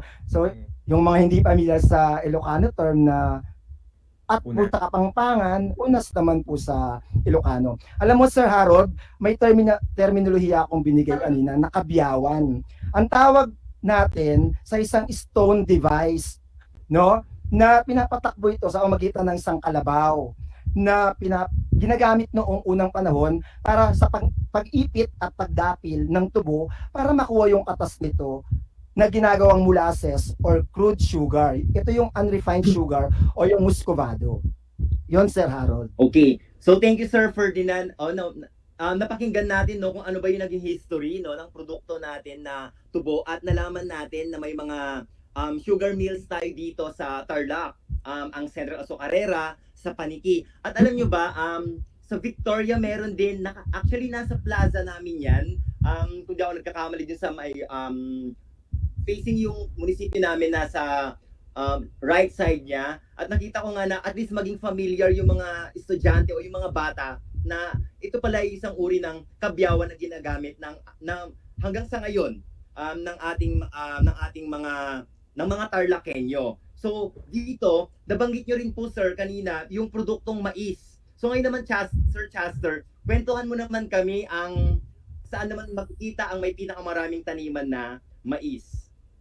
Yes, Sir Harold. So, ang mais, Sir Harold, ay karaniwan nating makikita sa halos lahat ng munisipalidad kasi madali lamang itanim ito. Pero, ang pinakamalaking taniman natin ng mais ay makikita sa San Manuel. Sa katunayan, ay sa dami ng mga nakatanim na mais sa San Manuel ay nagkakaroon sila ng tinatawag nilang Mais Festival tuwing buwan ng Pebrero bilang pagpapasalamat sa kanilang masaganang ani sa bawat taon. Okay? So dito rin nagmumula halos lahat ng mga mais na tinitinda natin dito sa ating lalawigan, Sir Harold. Kung makikita ninyo, di ba, may mga nagtitinda ng mais, yung nakabaso, yung mga nakaano na siya agad, nilalagyan ng cheese. Cheese, tama. Yes, tama. So yung mga mais na yon is yung Japanese sweet corn at saka yung local nating mais na kulay puti. Okay. Yes, sir. Thank you, Sir Chester. Actually, nung nag-aaral pa ako ng ang aking master's sa Urdaneta, di ba madalas na dumadaan tayo doon sa San Manuel at nakikita ko nga yung parang pinaka-simbolo doon sa may ano nila, sa munisipyo nila nandun yung munisipyo, yes. Meron yung siyang tama. Okay. So, ayan, napag-uusapan na rin natin ang mga produktong agrikultural. Nice ko rin idagdag sa ating usapan ang mga sari-saring mga gulay at halamang ugat na makikita sa ating lalawigan. Anong mga gulay naman ang kilala sa ating mga lalawigan? Sir Ferdinand. Sir Harold, katulad ng sinabi natin kanina, napakaswerte natin sa probinsya ng Tarlac dahil mabiyaya ang ating lupa. Sari-saring gulay ang maaari nating matanim sa ating mga lupain. Ang mga gulay na makikita natin sa ating mga lalawigan, ay ang mga halamang ugat, katulad halimbawa ng singkamas. Makikita nyo, pumunta kayo sa lagsaan ng gulay sa taas ng palengke ng lungsod ng Tarlac. Madami doon nagtitinda ng singkamas, Sir Harold. Marami din tayong mga kamote, iba't ibang mga gulay katulad ng talong, petchay, kalabasa, kamatis at okra, Sir Harold. Ayan, so makikita nga natin talaga na ang ating lalawigan ay sagana sa mga gulay. Sir Chester. Yes, Sir Harold. Nabanggit nyo yung iba't ibang mga gulay, pero isang gulay na masasabi nating maipagmamalaki ng Tarlac ay ang okra. Bakit okra? Dahil ang okra ay ginagawa palang iba't ibang produkto, lalo na sa bansang Japan. Sa katunayan, Sir Harold, malaking taniman ng okra ay makikita natin sa La Paz, Tarlac. Okay? So, dahil doon, ang mga okrang ito are actually grown para doon sa paggawa ng iba't ibang mga produkto. At atin naman itong iniluluwas sa bansang Japan. O, di ba? Hindi lang talaga pang-lokal ang ating mga produkto, pang-international pa. So, napakagaling, no? Sa simpleng mga produkto na gawang makilala ang ating lalawigan. Tatak Tarlac talaga nga naman. Isa pang may pagmamalaki ng ating lalawigan, ang mga industriya. Nice din naming malaman gayon din ng mga sumusubaybay at nakikinig sa ating programa ang tungkol sa ating industriya. Dahil kanina nabanggit natin ang mga produktong agrikultural. So ngayon naman dumako tayo sa industriya naman natin. Sir Ferdinand, kwentuhan mo kami dito. Salamat, Sir Harold. Alam mo, Sir Harold, ang mga industriya na makikita natin karaniwan sa ating probinsya ay kinabilangan ng pag-iimbak ng karne. Tosino. Ang konsepsyon nga, Sir Harold, sa katunayan ay kilala sila sa burong baboy. King Kapampangan, burong babi. Napasyal ka na ba sa konsepsyon, Sir Harold? Siguro sir, mga ano pa lang, twice, thrice, ganon. Nadadaanan pa rin po Manila. Tikman niyo po yung burong baboy nila doon o burong babi. Yun ang pinagmamalaki ng bayan ng Konsepsyon. Nandyan din ang longganisa, pagpapatuyo ng isda o daing, burong itlog, pagpapausok ng isda, at burong isda. Mahilig tayo mga Kapampangan sa pagbuburo, Sir Harold. Sinaliksik ko nga ang ibig sabihin na katumbas sa Ingles ng buro is fermented o kaya pickled o kaya something preserved in salt. Kaya halos lahat naman ng bagay na pwedeng iburo nagagawa ng mga Tarlakenyo. Nandiyan yung burong babi, burong kanin, burong mangga, burong mustasa, at yun ay pinagmamalaki ng ating bayan. Naku sir, Ferdinand, binanggit mo yung mga pagkain na yan, bigla akong natakam. Kasi nga, di ba, kahit sa mga ganitong pagkakataon, gusto nating matikman ang produkto ng ating lalawigan. Si Sir Chester, taga-Concepcion siya. Siguro one time kapag nakapunta ako sa kanilang bahay, siya ay magbibigay ng, magpapakain ng ganyan mga produkto. Ang burong babi. Yes naman, Sir Harold. Actually, sabihan mo lang. Kasi widely available yung mga binurong pagkain dito sa Concepcion actually. Sa sobrang dami nga, halos araw-araw, merong mga available na mga produkto. Yes, sir. So, ayan, naasahan ko yan na pag nagpunta ako sa bahay ninyo, marami kang papatake out sa akin. So, maliban sa mga nabanggit niya, Sir Chester, ano-ano pang mga nais mong idagdag na mga produktong pang-industriya naman sa ating lalawigan? Yes, Sir Harold. Bukod sa mga nabanggit ni Sir Ferds na iba't ibang mga produktong pang-industriya, katulad ng mga binurong pagkain, sikat din sa lalawigan ng Tarlac ang iba't ibang tulad ng industriya ng pagtutroso, maging ang paggawa ng mga sawali dun sa mga basket na ginagamit natin, na yari sa sawali at mga bahay kubo natin, yan. Meron din tayong ganyang industriya rito. Pati ang paglalala ng banig ay kasama din sa industriya ng Tarlac. Kasama rin sa industriya dito sa atin ay ang paggawa ng mga kamatay. Yan, yung mga binebenta sa ating palengke na yari sa buko. Okay? Yes. At meron ding mga meron ding industriya ng paggawa ng mga muebles na masasabi naman nating tatak Tarlac na sobrang tibay. O yan mga Tarlakhenyo, no? Hindi lang tayo sa produktong agrikultural, kundi pati rin sa ating industriya ang paggawa ng sawali, paglalala ng banig, pamaypay, at paggawa ng mga muebles. Sir Ferdinand, kanina nabanggit mo yung tinapang isda or yung pagtitinapa. Kung di ako nagkakamali, marami akong nakikita dito dyan sa Kapas.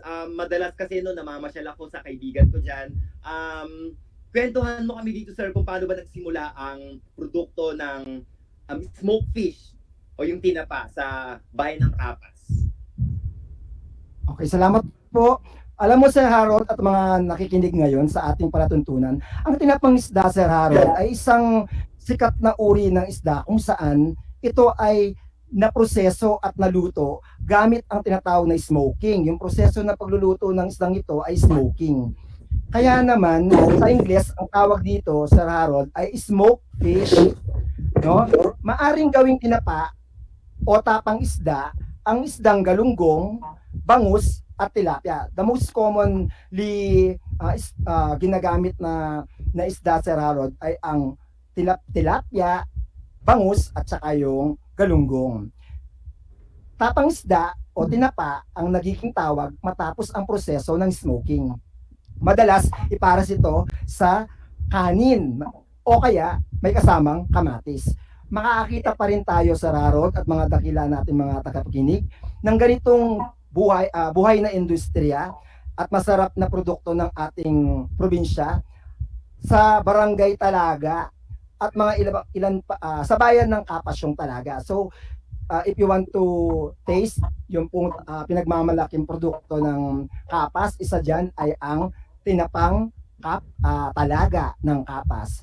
Pero meron din tayong mga ibang mga bayan na bantog din sila sa paggagawa ng tinapa o tapang isda, Sir Harold. Okay. Alam mo, sir, kwento ko lang, no? Every time na noon kasi, syempre bata pa ako, hindi ako familiar sa ganyang produkto ng Kapas. Alam ko noon, yung mga, di ba sir, nasa gilid sila ng daan? Yung mga Yes, Harold. Silera sila. Yung di ba nagpapara kasi sila sa tupig. Parang tupig. Yeah. Sir, isip ko, ay, ang haba naman hanggang, kasi di ba papuntang Luisita, sir, di ba may mga, San Miguel. Tupig, yes. Hanggang sa Kapas na nagtitinda rin sila ng tupig. So yun nalaman natin na Pinatanaman yung sa amin, sa Kapas. Yes, sir. Di ba, sir, taga-Kapas ka? So, one time, ayan, Opo. punta tayo dyan. Pasyal po tayo, Sir Harold. Pagluto ko kayo ng tinapa. Si Sir Chester magdadala ng burong babi. Talagang maipagmamalaki ang tinapa ng Talaga dahil sobrang sarap ng pagkakagawa ng tinapa. Kapag sinabing tinapa, automatic na ang may isip pong lugar ay ang Talaga sa Kapas. Sana nga Sir Chester, merong kay Sir, ay mayroong katakutan. Tinapa Festival, di ba Sir Harold? Ay Sir Chester. Yes po. Kayo, di ba, mga teachers po kayo from Kapas. Kapas, yes. So, pwede nyong maipropose yan, sir, bilang Oo nga, Sir na magkaroon ng araw ng festival. Kung San Manuel Tinapa Festival. Ferdinand ay meron silang Mais Festival, pwede rin nating mai-propose, di ba, sir, na magkaroon ng Tinapa Festival. Siyempre ngayon hindi pa pwede dahil, alam mo, sir, pandemic pa ngayon. Hindi may pagdiriwang ang ganitong magarbong pagdiriwang o festival. Pero sa mga susunod na pagkakataon ay magkakaroon tayo ng ganito kung papayagan tayo. At nabanggit nyo kanina, di ba, ang pagkain ng tinapa, walang pinipiling meal, breakfast, lunch, dinner. Yes. Pwede rin siyang midnight snack, Sir Harold. Actually, may mga nile-level up pang nilalagay nila sa pasta. Very creative na yung ating mga kababayan ngayon, actually. Yes. O tama ka, Master, no? Na kailangan maging innovative din tayo. So yung mga iba, nilalagay talaga nila sa pasta bilang alternative sa pork. Meat. Mm-hmm. Yes. Meat. Tama, sir. Yes, sir. Okay. So talaga namang masasabi natin na napakayaman ng ating lalawigan sa mga produktong na ating mga nabanggit. Alam ko si Sir Chester may mga gusto pa siyang idagdag maliban sa mga produktong pang-industriya. Sa inyong sa inyong bayan ng Concepcion. Yes, nabanggit kanina ni Sir Ferds na sikat ang Concepcion sa burong baboy. Okay, yung burong babi, sabi, or yung tinatawag nilang pindang damulag na sobrang sarap kasi iba yung lasa niya doon sa burong baboy. So yun ay isa sa produkto ng Concepcion. Maliban sa mani ng Concepcion na kilala kapag sinabi kasing mani, talagang naiisip talaga yung Concepcion dahil yung mani sa Concepcion ay talagang malalaki ang buto. Okay? So bukod doon, Sir Harold, ay masasabi rin natin na isang ipinagmamalaki ng bayan ng lalawigan ng Tarlac ay yung mga woodworks ng Santa Ignacia. Yan. Kung familiar kayo na karaniwang ibinibigay ng mga trophies o kaya mga medalya yung galing sa woodworks ng Santa Ignacia. So ito yung iba pang mga produkto pang-industriya na maipagmamalaki ng lalawigan ng Tarlac, Sir Harold. Ayan, thank you Sir Chester and Sir Ferdinand.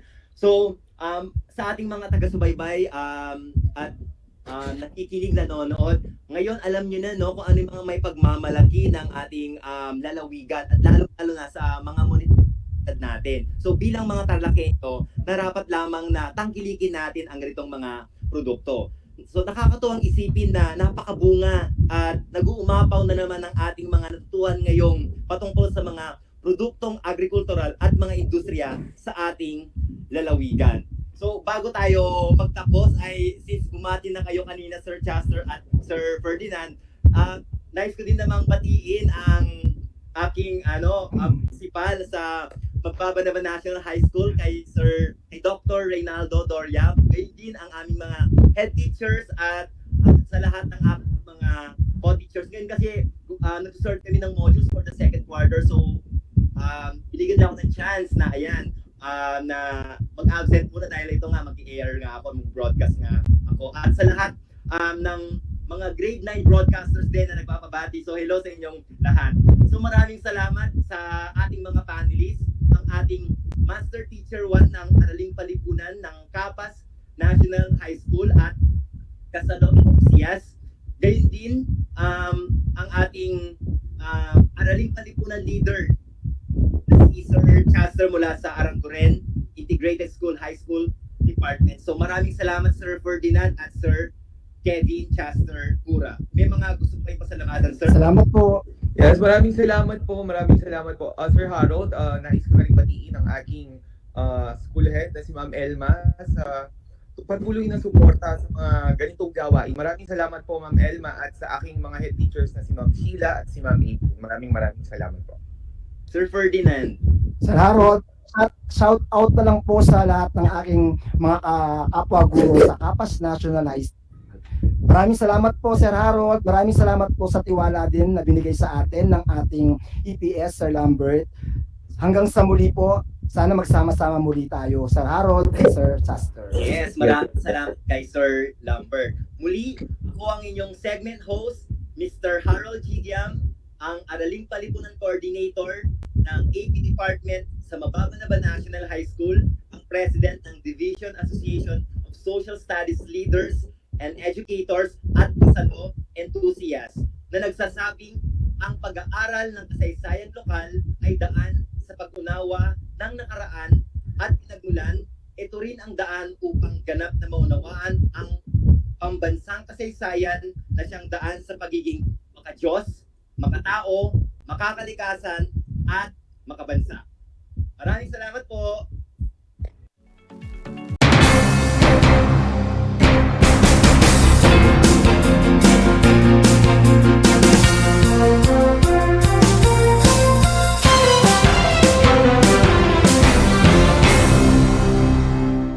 Alam niyo ba na ang gitnang Luzon ay tinaguri ang banga ng bigas ng bayan at kamalig ng palay ng Pilipinas?